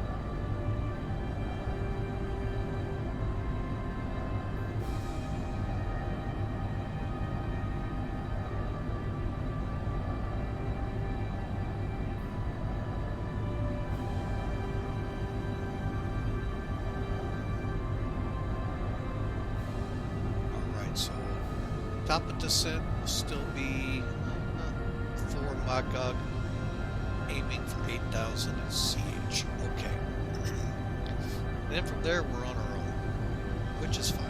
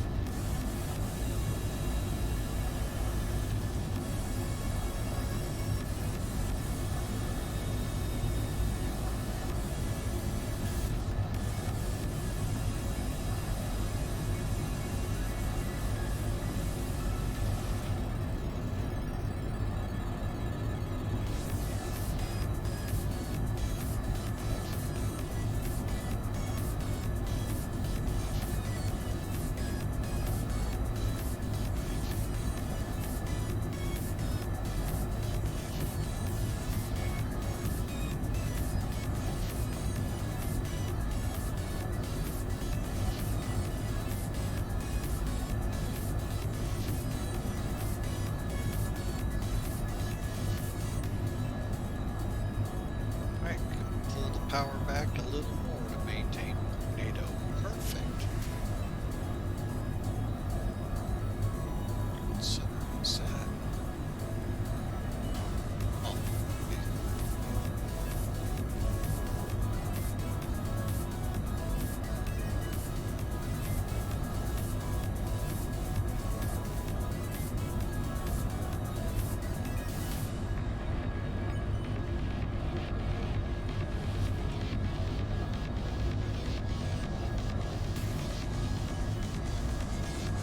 okay, so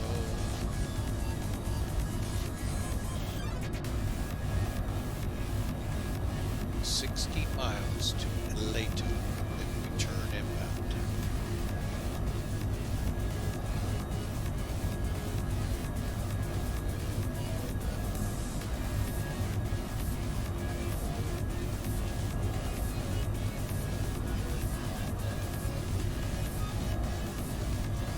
Yeah, I think Spaceman, I think you beat me.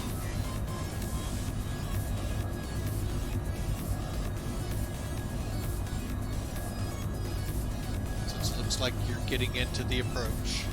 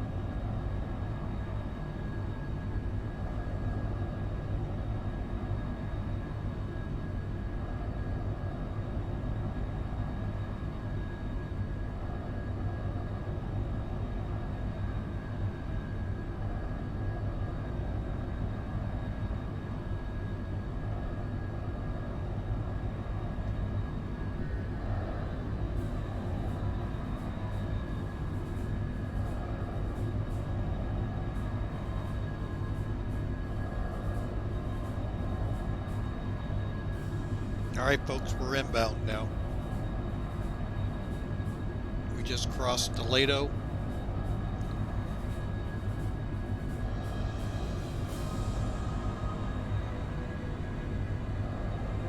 Got a couple coming out of Vietnam into here.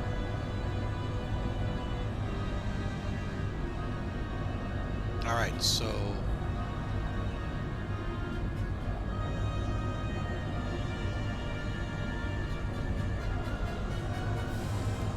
let me make sure we're not doing something crazy. Nope, we're right on track. Okay. 272.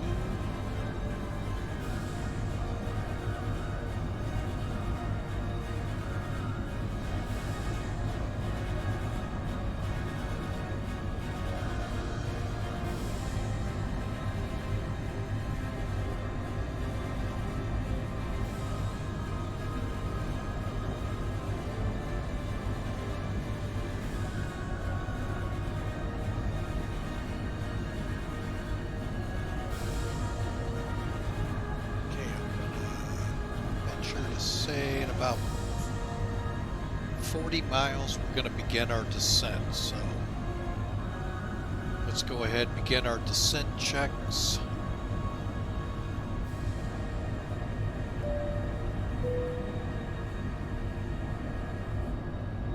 Okay.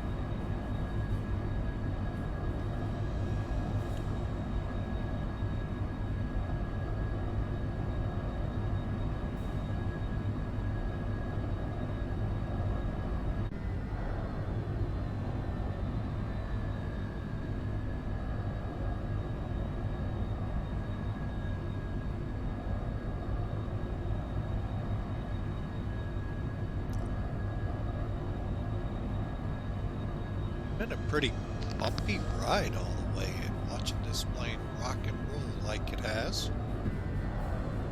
Alright, let's look up here.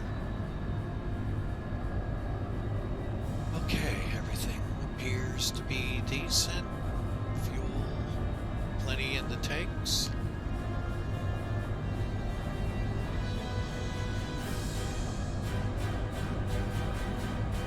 Alternate if one is needed. Like always, we head over to, there it is, Nagoya Aku VMMC.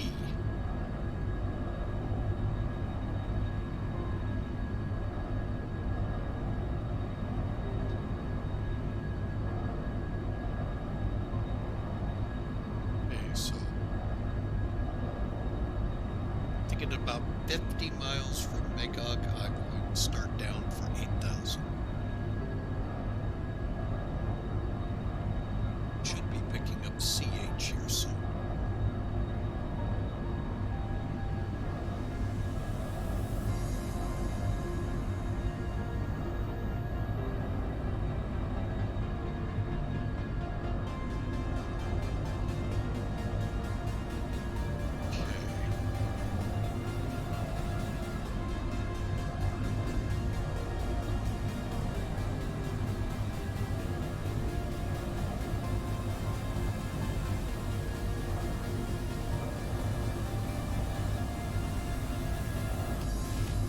Okay, we are set, ready for the set. Hawker 125, I don't think we're going to be doing a second leg.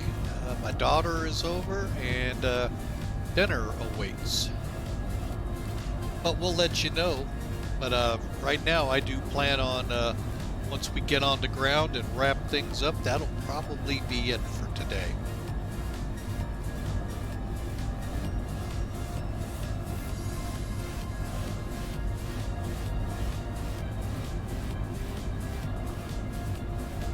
But folks, I do want to thank you all for coming out and being a part.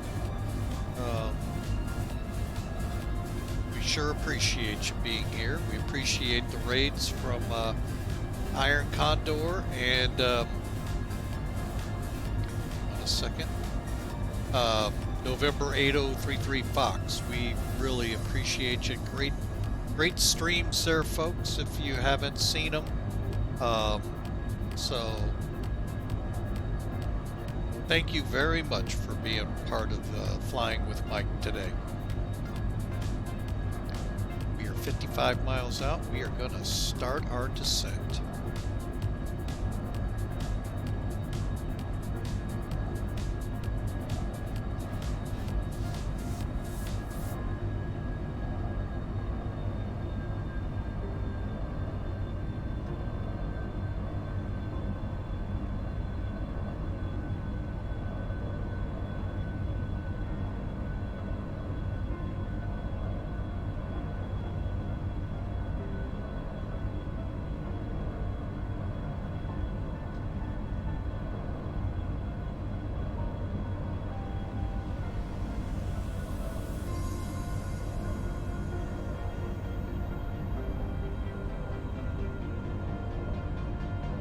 Okay, time to get my little sheet up here.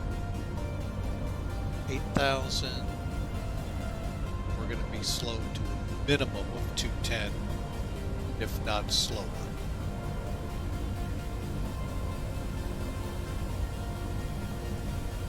Okay, so we're just watching our speeds as we come down. And hoping.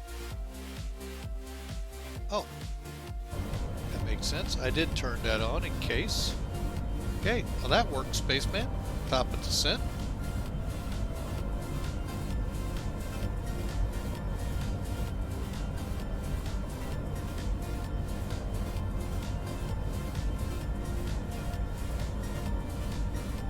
Alright, now if I'm not mistaken, how far from Magog? 41?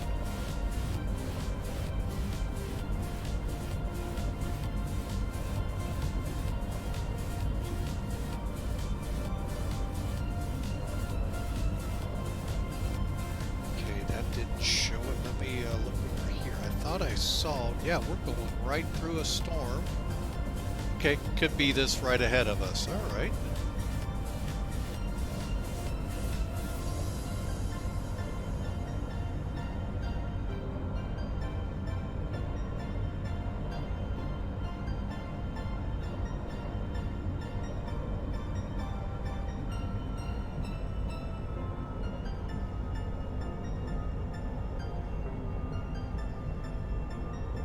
Okay, we're getting below 30,000, so we're not worried so much about Mach anymore.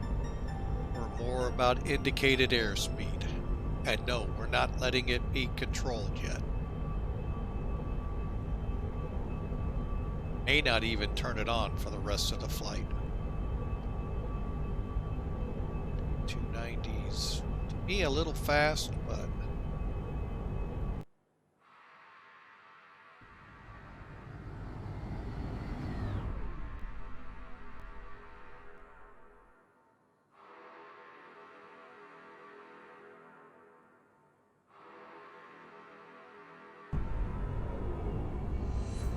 this is what I talked about. I didn't see anything not looking correct, but we'll see. I mean, it's X-Plane 11, folks, and X-Plane 12, so possibilities are there. All right, so there you have it, folks. Magog 1-3 in 14 minutes.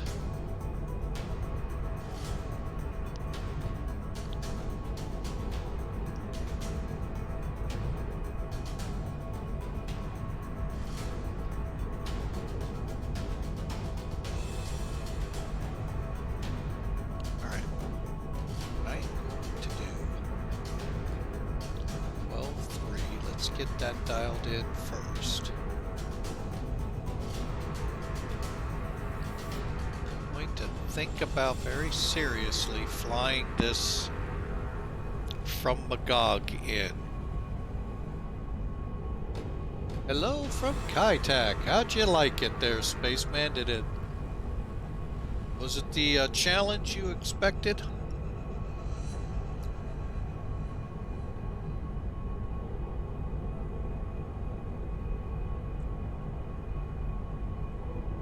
Steepen us up a little bit more, folks.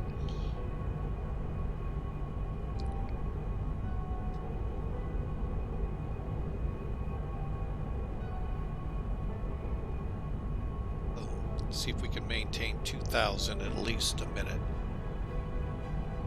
Alright, so we are coming... Oh, by the way, what is transition out here?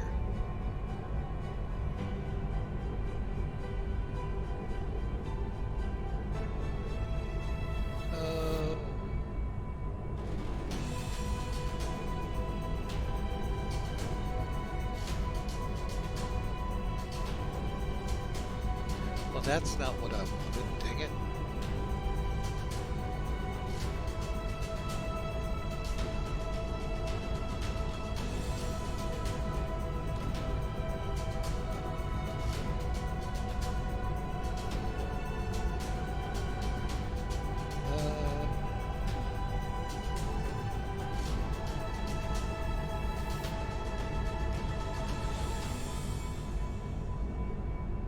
Either 11 or 12,000.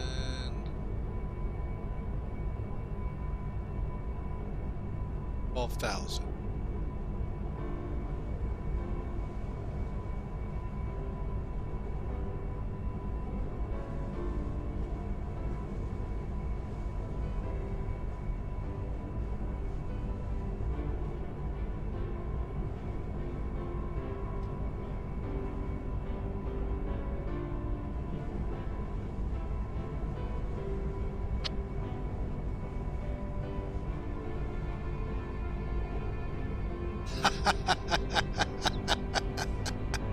Yeah, the heavier the plane, the harder, and that's what I'm a little worried here. It's so long. Alright, let me get over here, set this up.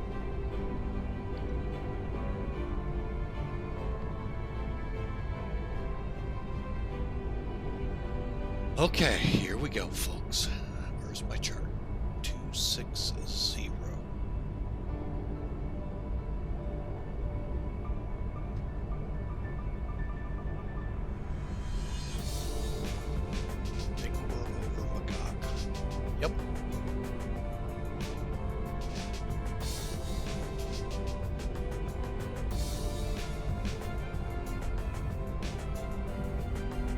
Let it fly most of this approach to CH, then take over.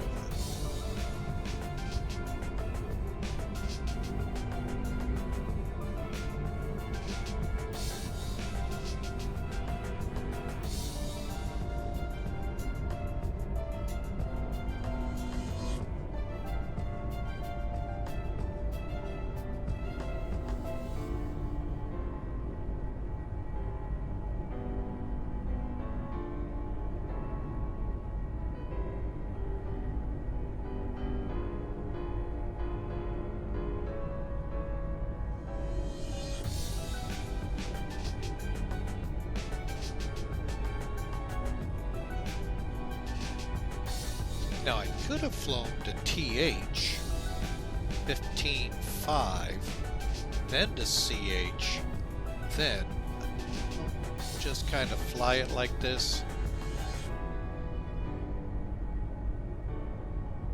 But yeah, it's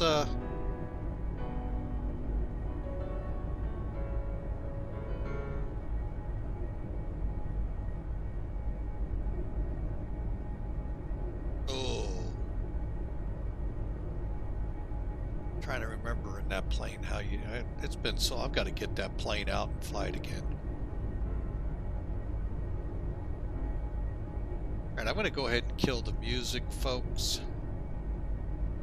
I know we still got a good 80 miles to our next fix.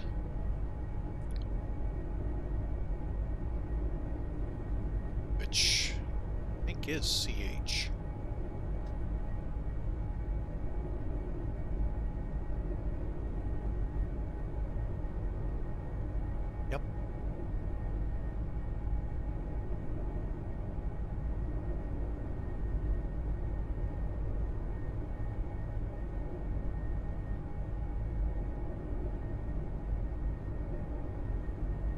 See what I mean? I could have used TD and then gone give me another fix, but that's okay.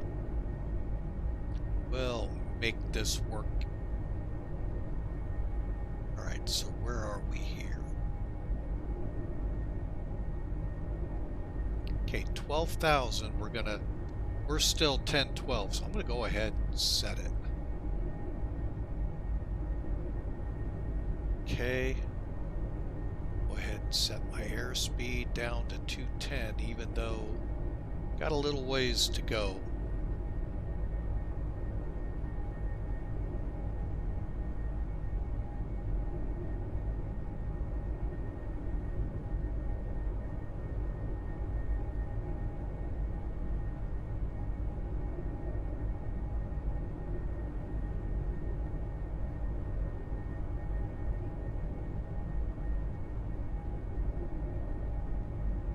Well, that's good that you're able to get some RNAV waypoints in.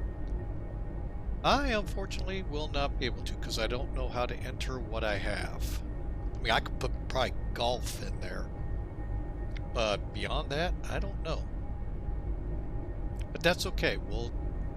We'll wing it. May have to do a go around, but we'll try to wing it.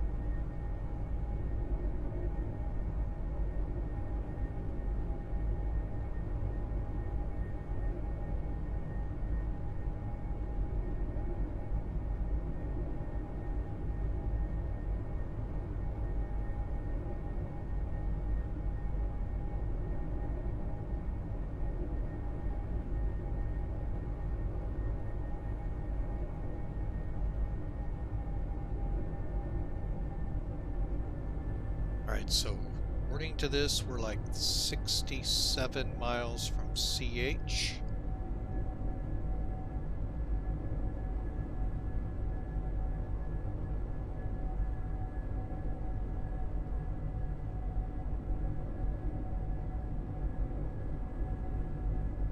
Alright.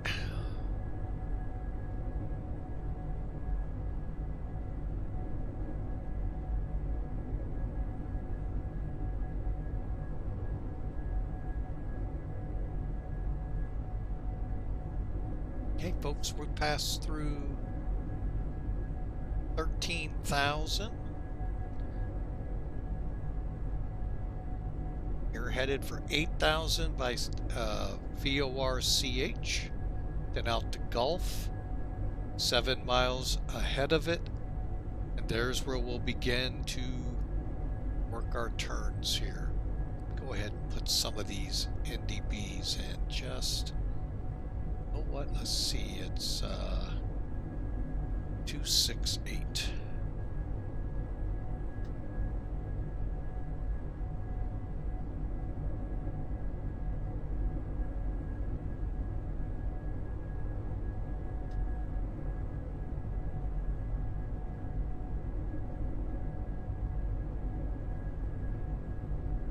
Don't we have another? So, okay, so that'll be 11.9. Okay.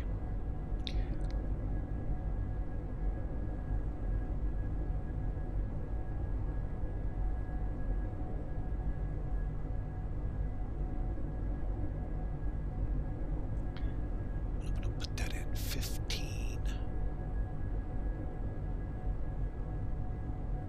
5.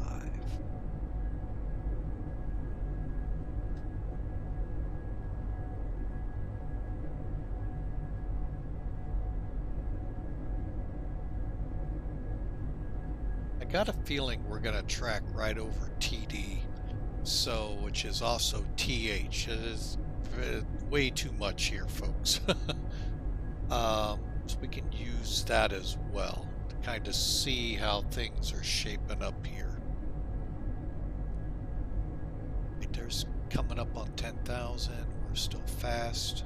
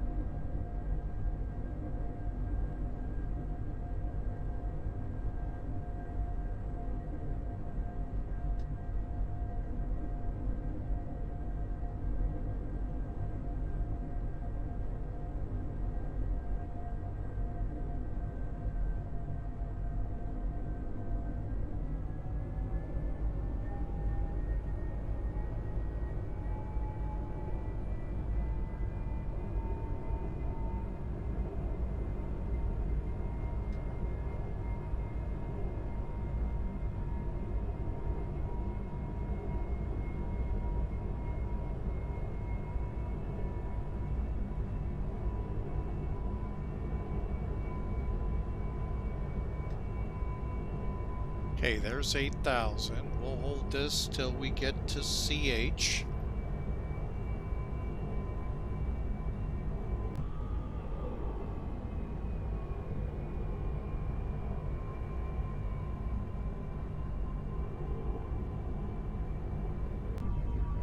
Which unfortunately is for 40 miles. Okay, so that's a little bit more power.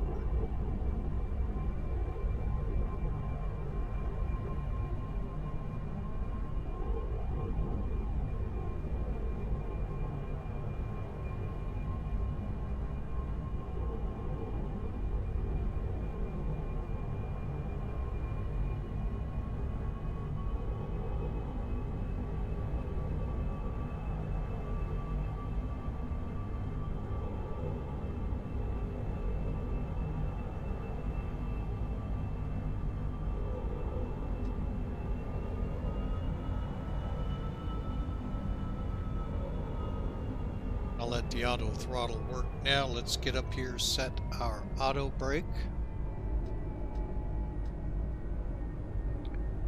Lights.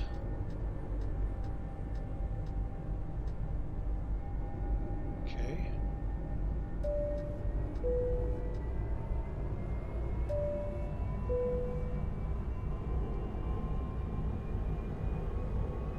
All right, so here we go, folks. 35 miles out from CH, and then we start the approach. 20 miles from TD.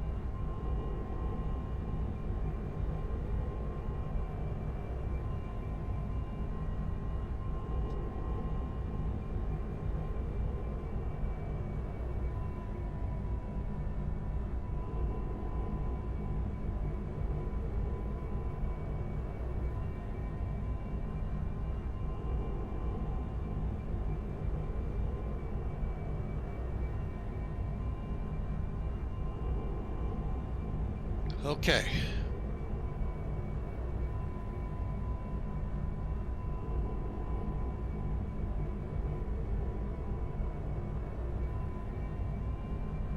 Well, we'll hope for the best here. 377's another one. Okay.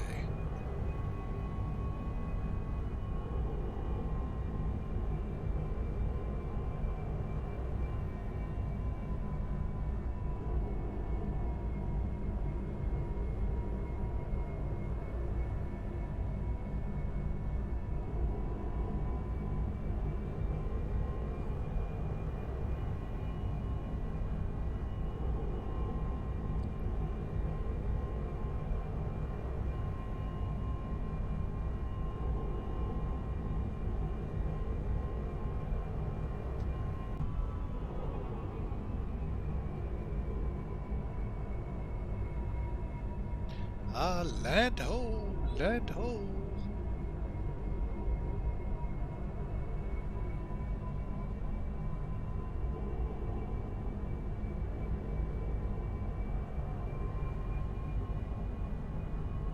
I'm not liking seeing clouds.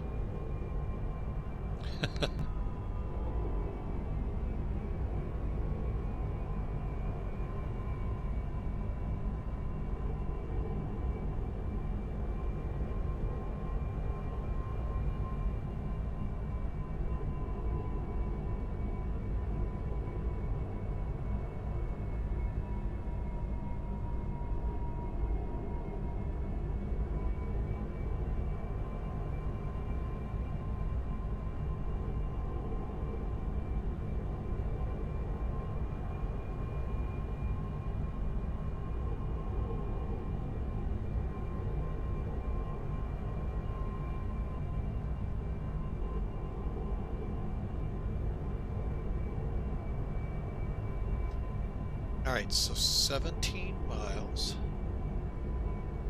Well, if we could see out the window there.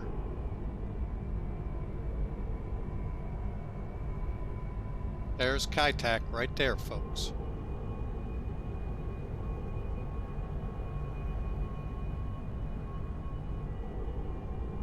Alright, let's hope we get under the base. Alright, so...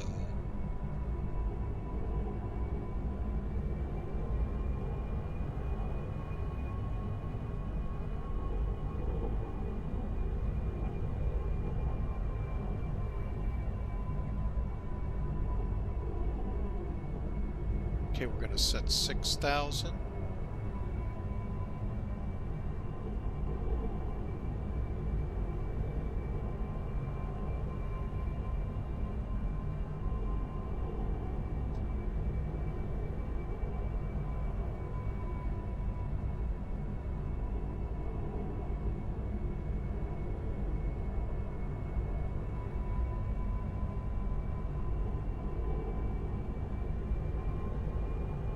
Hong Kong traffic Alpha 90, vacating runway 079, Hong Kong traffic.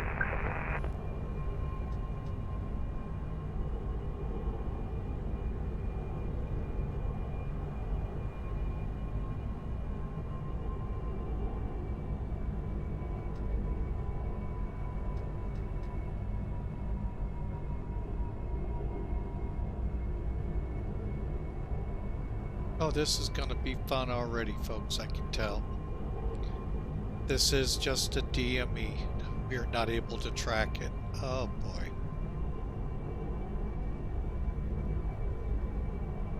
Alright, let's go ahead and get slowed up.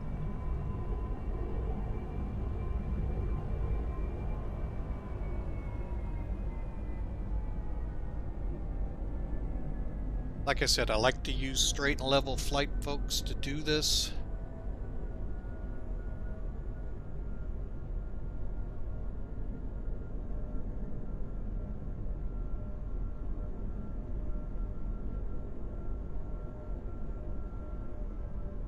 All right.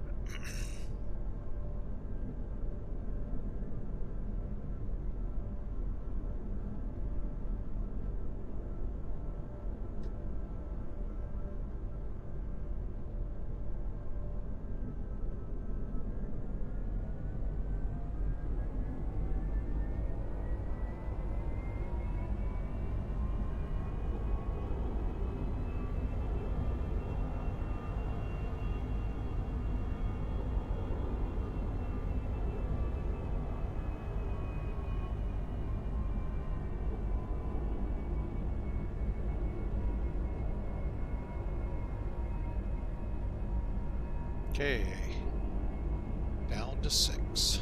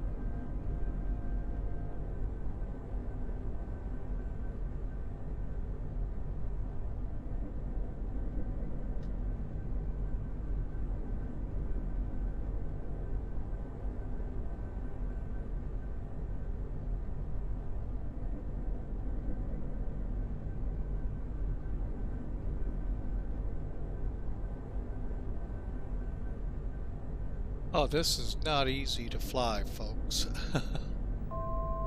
Definitely not picking up anything.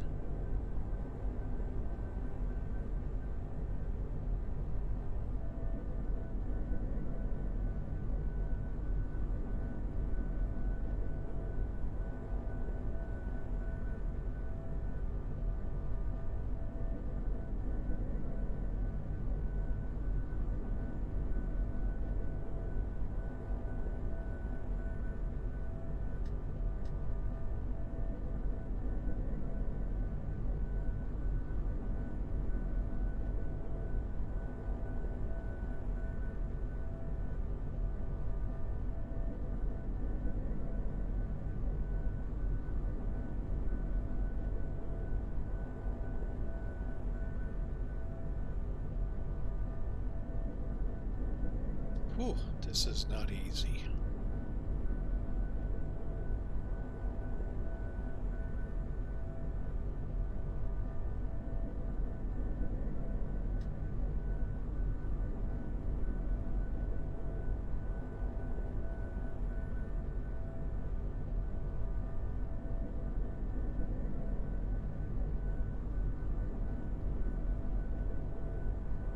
Okay, let's go down.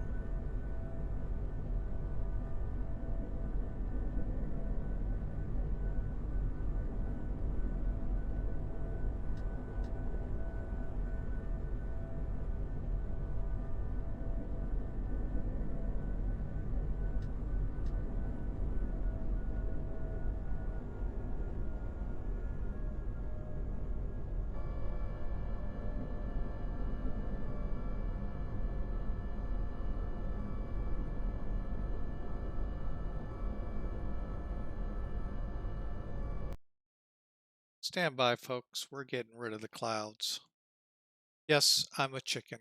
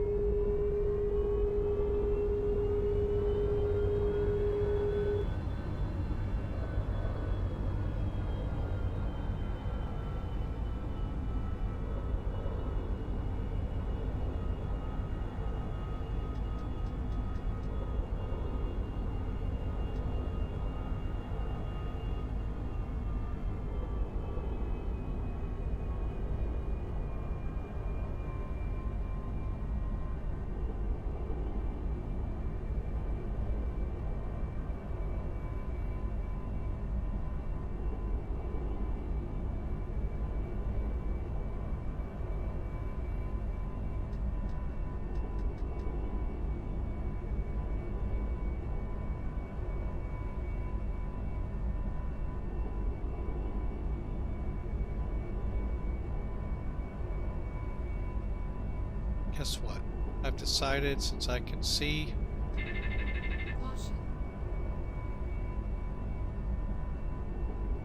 can't see the checkerboard yet.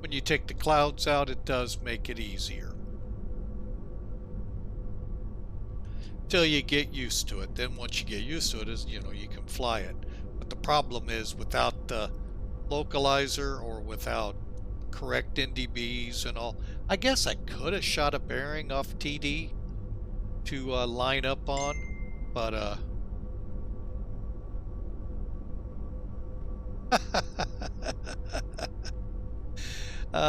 not a problem there, Hawker. Not a problem. Enjoy, Hawker. Enjoy.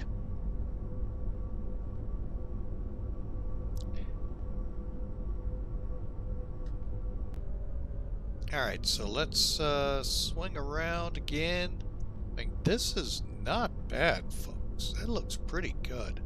From what I remember from The Amazing Race, I mean, this ain't bad at all.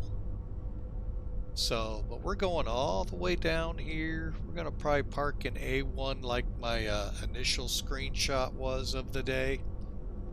How about that? A taxi line right through that. Again, X-Plane 11 scenery in X-Plane 12.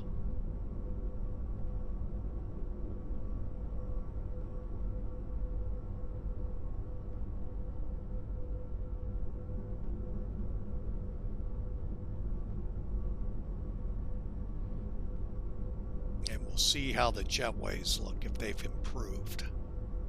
From here, I can't tell.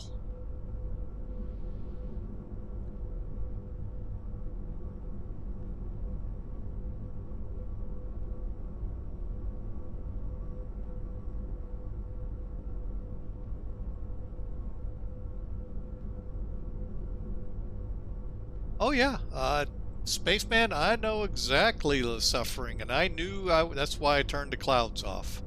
Because I knew it was going to go sour very quickly. Oh, we don't have this, so I can't. It won't help me. Alright, so we're going to turn here.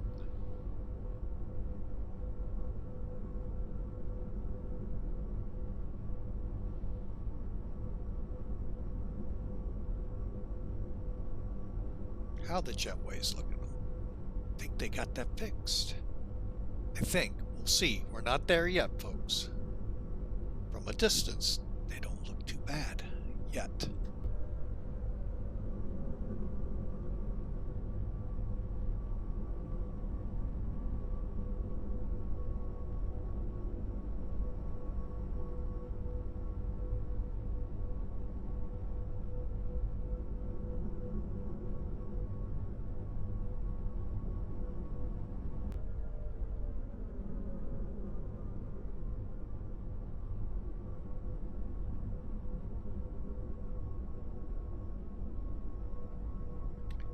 Well,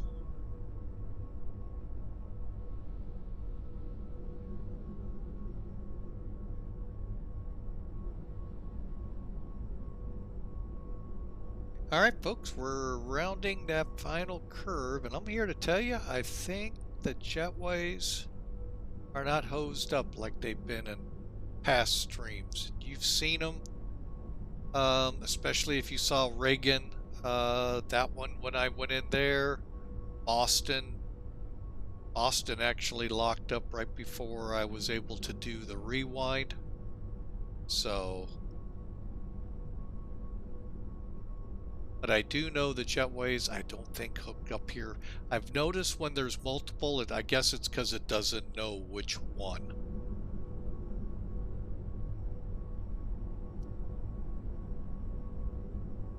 Which, that would make sense.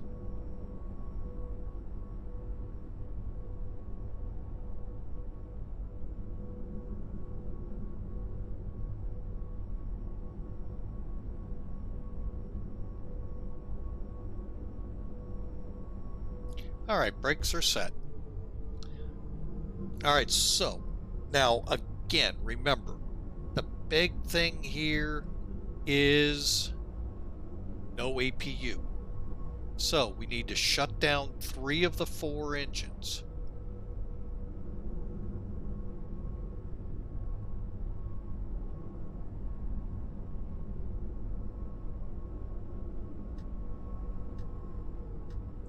3 is the preferred engine to leave on. Let me show you why. Your hydraulic pump and 2, those 2 are the preferred engines. They have all of your needed stuff on it. So we'll head over here first. Gens off. Galley power off. Let's take a turn down here. Looks like plenty of fuel if we had to go to our alternate. Alright, so let's pull up this. Engage our air and GPU carts. Okay, get that on. Get that on. We got air. Now we can come back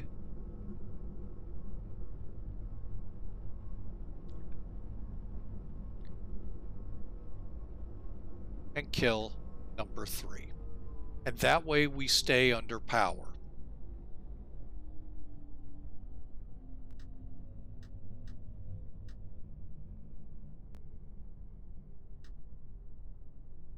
Let's just see.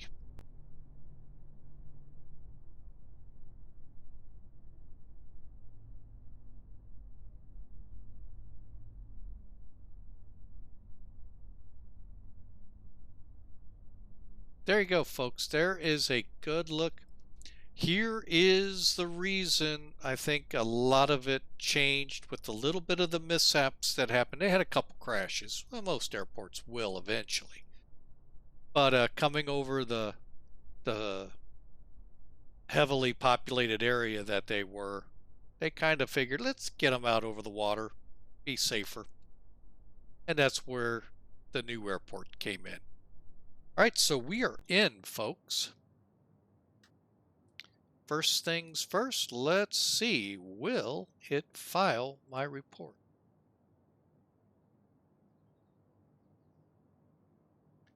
File.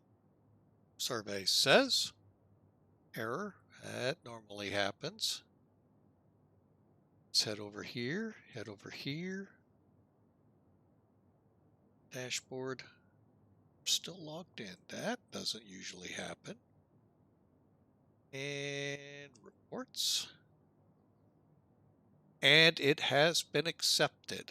We, according to the source that they use over here at Guardian Air, beacon lights on while engine is running. What? Huh. Interesting.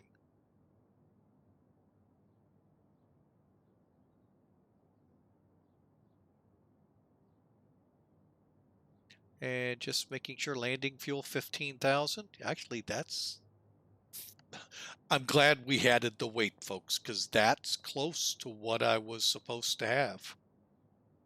Wow. All right, so this has been accepted. We are now sitting in Saitek. And, well done. Well done. All right, I'm just clearing some things off here. The other thing we need to do before we start rewinding. Got to come off VATSIM. All right. Now we've got everything tracking off. Let me just make sure. Go ahead and even kill that. Unload.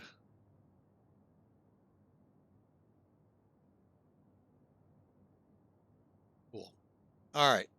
We'll even get rid of it. All right. So let's do it. Let's bring up Sim Toolkit. We always like to start with that because it's got a really good landing, detailed landing. Sim Toolkit put us in at 357 feet a minute. Folks, I'm happy with that. We'll see how it panned out. So we look for our flight, Pan Am. Here's the basics. Took off at 1507, landed at 1919. Little bit more information, but now we're starting to see some of the landing report. Now go to the full report. This will be for those of you that remember the beta. Well, it's going to be tough to figure this out, as you can tell. That looks like a tunnel going in. Huh. Well, they're putting something in weird. over to here. I don't know what it is. It looks like a tunnel of some kind. But anyway, folks, that's the old Kaitai right there. You can make out where the runway it once was. Here's where the old terminal used to be, and so forth. This part of it isn't really helpful. I wished it was going to be more, but it isn't. However, according to this, we landed 757 feet from the threshold. So this would have been in on the runway or on this scenery. And we were 78 feet right of the center line. Again, we can't tell this in the picture, but that's a little rough there. Did not look like that in the, unless I was looking at this wrong, which we're going to find out here in a minute. Musfussers, this is something we can do by default. You have to have a add-on turned on before you start your approach for you to be able to review your flights. We can do it. I can go all the way back to Tokyo and watch it from there. And then here's the rest of the data. Touchdown was 141. I am thinking I'm about 20 knots fast. That's why I was bunny hopping. So, but hey, woke up downwind sim and Hawker 125 in the back. That's my job. Make sure you're awake for the landing, if not at the landing.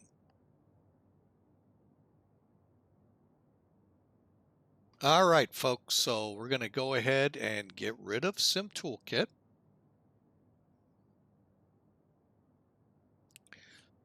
And here's what we can do. All we do is go to Flight, barring any new problems with it. Hit Replay, and we're going to have a problem. Yep, we're going to not be able to do it. Doggone it. Yep, we're going to crash the desktop. That stinks. Well, Sim is crashing, and it did.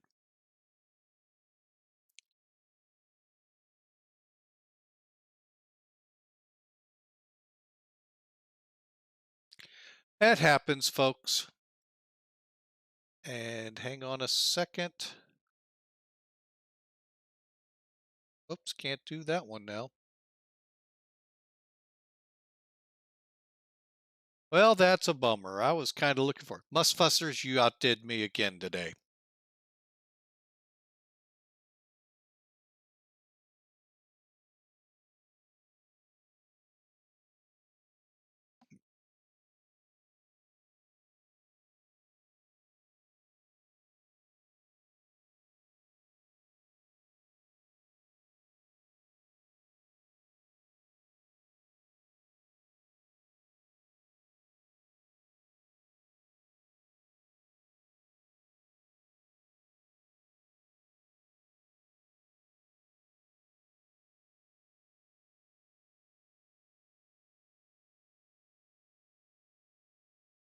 All right.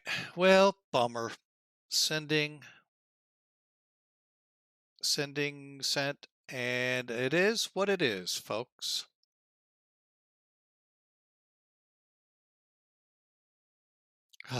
You know, sometimes it is what it is. Today, Microsoft wins today because I wasn't able to replay that landing. Would have loved to have, but something in the beta version still doesn't like. So, folks, I hope you all had a great time. Enjoyed having you all here. Enjoyed the raids from November 8033 Mike or Fox, I think it is. Yeah, Fox. And Iron Condor Raiders from both of y'all. Thank you so much.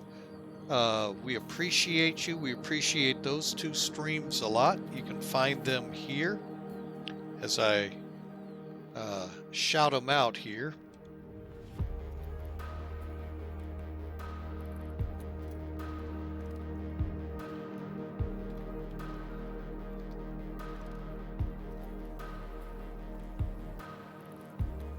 And folks, we want to thank you again for being in here. As it says at the bottom, just remember from Psalms 147:3, He being God, being Jesus, heals the brokenhearted, binds up their wounds. You know, y'all wonder why I put that up there, but there's so many hurting people out there that sometimes reading a psalm, reading a proverb, reading any of the Gospels or some of letters of Paul, you know, they really do find a way to help heal your wounds. So that's why we put them up there. And folks, be kind to everyone. Be good. We'll catch you again scheduled Tuesday with the Light Factor 737 or 767, my bad, from Norfolk over to Mid-America. Y'all have a great rest of your weekend, and we'll see you Tuesday.